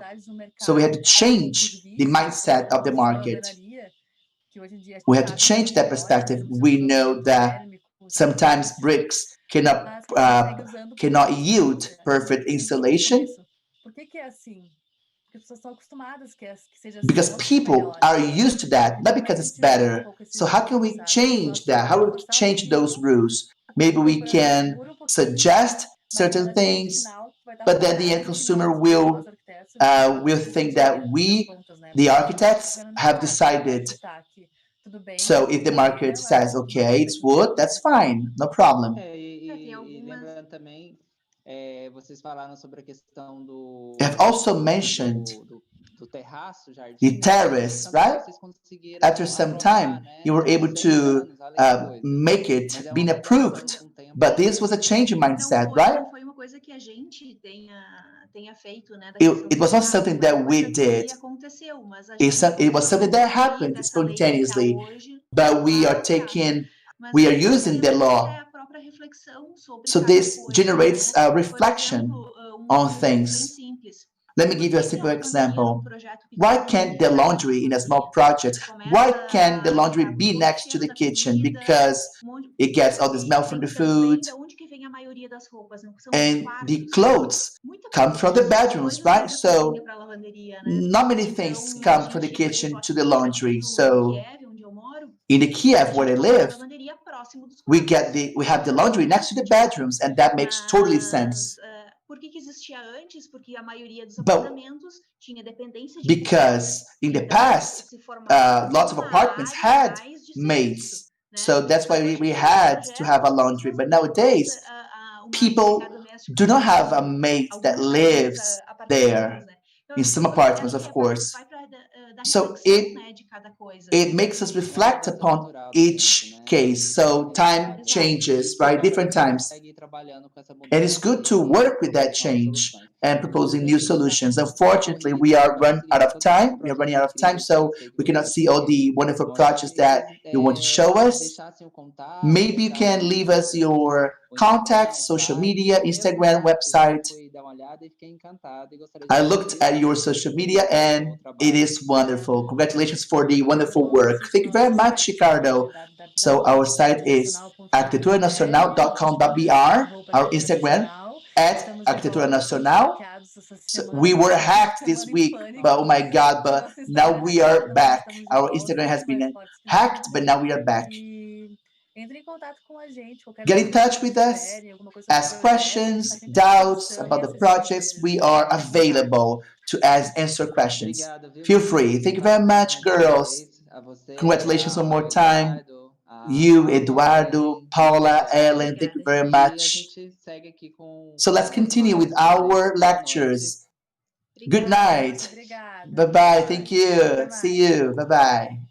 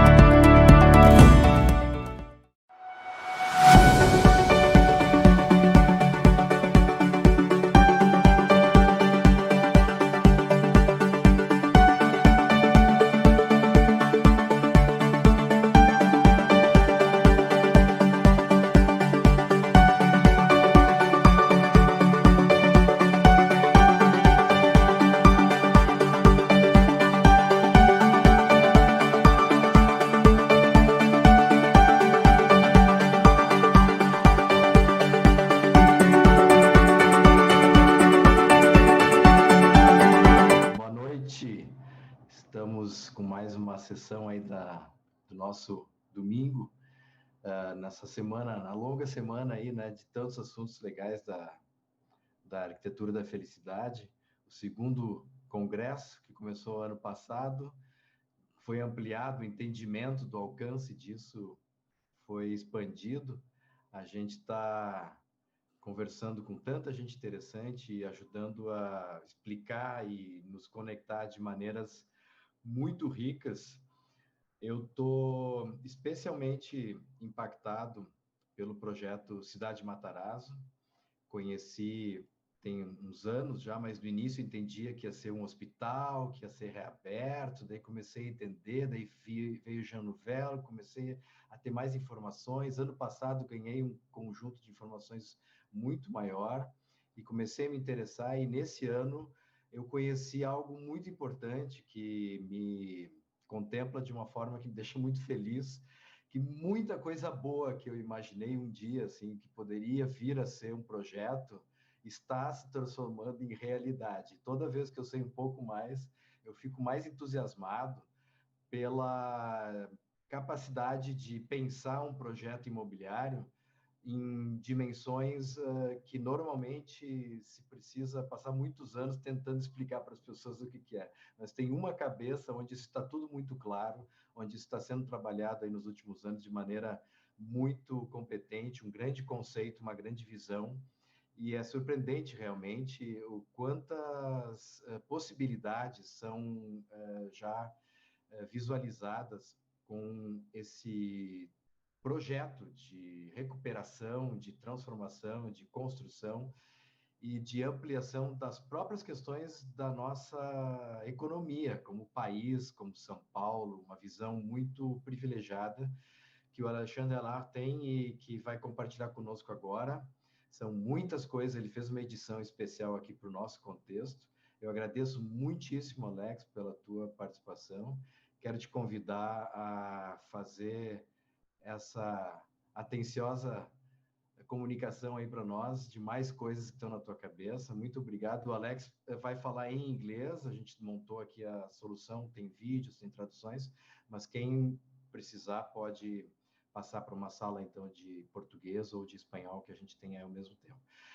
Alex, muito obrigado, bem-vindo, uma boa noite. Por favor, o que te move, Alex? O que te movimenta? Vou falar em inglês, não? I see a very big potential in Brazil, not just for the economic potential, but mostly an extraordinary wealth based on the human diversity of Brazil and the power of its environmental power. I believe that on this side, Brazil will become the main stage of all the big debates in the next decennials. In the next 10 years, Brazil is going to take an immense power, because if we agree that, and if we understand that green has become the most important subject in the world, Brazil has naturally become the most important power in the world, because Brazil is the greenest country in the planet. So I decided to make a project in São Paulo, in the heart of the most powerful city in the world, in Brazil, sorry. And the project is the greenest urban project in the planet. For that, I invited some of the best urban thinkers of the planet, some of the best architects, some of the best designers to work with me and prepare that project, so that we can change completely the mindset of Brazil and the mindset of the world about Brazil.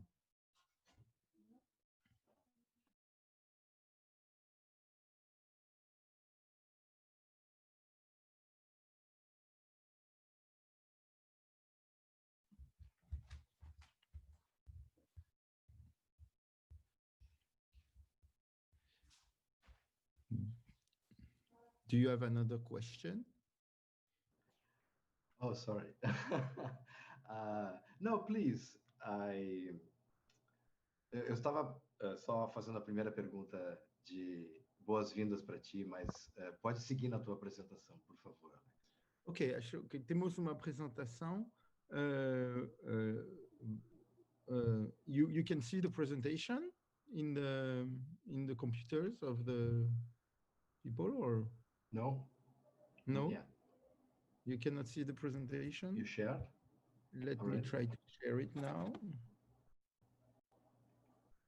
Up.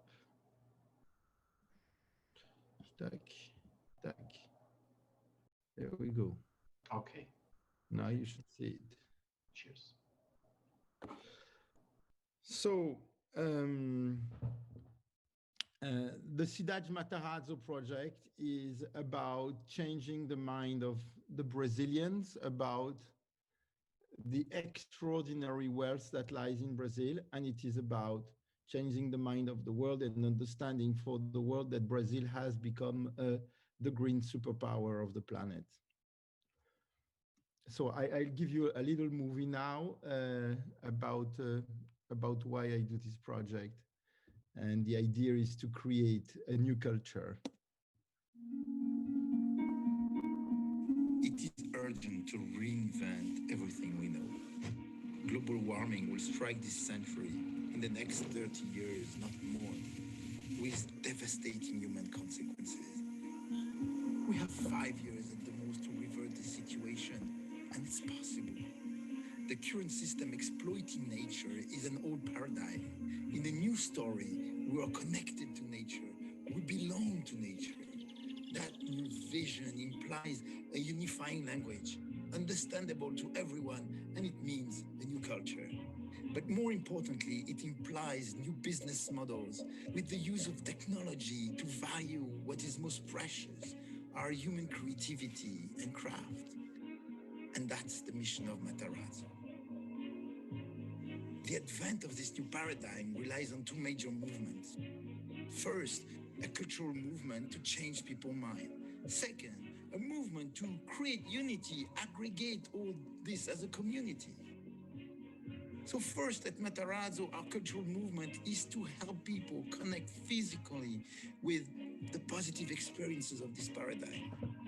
We provide the setting for stories that becomes understandable and touchable by everyone through thousands of small experiences, and they will aggregate harmoniously, starting with the incredible serenity of these abandoned buildings brought back to life, but also the amazing power of our 10,000 trees invading the city center and growing vertically onto the breathtaking Tower of Jean Nouvel, or the rebirth of biodiversity through our thousands of butterflies, but also the contagious dignity of a former homeless man, our farmer, selling tomatoes, through which I promise you'll rediscover the true taste of tomatoes and the work of love.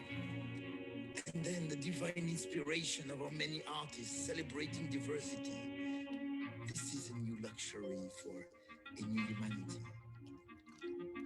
While giving the opportunity to experience this new paradigm, the most important movement is to unite these visitors into a powerful community. And this is possible thanks to technology. At Matarazzo, we created a digital platform where humans come first. It is a gigantic marketplace of ideas and products where our user can interact with the greatest creative mind, connect with the scientific geniuses of the planet in order to understand the impact of what they are doing and step into the paradigm. But it is also about new algorithm and web of connections that serve a positive redistribution of wealth, connecting digitally farmers, artisans, and creators also involved in wellness, culture, or fashion to promote and distribute their product. I know the new generations are with us, but through Matarazzo, we want to show a positive impact for everybody. We want everybody to touch and feel how good it is to belong and live within this new paradigm. And it works.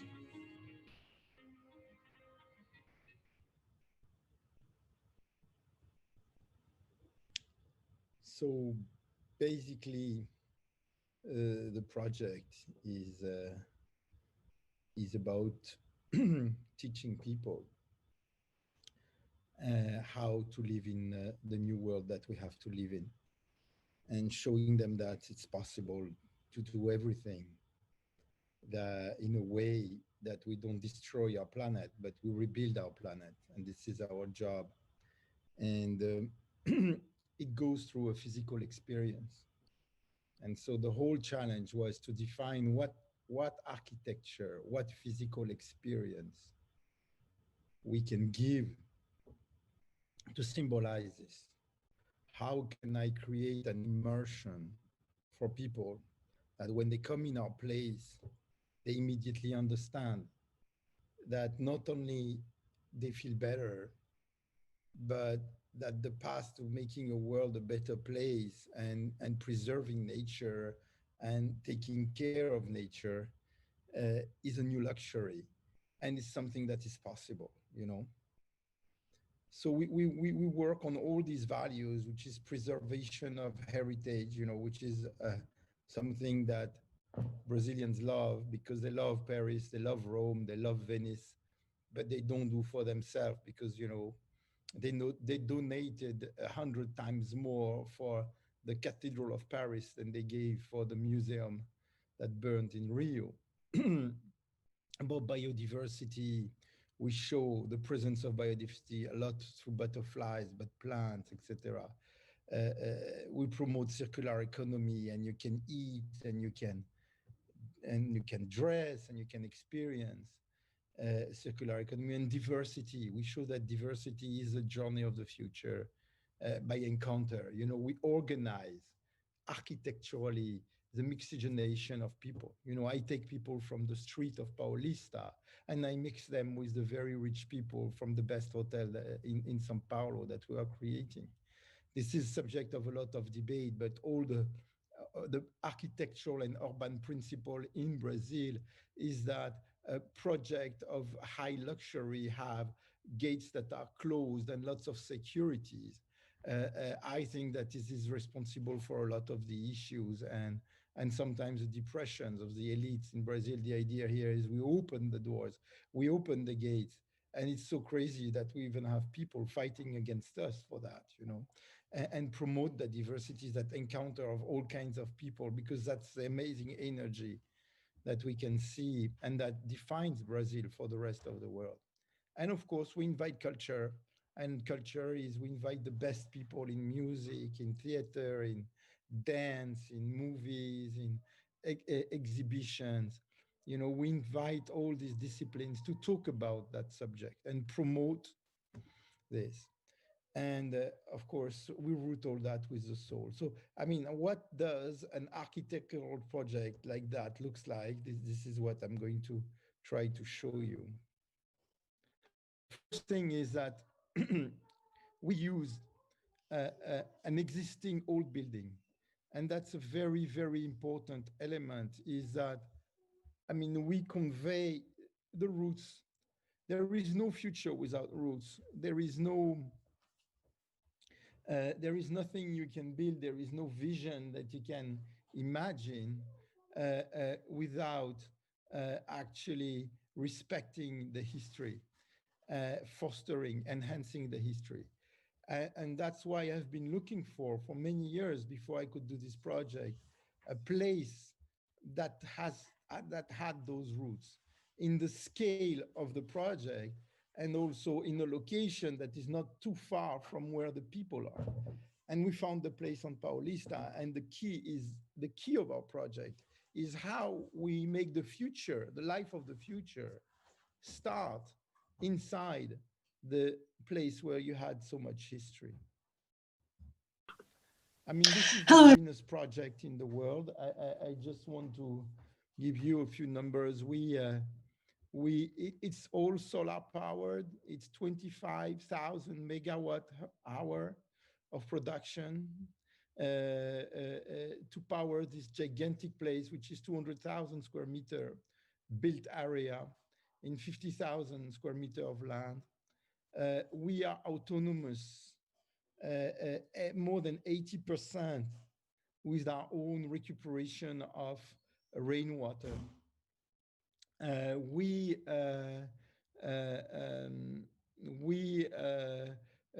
produce all the food in all our places, and we have more than 35 restaurants through permaculture. That was, you have 400 farms. We plant 10,000 trees in the center of São Paulo.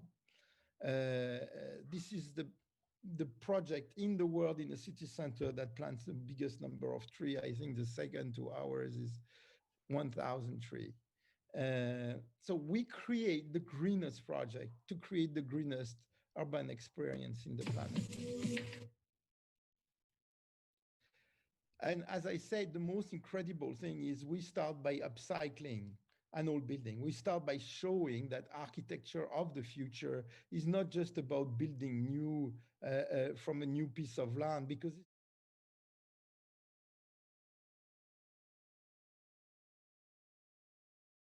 it's full of that. When you go to Salvador, when you go to all these cities, they are full of old buildings that are abandoned. I mean, São Paulo has millions of square meters of building abandoned, where the only people who can use it is the prefeitura. I mean, to put administrative building. I mean, the first thing is, how do you reuse this building? How do you give them a new life?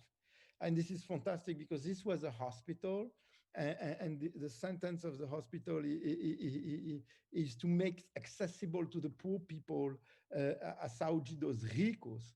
And here, this is exactly what we are going to do. We are going to heal, we're going to cure, we're going to bring a new wellness to the world, and we're going to give to everybody the techniques, the new modern techniques and everything to the entire city. So, of course, we talked about that diversity is our key value. Culture is the heart of our system. You know, we work with the best artists in the world on the project. We have 57 of the best Brazilian artists involved in the project. Everybody is making a project that is different. All this to convey this message, to convey this pride to be Brazilian, to convey this message of diversity, and to inspire people. And soul, we were talking about the soul. This is a short movie about soul. I think it's important for you to see it. I mean, basically, I mean, Brazil is recognized globally as the country of the soul. I mean, you have the mix of two souls, you know, the soul of the people who were there, who created Brazil long before the Portuguese arrived, thousands of years before the Portuguese arrived. And you have the soul of the African people who believe in soul too. And all this is there inside the country. I think this is a very, very strong message. People Brazilian people don't realize the wealth that this represents, especially the soul of these people, the indigenous tribe, that are the only last human being left who are original. You know, we are full of disease.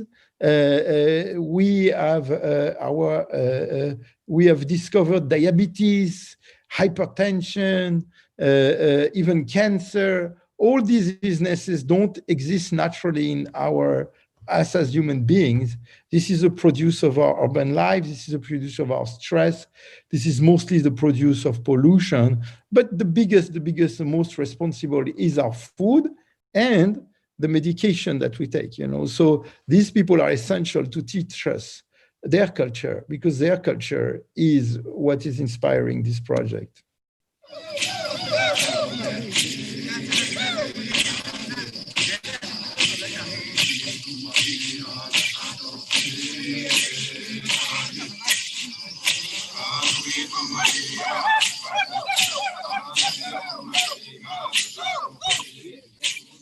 Para nós é valioso a cultura nossa.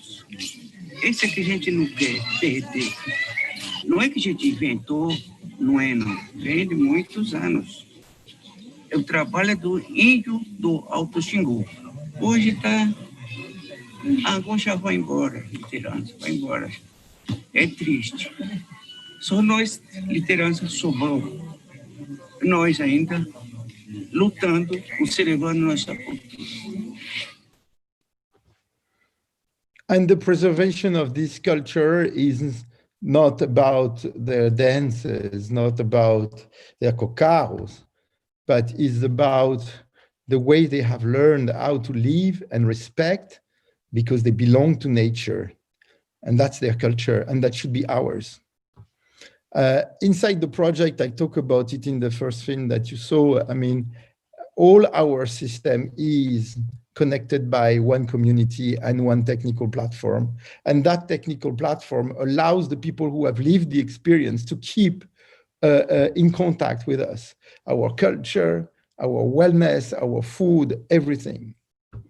So basically, this is the first place in the planet that matches the most important, which is a place where you're going to learn how to participate and engage yourself into a green culture, you know, and we're the greenest project in the world. So you have this gigantic green background, and then you have and philosophy, and we're going to receive 15 million visitors, 15 million per year. And we want to convert these 15 million people, and we want them to participate in our community when they visit Matarazzo. And Matarazzo is on Paulista, so there is a location there that will allow this traffic. That's the community, the green community. Then you have another component, which is the physical experience, you know, and how does it work, you know? And for that, we have these extraordinary historical buildings, this extraordinary land, all these trees, all this architecture, this extraordinary culture and creative place. Basically, we are here to open people's eyes and mind physically so they can touch and feel. And then you have the link. Everything that you experience physically and after when you leave, you have a technology platform that is absolutely incredible, that keeps you together, that sends you content, that keeps you in the loop of our religion. Basically, you come and visit the Cathedral of Green, and then you stay in touch. You keep the bondage through our technology. So just again, the location, I mean, the location is the highest foot traffic in America.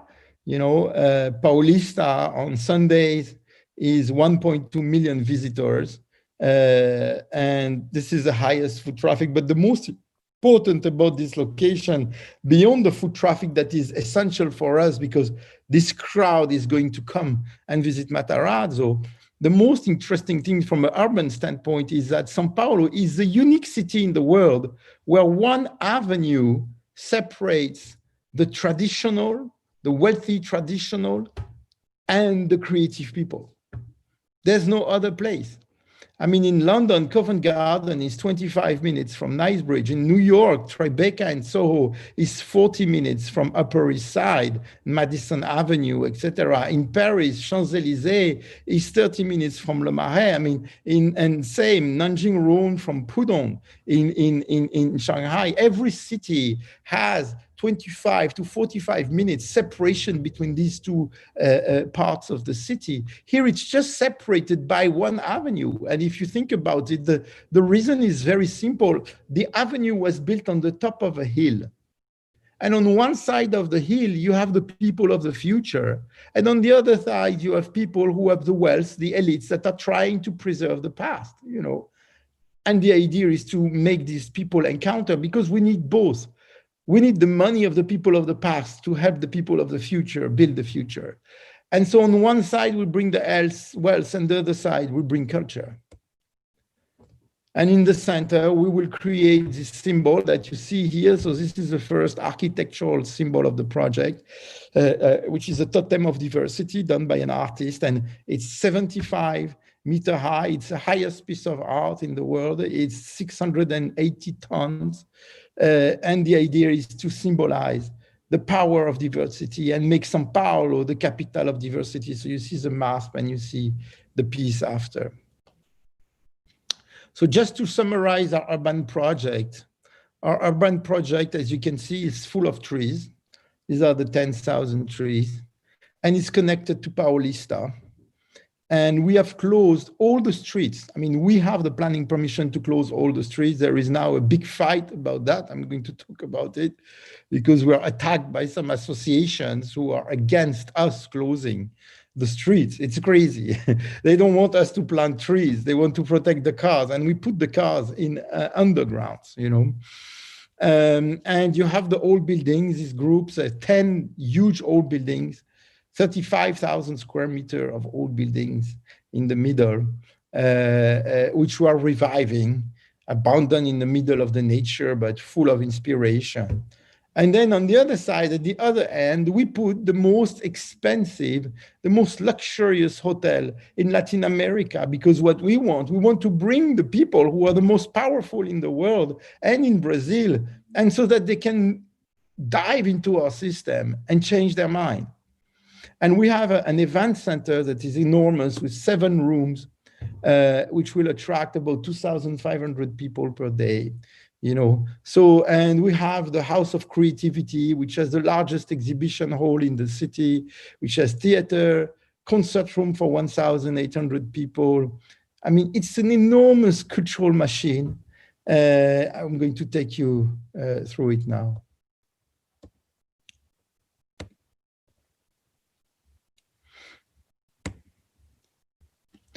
So the first part of the project is the symbol. And the symbol is very important. So just think 1 second that this picture was taken 5 years ago when Jean Nouvel came to the site and he was planting this tree on what was going to be the foundation of the tower. And this tower was designed 10 years ago. So just try to project yourself 10 years ago in a city like São Paulo with 5,500 concrete tower, not one building with plants. And then we were saying, well, we have to create a symbol for the city that is going to change people's mind. And by doing it, everybody's going to follow. Every architect is going to be inspired and have the courage. And so we said, let's create a vertical forest because that's the symbol of São Paulo. São Paulo, after all, the wealth of São Paulo comes from the Mata Atlântica and the coffee plantation that came as a result of cutting it, you know. And so let's create a tower that represents the Mata Atlântica. And that's a job I asked to do with Jean Nouvel. I worked many, many years with Jean Nouvel. We have a magazine of architecture together with Frank Gehry, Tadao, Ando, and many others. And so he did an extraordinary work. I want him to talk about it once again. Construire en bordure de ce parc, la meilleure réponse sûrement, c'est d'y appartenir à ce parc. Et c'est en fait, c'est de faire en sorte que les arbres envahissent aussi cette nouvelle construction. Et cette nouvelle construction, c'est une tour. Donc finalement, la tour va être envahie par des arbres. Et par des arbres qui sont les mêmes, ou à peu près, que ceux qui sont dans le parc. And that's it. So the amazing talent of Jean Nouvel is that it's an architect that will never do the same project twice. You know, I don't say that Frank Gehry is not a good architect. He's an amazing friend, an extraordinary architect. But wherever you go and see a Frank Gehry project, you know it's Frank Gehry. I mean, Jean Nouvel, you go and see the Instituto of the Arabic world in Paris. It's about the Arabic world. You go to Fondation Cartier, it's another thing. You go to the Museum of Quai Branly, about the old civilization, it's another thing. You go to Abu Dhabi and see the Abu Dhabi Louvre Museum, it's another thing. You go to Doha, it's the same thing. The key to that is contextuality. You know, this tower that you see here, I mean, deserves to be in São Paulo and nowhere else, you know. And why does it deserve to be in São Paulo? Because it is built to hold trees of 15 to 18 meters. We're talking about a resistance of up to 7 tons per square meter. This is the highest resistance on a building in the history of mankind. Okay, it doesn't exist. And that goes up to 120 meter high. So people in Sao Paulo will see this tower with these trees coming out. And actually the drawing is not, I mean, from the roof is broken and the trees come out. You have 12-meter trees coming out, 6 or 7 meters above the roof, you know. And that will become the symbol instantly. This will become the symbol of the city, replacing the concrete bridge, the Ponto Estaiado that is across the river. That's a nice bridge, but come on. I mean, every city can list you 50 cities who have similar bridges as that. To become a global symbol saying Sao Paulo is the capital of green. And guess what? Sao Paulo doesn't have a true architectural global symbol today. If I tell you Geneva, if I tell you Los Angeles, if I tell you Shanghai, if I tell you Paris, if I tell you Rio de Janeiro, if I tell you London, whatever, you have symbols. New York, you have symbols coming to your mind. If I tell you Sao Paulo, nothing comes to your mind. That's going to be the symbol. And this symbol is the symbol of green. So it's going to change people's mind. And in that place, we invite the most powerful people. And what they do is the entire city, but they see trees. They see trees everywhere. They see the power of Brazil, the green power, the most incredible power. And the tower is almost finished, as you can see. It's an incredible work of art. As you can see, the slabs that are going to hold the trees are 2-meter high concrete slabs. We have these breezes that we are installing. There's 585 different breezes. I mean, the size of these breezes looks very small here. It's gigantic structure of 5 meter by 4. That's the smallest ones. Then I invited another guy who I've done project with too. And I say to him, look, I need your genius, but I'm sorry, you have to be very humble here. We are here to talk about Brazil and diversity. So I want you to work with everything that is Brazilian. I want you to work with 60 artists. And he's working with 60 artists, you know, from Vic Muniz to Zerbini to Janaína Chap to Sinclair Samin to, I don't know, Arthur Lecher to, I don't know. I mean, 57 artists. It's crazy. Each of them participating through their creativity in conveying into the architecture of our project, you know, their sensitivity, their vision, because they are the prophets, you know, and they knew how to talk about that long before I did, you know, how to talk about Brazil, about diversity, about biodiversity of Brazil. And also I said to him, you have to invite all the best designers of Brazil. So working with all the historical designers, you know, everybody, you have had such incredible people, you know, in the history of Brazil. And so that's the job of Philip. Philip basically is curating and designing and aggregating all these people to send this extraordinary message to the world. I mean, Brazil is really a place that has understood how to live with nature, how to live with culture, and how to live and inter-organize this diversity of culture. It's more than a project. It's a real adventure, and it's an incredible potential for civilization, culture, creativity, and humanity. That looks, whoa, big, but it's big. Today in Brazil, sky is no more the limit. So Philip has come more than 32 times for the project over the past 11 years. Incredible work is done. We've brought 15 of the best artisans of France and Germany and Italy, and we've trained 4,000 people. Yes, 4,000 people with 70 companies to be able to do the level of work that we are doing in the execution. And no doubt this is going to be elected the most extraordinary next year when we open, the most extraordinary project in the world in terms of finishes. You have the igloos of nature, This, for example, this swimming pool is done by an artist called Sandra Cinto. I mean, it's crazy. It's 240 square meter in azulejos painted by hand.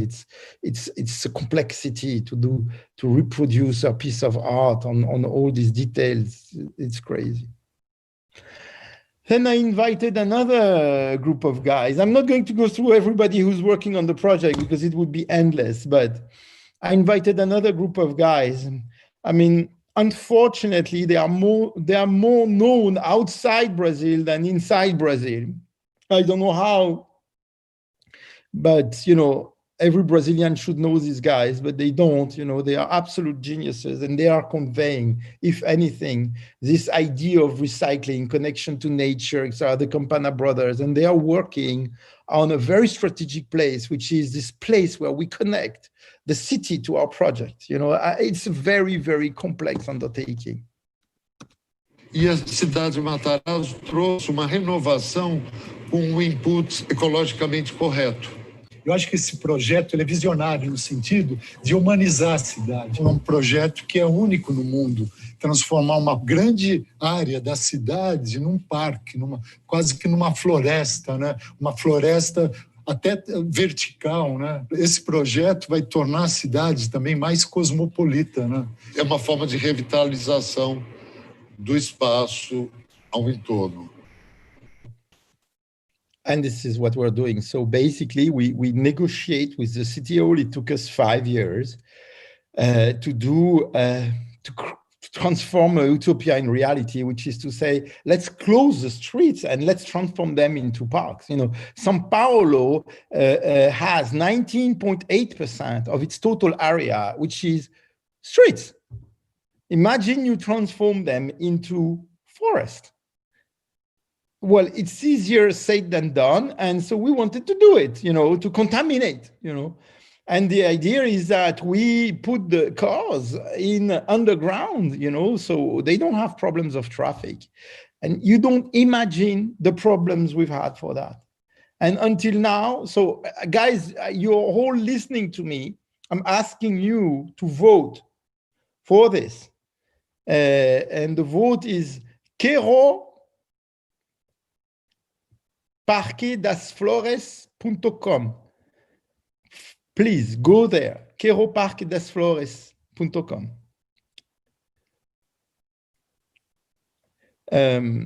So this is the park. We have fights with associations who are defending cars and who don't want diversity. And here, as you can see, you have the most expensive hotel in the city. It's all connected with Paulista. We're opening the arms because that's what people want, People are very happy. I mean, the most well-known image of Brazil is Ipanema. The world loves Ipanema. And in Ipanema, you have the people from the favela, you have the billionaires, you have everybody. Everybody is naked. This is how we are in front of the nature. We are all naked. We are all the children of nature. And in that, we invite the Indians who give us their ancestral knowledge. One of the knowledge is their plants, and we are selling their plants from the forest, they catch from the forest, and we bring them every day in this market.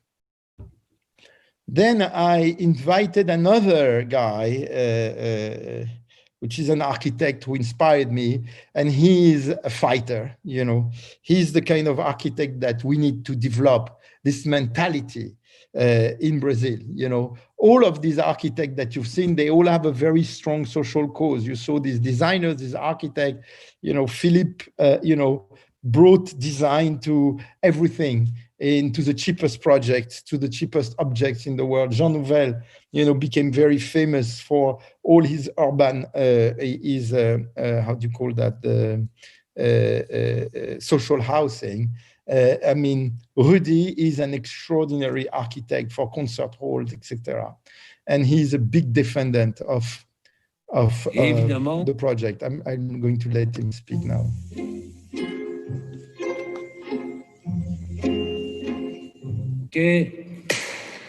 Qu'est-ce que je pense du projet Matarazzo? Mais c'est un projet qui naît dans la tête d'un fou génial, Alexandre, sur une figure extrêmement nostalgique. extrêmement nostalgique. C'est un lieu qui parle d'une nostalgie, c'est un lieu qui parle de résistance à une modernité épuisée. Et évidemment, ce projet culturel s'accompagne d'un projet politique, économique et social qui a pour objet de défendre des emplois territorialisés, des vrais métiers, avec des vrais travailleurs, avec des vrais noms. Ce que je trouve formidable à Tarazzo, c'est qu'on ne délocalise pas. On ne délocalise pas les emplois. On les réinvente, on les cimente, on les enracine. Je suis un architecte anxieux. Vous savez ce que c'est qu'un architecte inquiet? Un architecte qui a peur lorsqu'il travaille. J'essaye de rendre le monde meilleur, voilà. Et j'essaye de faire en sorte que le contexte puisse encore être sauvé. J'ai eu la chance de faire beaucoup de musées. Le musée Jean Cocteau à Menton, le musée national des civilisations de l'Europe et la Méditerranée, le MUSEM à Marseille, l'agrandissement du Louvre à Paris. Chaque projet, que ce soit une salle de spectacle ou que ce soit un musée, est un projet contextuel. Contextuel. Le récit, la narration, le discours, la poésie sont plus que jamais nécessaires. Et il convient que nous prenions des risques, pour cela, si l'on veut laisser à nos enfants un futur signifiant qui ne soit pas totalement dévoré par la barbarie, par la pornographie de la globalisation. So I invited Rudy to work on the culture part. And the culture part is incredible because I think most of you have seen those incredible images where we dig below because we want to protect the building above. So as we don't want to go up, we have to go down. And so that I brought amazing engineers, from Germany, from France, working with amazing teams in Brazil. And we created an underground city. And as you can see here, you see the exhibition hall, you see below, you see the concert room, the theater, below the church, you see the cinemas, etc., etc. So Rudy did this room, which is going to be the largest exhibition room in the city, where we invite international artists to make incredible exhibitions. I think I'm going to have Anish Kapoor speak in a few minutes. This is the first artist. And Anish Kapoor will create an atelier of 20,000 square meters in São Paulo to teach the Brazilians artisans how to produce a show. And so everything, the artists have to speak about diversity and biodiversity, and they have to teach the Brazilians how to produce. We are not bringing anything from outside. Everything is produced inside. And let me speak. It's a very, very ambitious project. How to make a place of culture without commercial, too strong a commercial. And that's the modern world. It's one of the tragedies, in a way, one of the difficulties. That government no longer thinks it's necessary to pay for culture. Therefore, commerce has to find a way to pay for culture. That's at Sala 22, where we make the theater and some of the concerts. It's made of recycled leather. That's also a design from Rudy with some old trees that we found, incredible personality. And another project from Rudy in the project is what we call the ayahuasca building. Every architect that works with me, I bathe them completely in the Brazilian culture. And one of the things that Rudy loved is when I took him in a forest to meet the tribes and take the ayahuasca. And he was very inspired. He said, why don't we do a building about ayahuasca? And you have here a building where we brought for the first time to Brazil high density concrete. And the whole building is made with lianas of ayahuasca that we have molded. So we created an atelier 40 kilometers from São Paulo, where we have about 200 people working to do high density concrete, and the result is fantastic, you know. So you're going to see, as you can see, the building is made with Liana. I'm going to show you a picture of actually the reality. The reality is better than the drawing, you know. So of course we need to bring plants. You will have ayahuasca growing on it, but extraordinary work made by Brazilian people that we have taught how to do this.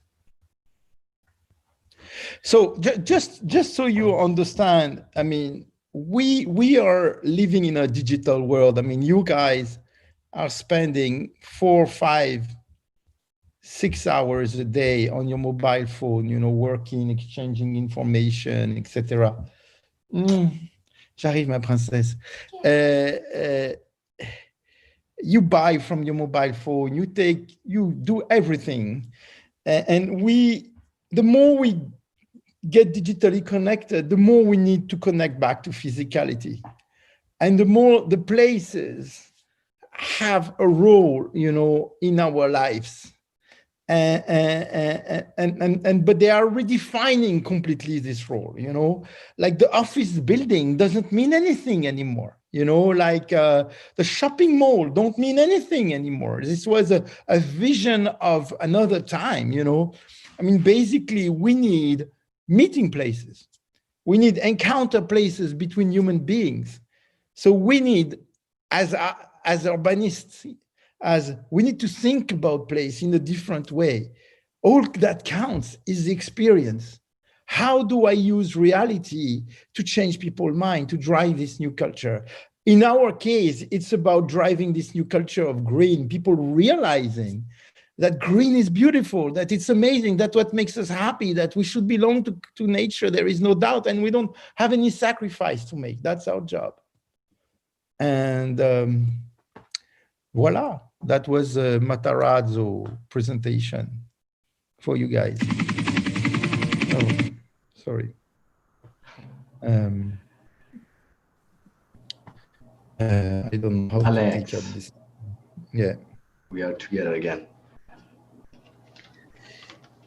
Merci beaucoup. You're welcome, my friend. I'm really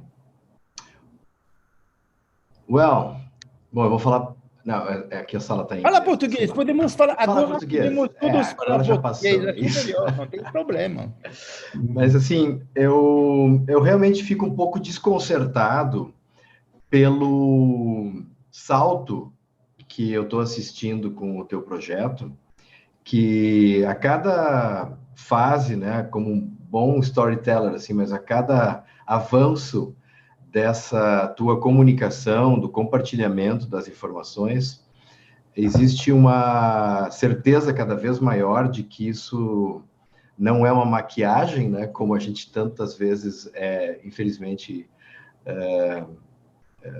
tem que se envolver, não é uma tentativa de fazer algo apressado, sem fundamento, assim, a tua mobilização pessoal, eu falo isso porque eu sinto isso, eu vejo a tua mobilização como algo muito profundo, não é simplesmente uma solução para um produto, para uma questão física, objetiva, no sentido de materialidade imobiliária. Tu está fazendo um projeto muito, muito, muito bacana, merece o respeito de todo mundo. Já botei nas minhas redes aqui, vote quero, e olha, é um grande muito obrigado, assim, que eu queria te deixar como uma certeza de que nós vamos ter uma outra coisa I'd like to thank you for this opportunity, and thank you for your time dedicating this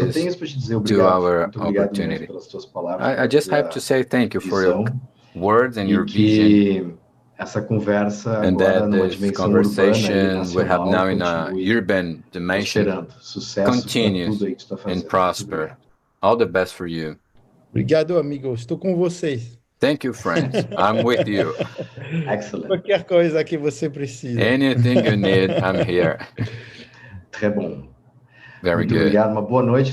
Thank O you. Alex está em Londres, já Good night. Alex mais avançado lá is o horário, in London, so mas he's vai ahead of estar time em related breve to us. pelo Brasil de But novo. sooner he will be in Brazil. Boa noite. So good Tchau, night, amigo. Alex. Tchau. Alex. Tudo de bom. Bye. Tchau. Perfeito. Tchau, tchau. See you. Bye bye.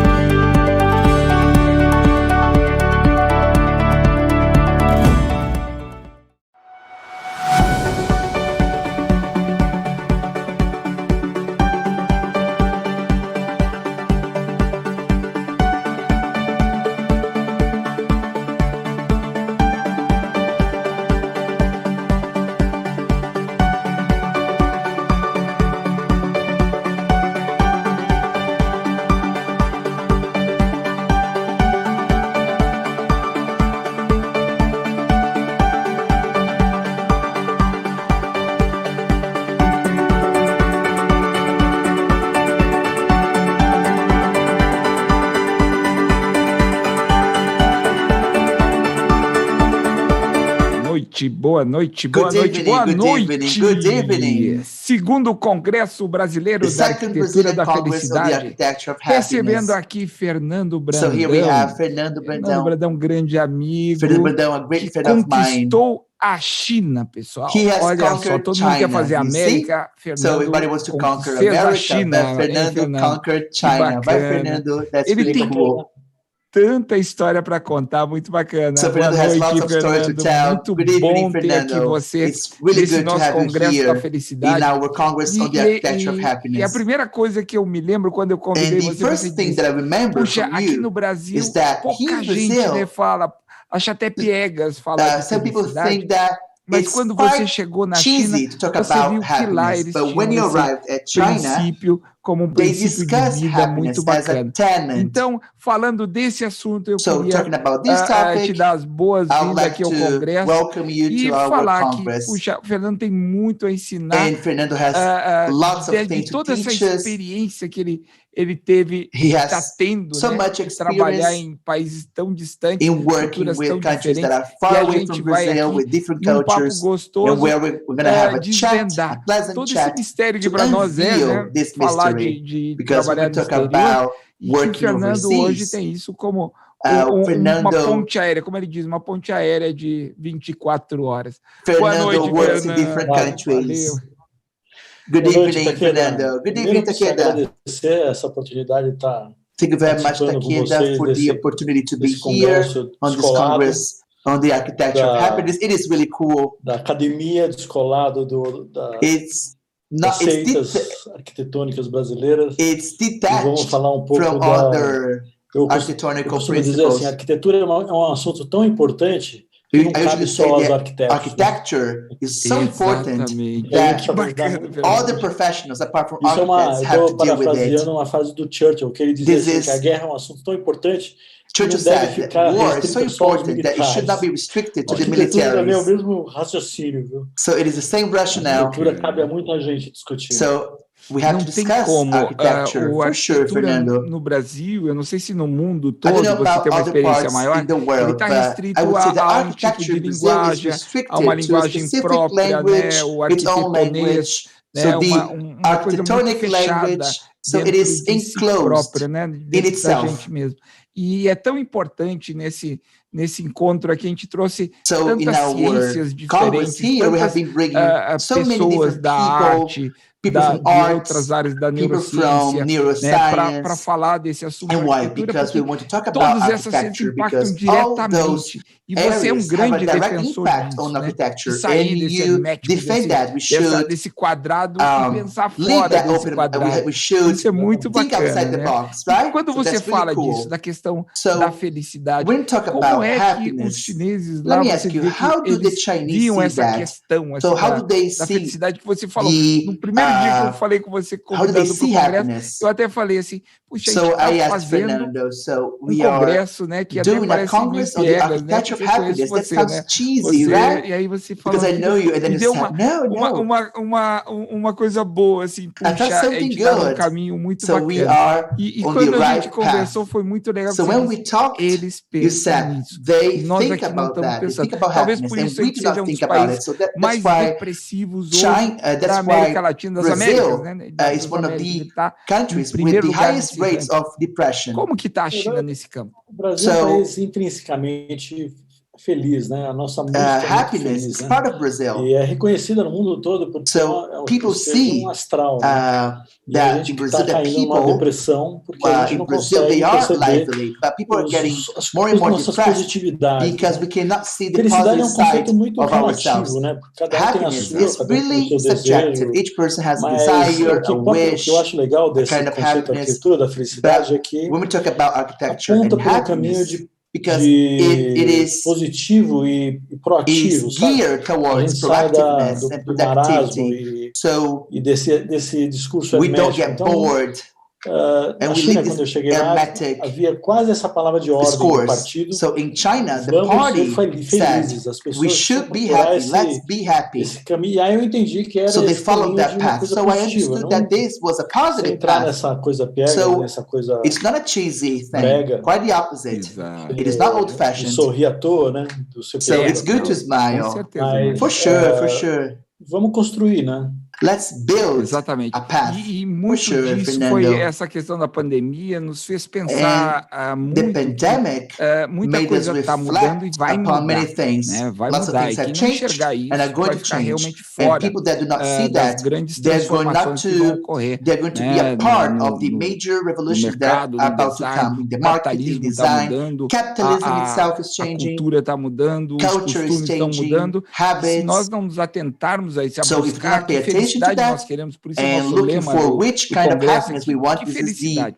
Mais do que uma resposta, nós estamos aqui fazendo perguntas, vendo que caminho tomar e ter você aqui é muito bacana, porque você é muito crítico, você realmente vai fundo nas críticas e numa conversa lá nos bastidores você falou certas coisas que me tocaram muito, e não é à toa que você foi convidado também para voltar amanhã, que são as conclusões do Congresso, e realmente você tem muito o que falar dessas coisas, isso é muito bacana. Mas voltando aí à questão da felicidade, dos princípios desse congresso é exatamente pensar isso, né? Existe a psicologia positiva, que veio com Martin Seligman. A psicologia sempre estudou as doenças. So psychology always studied pathologies, but now let's study with the same effort, with the same energy. Let's study how people get happy. E foi muito bacana, porque esse princípio fez com que vários setores da sociedade começam a saber como a gente pode também auxiliar essa proposta, né, da psicologia de criar sensações ou criar emoções que possam melhorar o bem-estar das pessoas, mas não é aquele bem-estar do sorriso, né, mas o bem-estar do propósito, dos valores. We have to think about values, purpose. So this is something that really touches me. E quando você falou isso, me deu uma sensação muito gostosa. Foi a única pessoa. The only person that said that, the only one. Pô, que bacana, né? Essa coisa da felicidade. Eu fico muito grato a você. I'm really grateful for you, Fernando. So, when we talk about happiness, trabalha a arquitetura no espaço, a gente está falando que vamos substituir a palavra felicidade por conforto, né? Of course, we cannot replace happiness, the word happiness for comfort. O espaço, so when we work in a space, tudo uma questão de as escala, a designer, a gente it trabalha depends on the scale, of course, but we have to make people feel comfortable in their own existence. Então é pertinente falar de felicidade. So we should talk about happiness connected to architecture. Tirando todos esses conceitos apart from the other concepts that we have talked about. É muito pertinente falar sobre but it's really important to talk about architecture and thinking outside the box and thinking about different concepts. Racionalismo, not thinking about modernism or rationalism, concepts that people are not aware of. O usuário final nosso não está nessa discussão, né? O objetivo dele é outro, é bem-estar, é estar gostando do local. E por isso você fala muito da questão a arquitetura dos tijolos, a arquitetura do que esses tijolos vão impactar the kind of architecture that talks about brick, or are we talking about different kind of architecture? So the problem of architecture is not bricks. No, any person can build a wall or maybe a pillar. Anybody can do that, so on and so forth. Que a gente está cansado de ouvir na academia. Traditional excuses that we hear, but the problem is perceber o outro, we have to understand the other person. We have to have empathy towards the other person. So you, as an architect, when you project to another person, you have to work with intellectual tools in order to interact with the other, the community, the society as a whole. For sure, Fernando. E como eu falei para você na China, as I've said before, in China, start preaching principles on how architects should work in the future. So we should pay attention to those principles. I've taught some professors and some students in China, and they follow that. That's pretty cool. So the building does not lie in the brick itself. Peter says that we have to create the vibe, the atmosphere. He won the Pritzker in 2009, so we have to create the ambience. It's not just the surroundings. We're talking about the objects, the light, the sound, everything that encompasses this atmosphere, which is really important. And it's not just architecture. There are many other elements that do matter. Okay, now let's talk about Fernando Brandão. So here we have lots of people that are watching us, young architects, and they want to know more about you. I've seen some comments, and they want to know, Fernando. Decolou nesse sentido. Contar pouco da sua história dessa fase aí de 2009 em frente, né? Depois de ter ganhado o concurso. Conta pouco como é que foi essa... Tem umas imagens que eu vou... legal. There's a picture that I want to show you. Vou compartilhar a imagem. I'm going to share them with you. Just a second, and we can discuss based on the pictures. Vai fazendo perguntas. And you can ask me questions, and people can ask me questions as well. Okay, let's do it. That's really cool. Eu preciso saber como passar. Let me just try to. Yes. Bom, eu tenho here we are. Em Xangai, né? I have an office in Shanghai and in São Paulo. Xangai é uma cidade do tamanho de São Paulo. Shanghai is a city as big as São Paulo. Eu cheguei em Xangai em 2019. And I arrived in Shanghai in 2019, and I designed this pavilion for the Expo in 2010. It has 2 million square meters. It was pretty successful. It was among the 5 most popular designs. You see, reasonable success. He got 5th place, considering all countries. Yeah, for sure. Até hoje, ele é o maior evento until today, it is the biggest international event that was done. Foram 3,500,000 visitors. Em 6 meses. Wow, in 6 months. Maior evento fora do país. The biggest event outside Brazil, right, Fernando? That has ever existed. Okay. Bacana. Really cool. Mas era pavilhão muito pequeno, dos so it was a very small pavilion, one of the smallest in the Expo. A gente conseguiu criar essa and we're able to create this empathy with the Chinese people. It was really cool. E essa empatia criada por exemplo, na semana da Revolução Chinesa. In the Chinese Revolution Week, the pavilion was red in honor of the Chinese. So durante essa semana ele ficou during that week it was red. Usually it was green, but during that week it was red. For sure, really kind. It was really kind to the people that were there in the pavilion, because you have to create empathy with the people. Você tem de convidar you have to invite people to that pavilion. Claro, que bacana. For sure. 1 bilhão e 400 milhões de pessoas, né? You have a country of more than 1 billion people, right? Xangai é uma cidade de 20 milhões de pessoas, é uma cidade da mesma escala de São Paulo. 20 million people. It is as big as São Paulo. E já com prédios. Quando eu cheguei when I comecei meu escritório em Xangai, when I opened my office in Shanghai, this building was being built. 150 andares. It has 150 floors. No centro de Pudong, que é essa downtown parte comercial. Pudong, é uma cidade the commercial também place. Já está completamente. It is a city that falando de ecologia, está toda inteira is involved in ecology. Ciclovias. So it has lots of bicycle paths. Everybody cycles.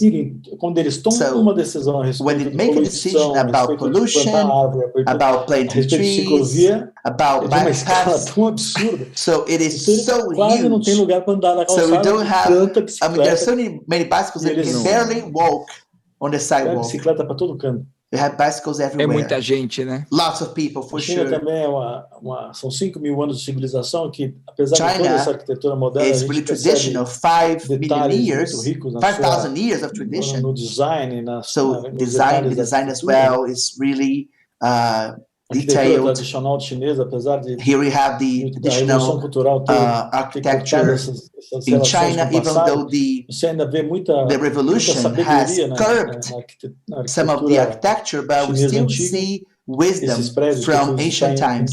Que é no interior da China, são as coisas mais So here we are in the countryside of China. It is really amazing. Esse é um edifício que tem quase 1000 This anos. is O programa ainda funciona hoje. That is 1,000 years and it works. Cozinhas compartilhadas, com banheiros compartilhados. Kitchens that are shared, bathrooms that are shared. Escola no centro dessa school in the middle of that circle. Então são programas.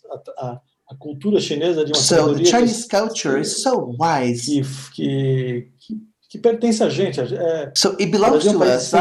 Brazil is 100 years old, so China is much older than Brazil. It's the humankind. Então é um patrimônio universal genial. It's the universal heritage for this kind of culture.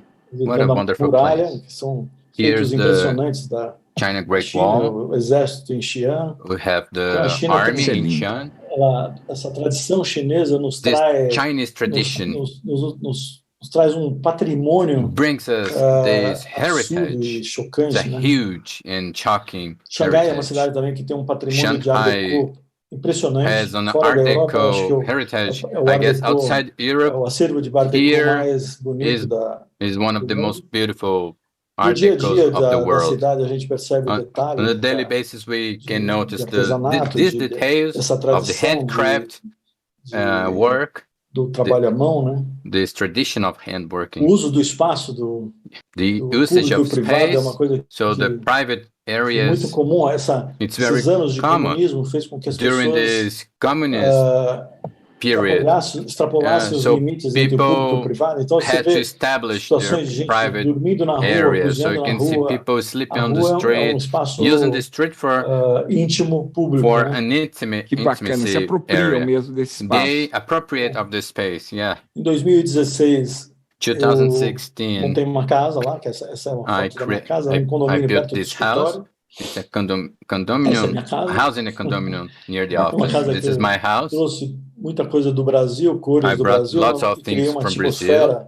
I tried to create an atmosphere so I could not feel homesick. Identidade ao meu redor, né? With the identity do lado do escritório, eu ia todo dia so de near the office, escritório, eu ficava I went biking all the time, 15 minutes by bike. E do lado de parque muito bonito. Wow. Next to a park, you have jardins, a very great view with gardens, lakes.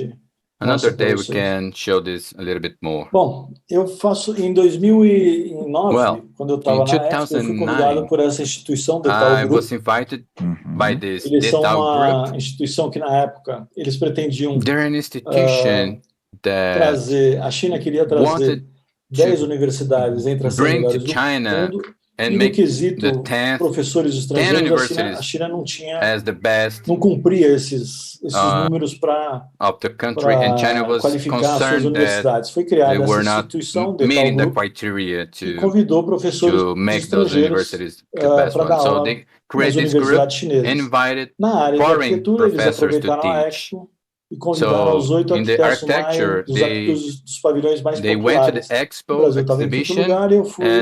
Brazil was in the fifth place there, and I was invited to participate. So this is in the fifth Shanghai. It's in the fourth floor of this building. And I had the opportunity to design the office the way I wanted. So the floor is a Brazilian flag, and the wall are the Chinese colors. O escritório mais exótico de todo o prédio. O prédio tinha uns 30 ou 40 estúdios de designers e arquitetos e artistas do mundo todo. We had many o meu escritório era o mais different visitado, artists, eu me but my offices were the most bicho visited. exótico do zoológico. It was really colorful and attractive. Muita gente pedia salas de reunião da gente para trabalhar. So lots of people Mas eram as pessoas sentiam required que ali some tinha meeting calor rooms humano, tinha uma there linguagem. because they felt As pessoas percebiam que tinha uma human linguagem de país warmth, tropical, de país alegre, de like país. the De alguma feeling that maneira, Brazil isso era is a tropical country, and e foi we reconhecido. conveyed A gente era that muito feeling. So we were. diariamente a gente recebia grupos no escritório, We autoridades. received Nossa, all que bacana. people from Eles different da areas instituição every faziam day. questão de Nós éramos o primeiro estúdio a ser visitado. We were the first studio to be bicho exótico remembered. do zoológico. So it was Não, é saber lidar com exatamente com essa espacialidade que cria essa emoção, né? É trabalhar com exatamente isso que a gente tanto busca, né? Que é essa emoção. Search for this feeling. Recebi, nesse caso, ministros do governo chinês que foram visitar a instituição, eu recebi no meu escritório. I received them in my office. Esse era meu time lá. This is where my team there. Dessa foto é muito engraçado porque dessa foto 4 são brasileiros. 4 of them are Brazilian. Eu tinha 2. Eu tinha 2 japa brasileiros e 2 sino-brasileiros trabalhando comigo. Brazilian guys. Olha and só, 2 other. Que bacana. And 2 other. Eu criei curso. Muito bom. Other guys cursos working e palestras as well. Que chamava Better So the Design, workshops and lectures called Better Design, Better Life. Hoje eu conheço mais de 120 So cidades da I China, visit China all around, so I know China, o Afeganistão, almost all the areas from the north to the south. Eu conheci muitas cidades e muita coisa muito interessante por lá. E dei palestras, workshops. I gave Eu tinha 3 workshops que era essa relação classes. entre espaço e arte. So I had this workship related to curso relationship between space and Olha ao art. seu redor, look around you. Another one that look As around pessoas you. desenvolverem essa sensibilidade a people respeito could, do espaço que é develop this que a minha tese é sensibility que to look nessa revolução around. tecnológica, no mundo que a gente está vivendo hoje, nesse século XXI, tudo vai ser redesenhado e tudo vai ser And due to repensado. this Então, technology revolution that we're living criei today, I curso believe pra everything is going to be redesigned. explicar ou para And I ressaltar a create this responsabilidade course que os arquitetos e os to designers reinforce têm com esse to mundo architects and que vai ser designers redesenhado. that they need to Com be in this certeza, work and tá to vendo? Com redesign, certeza. Você está create ouvindo a aí new um pouco a minha perspective. neta, tá? Então, Oh, you're vocês listening to my não se preocupem, tá? granddaughter, Mas so tem don't worry uma about it. instituição europeia que diz que There is an até institution 2050 in nós vamos Europe duplicar a that área until construída, 2050 né? we're E going com to toda a questão de double inteligência the artificial, built muitos area. elementos vão começar a And pensar e ter many muitas diferenças. structures Quer and dizer many que elements are vai going to be realmente mudar isso. Essa profecia que reconsidered. você está I falando guess this prophecy realmente vai you're acontecer, talking, sem I believe is dúvida, going né? to É real. happen. It's real. Depois essa é uma foto muito interessante This is a para very mostrar interesting picture meus alunos to show you my todo começo de students. ano, nos primeiros 15 Every dias de beginning of aula, the year, the first em 15 toda a days, China, em todos os in all cursos China, superiores, in all militares dão university aula para os alunos courses, chineses. the military Eles vêm de gives uniforme do exército. Durante classes 15 to dias, the Chinese. partido They come with their uniform, faz uma treinamento. apresentação so they have this dos... training. Então, todo calouro chinês passa por So essa... every fresh Chinese freshman and Então, fresh não é woman receive tem this uma training. doutrinação política e They ideológica have forte, this né? ideological and political Pois aí eu com meus alunos, involved. nos primeiros 15 Those are dias de aula, my students in the first 15 days of classes. essa é outra realidade chinesa, né? And this is another reality in Essa foto China. foi no This interior da China, picture was in estudantes the de countryside design of China. projetavam So armas, designer uma students coisa muito were estranha pra projecting gente. weapons, which Isso is really weird for esse us. é o problema da educação chinesa That's the e da problem of sociedade the chinesa. China É uma education and the sociedade society in militarizada. China. Esse é o modelo They are pós-revolução. This is the Então, model post esse é um dos nós revolution. chineses. O governo já decidiu que isso tem de This is acabar, one of que o país the tem problems que that criar uma China educação said it criativa. must be As crianças, em vez eliminated. de marcharem, elas têm de brincar. Children, instead of E eles estão tentando mudar o marching, sistema they must educacional de uma play. maneira muito They're rápida. trying to change the Mas não é educational fácil, system really visto fast, que but it's not as pessoas easy da nossa at idade, da all. minha idade, das suas, People from são our os age, for diretores, os example, professores. are the E, professors, the e essa teachers, geração and é a the geração que nasceu generation na Revolução Cultural. are the generation that É uma was geração que é born in this muito digital sem era. educação no sentido So É a geração que não teve infância, né? Na realidade, quando eles estavam na infância, eles estavam exatamente na Revolução Cultural e passaram por toda essa dificuldade. Então, eles têm muita dificuldade em mudar, porque a sociedade chinesa está rica, consumindo, So está because the consumindo society is rich serviços, and it's e consuming serviços são services, criados por gente criativa. and services are created by Infância creative brincando. people, Exato. and they do this nó que eles estão tentando. E é por isso que a gente roda a China tentando abrir as caixinhas e as mentes. Porque é um grande nó chinês. Puxa, essa é uma visão que eu não tinha da China, né? Que eles estão realmente abrindo nesse padrão, assim, a questão da criatividade. Sabia que eles tinham enviado muitos estudantes para o exterior para estudar, para captar muitas ideias e trazendo professores, mas não sabia que eles já tinham flexibilizado toda essa visão mais militar. Você entender um pouco o contexto chinês, a nossa geração que nasceu na Revolução Comunista, é tirada da escola pela Revolução Cultural e mandada para o campo. Então, é uma geração que cresce obcecada por dinheiro, e é essa geração que criou essa China monstruosa e maluca. E é a geração obcecada por educar o filho único, porque eles não tiveram educação formal. Então, que essa educação que está sendo educada hoje na Europa e nos Estados Unidos ainda é uma geração que não tem berço. In other countries is not the one that has foi educada num lar doesn't have a basis. Tosca, né? Vamos dizer assim. Can see some ordinary people. I don't want to use other simples, uma família simples. For that, but something simple. Be simple people. Chinês. That's the concept in China. Actually, for those people, seus preconceitos em they relação need à China, to change para entender their preconception.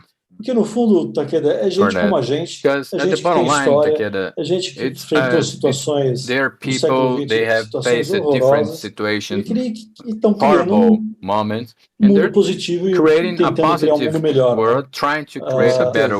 Mas é gente como a gente que tem... E uma história lindíssima. Se a gente for pensar a história do Oriente toda, ela tem como base a cultura chinesa. Até os japoneses, usa a escrita, usa a cultura, usa tudo, né? Imagine um país que tem 5.000 anos de civilização.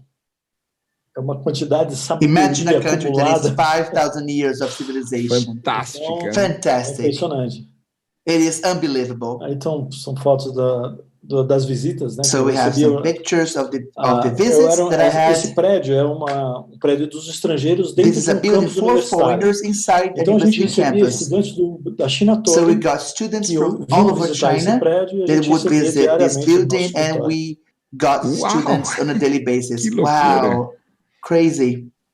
Eu estou aqui do lado do Valentim, que deu a palestra. I'm here next to Valentim on the first day of our congress. Que eu convidei à minha direita de branco está o Carlos On Matuk, my right, we have Carlos Matuk, plastic ele e artist. o Valentim, a gente teve uma semana de workshop para esses estudantes. Well, in fact, we did a one-week workshop with those students. It was a lovely experience. De Luxemburgo, que teve uma experiência muito legal de trabalho aqui no Brasil. And he had a wonderful experience in working in Brazil. And we were really close in Shanghai. Até você na palestra. He mentioned you in the lecture. Yeah, he was really nice. Que bacana. E você aprendeu chinês? Como é que você comunicava com Chinese?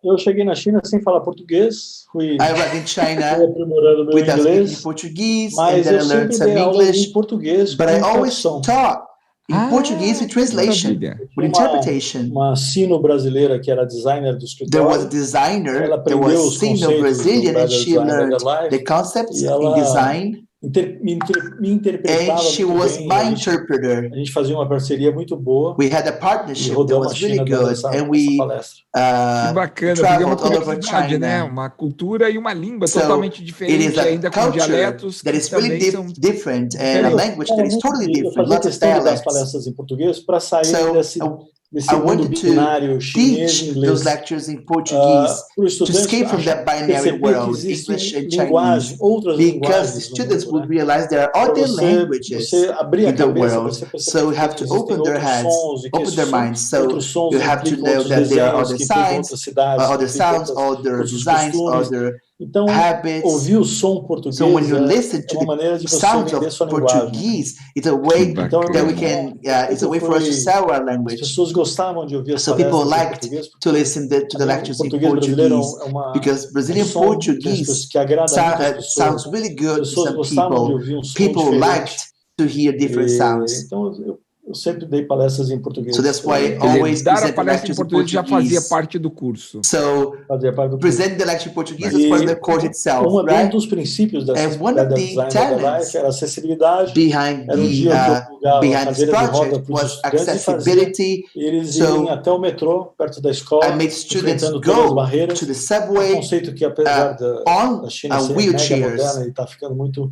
É um conceito que It is a ainda não é concept aplicado that is na not arquitetura e applied to as pessoas com architecture. necessidades especiais são escondidas People em that casa. suffer from Tem impairments, muito pouca gente they stay at com home, necessidade so we do especial na not rua. see Então eu fazia people like that on the os streets. estudantes So I try to make people notice e ainda mais na China, que os idosos the obstacles, moram em casa, especially in né? China, Os because avós the moram em elderly casa. live in Então China. eu tinha essa experiência com olhos So vendados. they had the experience of being Eles iam até o blindfolded. banheiro, eles So desciam they a would go to the escada, bathroom, go faziam um downstairs. exercício de They would percepção de they would como try acessibilidade to para esse notice problema. Né? how Muito they would try to bacana. notice Eu adorava the os importance professores, of that issue.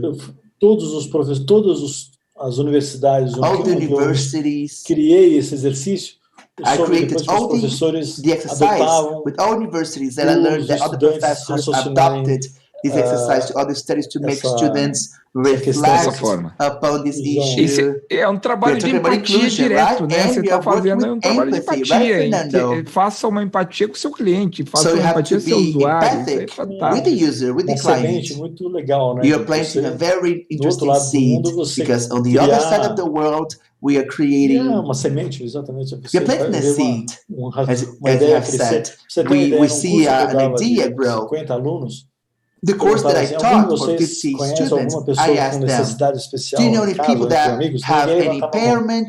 No fim Nobody do would curso, raise their hands. todos At the end of the levantavam a mão. course, E everybody raised their percebiam a hands. importância So they were de perder aware preconceitos em relação às of pessoas. breaking prejudices Começavam a entender a towards importância those de people, and they realized the importance of including those people to their lives on a daily Que basis. bacana. That A gente is fez really aqui cool, dentro do Fernando. Congresso, a gente está So here acabando now, our agora o Congress, workshop we SP are 60+, ending que the é SP 60 Plus propostas workshop, para São Paulo para o 60+, proposals for o que cities, eu aprendi for the nessas city últimas here, 2 and semanas I have been trabalhando com learning so gerontólogos, much arquitetos working with especialistas nessa área, gerontologists foi and uma coisa architects specialized fantástica. Eu in pensei this que area. It sabia was alguma coisa fantastic. de I thought I knew acessibilidade, about e something ele concerning disse, acessibilidade accessibility, 60+, não é and in MB, fact, é muito mais que isso. it's E much more than realmente, that.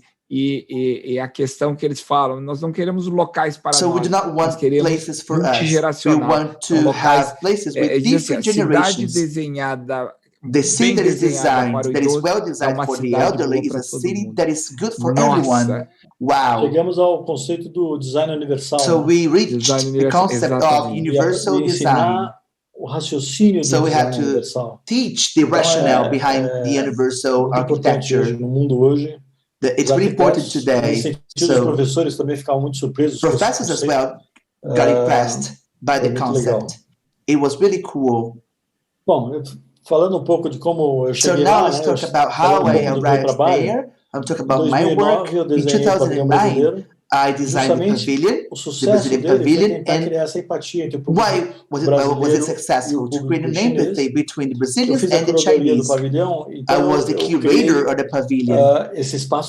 So I created this internal space in the pavilion in which 4 Brazilians would tell their daily routines from morning to night. So there was an artist from Rio de Janeiro, do interior de São Paulo, a farmer from São Paulo countryside, a worker from Embraer, operário da Petrobras que trabalhava a worker from Petrobras, an oil company in Brazil, that worked offshore, e engenheiro da Embraer. And an engineer from Embraer, a rotina dessas 4 pessoas. So this, they told their routines from 8 a.m. Foi uma to forma 9 de criar essa to empatia night. com os chineses. And why? Because we want to create an empathy with the Chinese. So when they notice that their routines, since waking up, drop their kids to school, working out, going to work, returning and cooking dinner, having lunch. So people noticed that they were similar. They had similar routines. So you establish empathy. And along the day, those 4 Brazilians showed their routine. So that's why it was successful. We had the pavilion, we have the internal space of the shell. Ficamos entre 5 mais populares. We were among the No 5 chão most do pavilhão, popular. a gente And on the floor of the projetava pavilion, as we fotos projected aéreas das the cidades pictures sede of da Copa do cities, of Mundo. host cities of the World Cup. Que bacana. Is that it? Sediou a Copa do Mundo, né? Yeah, Brazil hosted the World Cup. Yes, it did. I don't remember. Yes. E as pessoas sentavam no chão, deitavam no And chão e people assistiam esse vídeo. used to sit Era um vídeo on the de 8 floor, sit down the minutos. floor, E o público entrava, saía. and the video E ao would, redor dessa sala people would watch telas de videos, touch and they would contavam um interact pouco do with Brasil. touch screens talking about Brazil. Olha só. Look at that. Bom, eu sou aqui no Brasil. Eu fiz um projeto. Eu In abro Brazil, a minha exposição dos meus projetos com a Livraria Cultura. I Que é um had projeto a que tem pelo project Brasil with todo e é o meu cartão de Cultura visita aqui no Brasil, né? bookstore. Não, é você aí. It is you, Fernando. E com essa, We can see you here. arquitetura estão presentes aqueles 5 In this princípios architecture, de acessibilidade, we have the 5 principles: identidade, accessibility. conectividade. Eu uso todos esses princípios e é uma And I prova use de all que those isso funciona, que deu principles, certo. and it works. A Livraria Cultura mudou o paradigma Cultura da relação do bookstore livro com changed as the pessoas. paradigm between people and books, for A sure. gente cria identidade, We can create an cria identity. humanidade. We humanize. E conta o que o Saramago falou de você. Tell us about Saramago. What's Ele Saramago falou told da about É you? muito Said legal about que no you. blog dele, ele Yeah, in his visitou a Livraria blog, Cultura e he escreveu a visited respeito da Livraria Cultura. Cultura Bookstore. He Ele wrote era uma about pessoa, Cultura todo mundo sabe que Bookstore. ele tem And um of humor do course, cão, né? Então foi he muito legal was really ele funny, escreveu no blog dele and he sobre wrote his o blog texto chama Livraria Cultura a text e ele entitled termina que ele Cultura vivenciou Bookstore, and he o said that he interior was de uma able obra to de arte live que the internal space of a o maior masterpiece. elogio que eu recebi na minha vida, o maior So prêmio that was the best compliment I've ever o had in curioso my é que eu estava life. fazendo um livro sobre o meu And I trabalho. was writing a book about my 5 work. dias antes do livro ir 5 para days a before gráfica, the saiu book no blog being dele. printed, Saramago wrote that about my book, about my piece, in fact. Gilberto Dimenstein escrito um prefácio do had written a livro. preface of my Aí eu book, tive de pedir desculpas ao and I asked to ao Gilberto. apologize to him Tem outro escritor que escreveu o meu because prefácio. I've told him that another writer has written a preface, just Quem foi esse an escritor? unimportant writer. Who was that Saramago person? escreveu. Saramago wrote. Oh, for sure, Saramago. Então o livro veio com os 2 prefácios de So the Saramago. book has 2 prefaces, A Companhia das Letras Dimenstein's autorizou and Saramago's. um trecho do blog.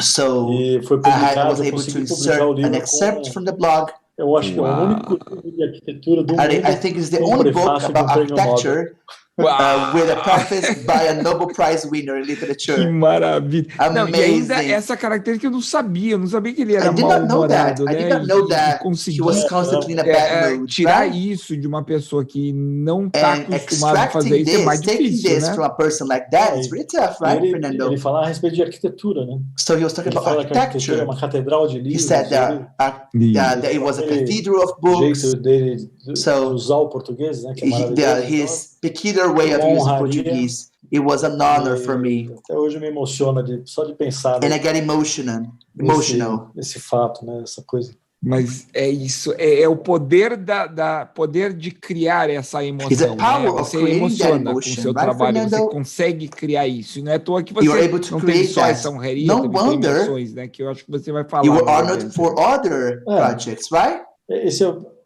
Em todos os trabalhos eu procuro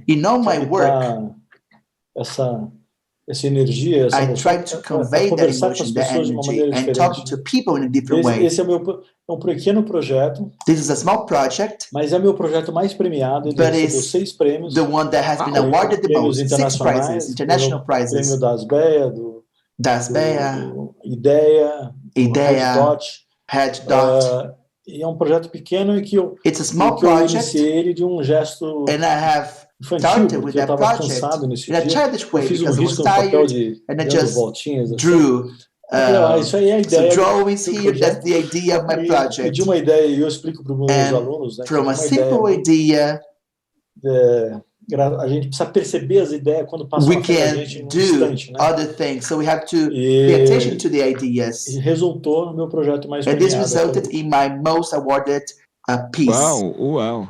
Esse foi um projeto muito legal que eu fiz para a Companhia do Metrô. Foi o primeiro projeto em Revit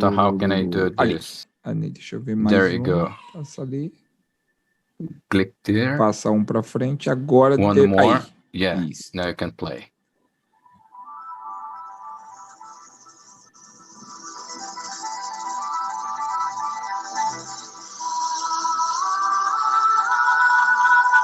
Eram três lances metálicos e uma grande estrutura de um edifício feito de madeira. It was a building made of wood.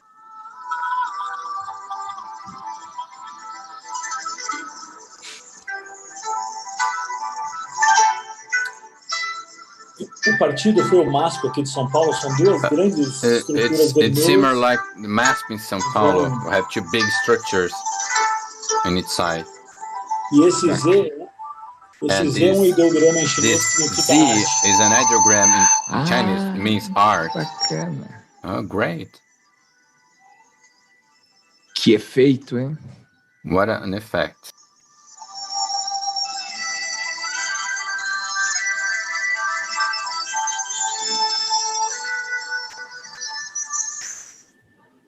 Show! Wonderful. Muito bacana. Shopping center de alimentação que eu fiz uma estrutura toda em madeira food também. Shop center, and the structure all made of wood. Ele era, it was on a hotel. Era lugar de periferia de uma cidade chamada Kunshan. In the suburb. E o lugar desse it was abandoned. Existia chamado Portal do Leste. And there was então, the East Portal there. Blocos, so I created a very great structure. I created two portals, trying to create the structure and bring the history of the place and trying to make the effective memory arise. But it's also not possible to happen. See, a great portal, two blocks that sustain a very huge structure of wood. You can also see in the behind some houses. And a river, a small river crossed this gate, this arch. This is a project that I really like.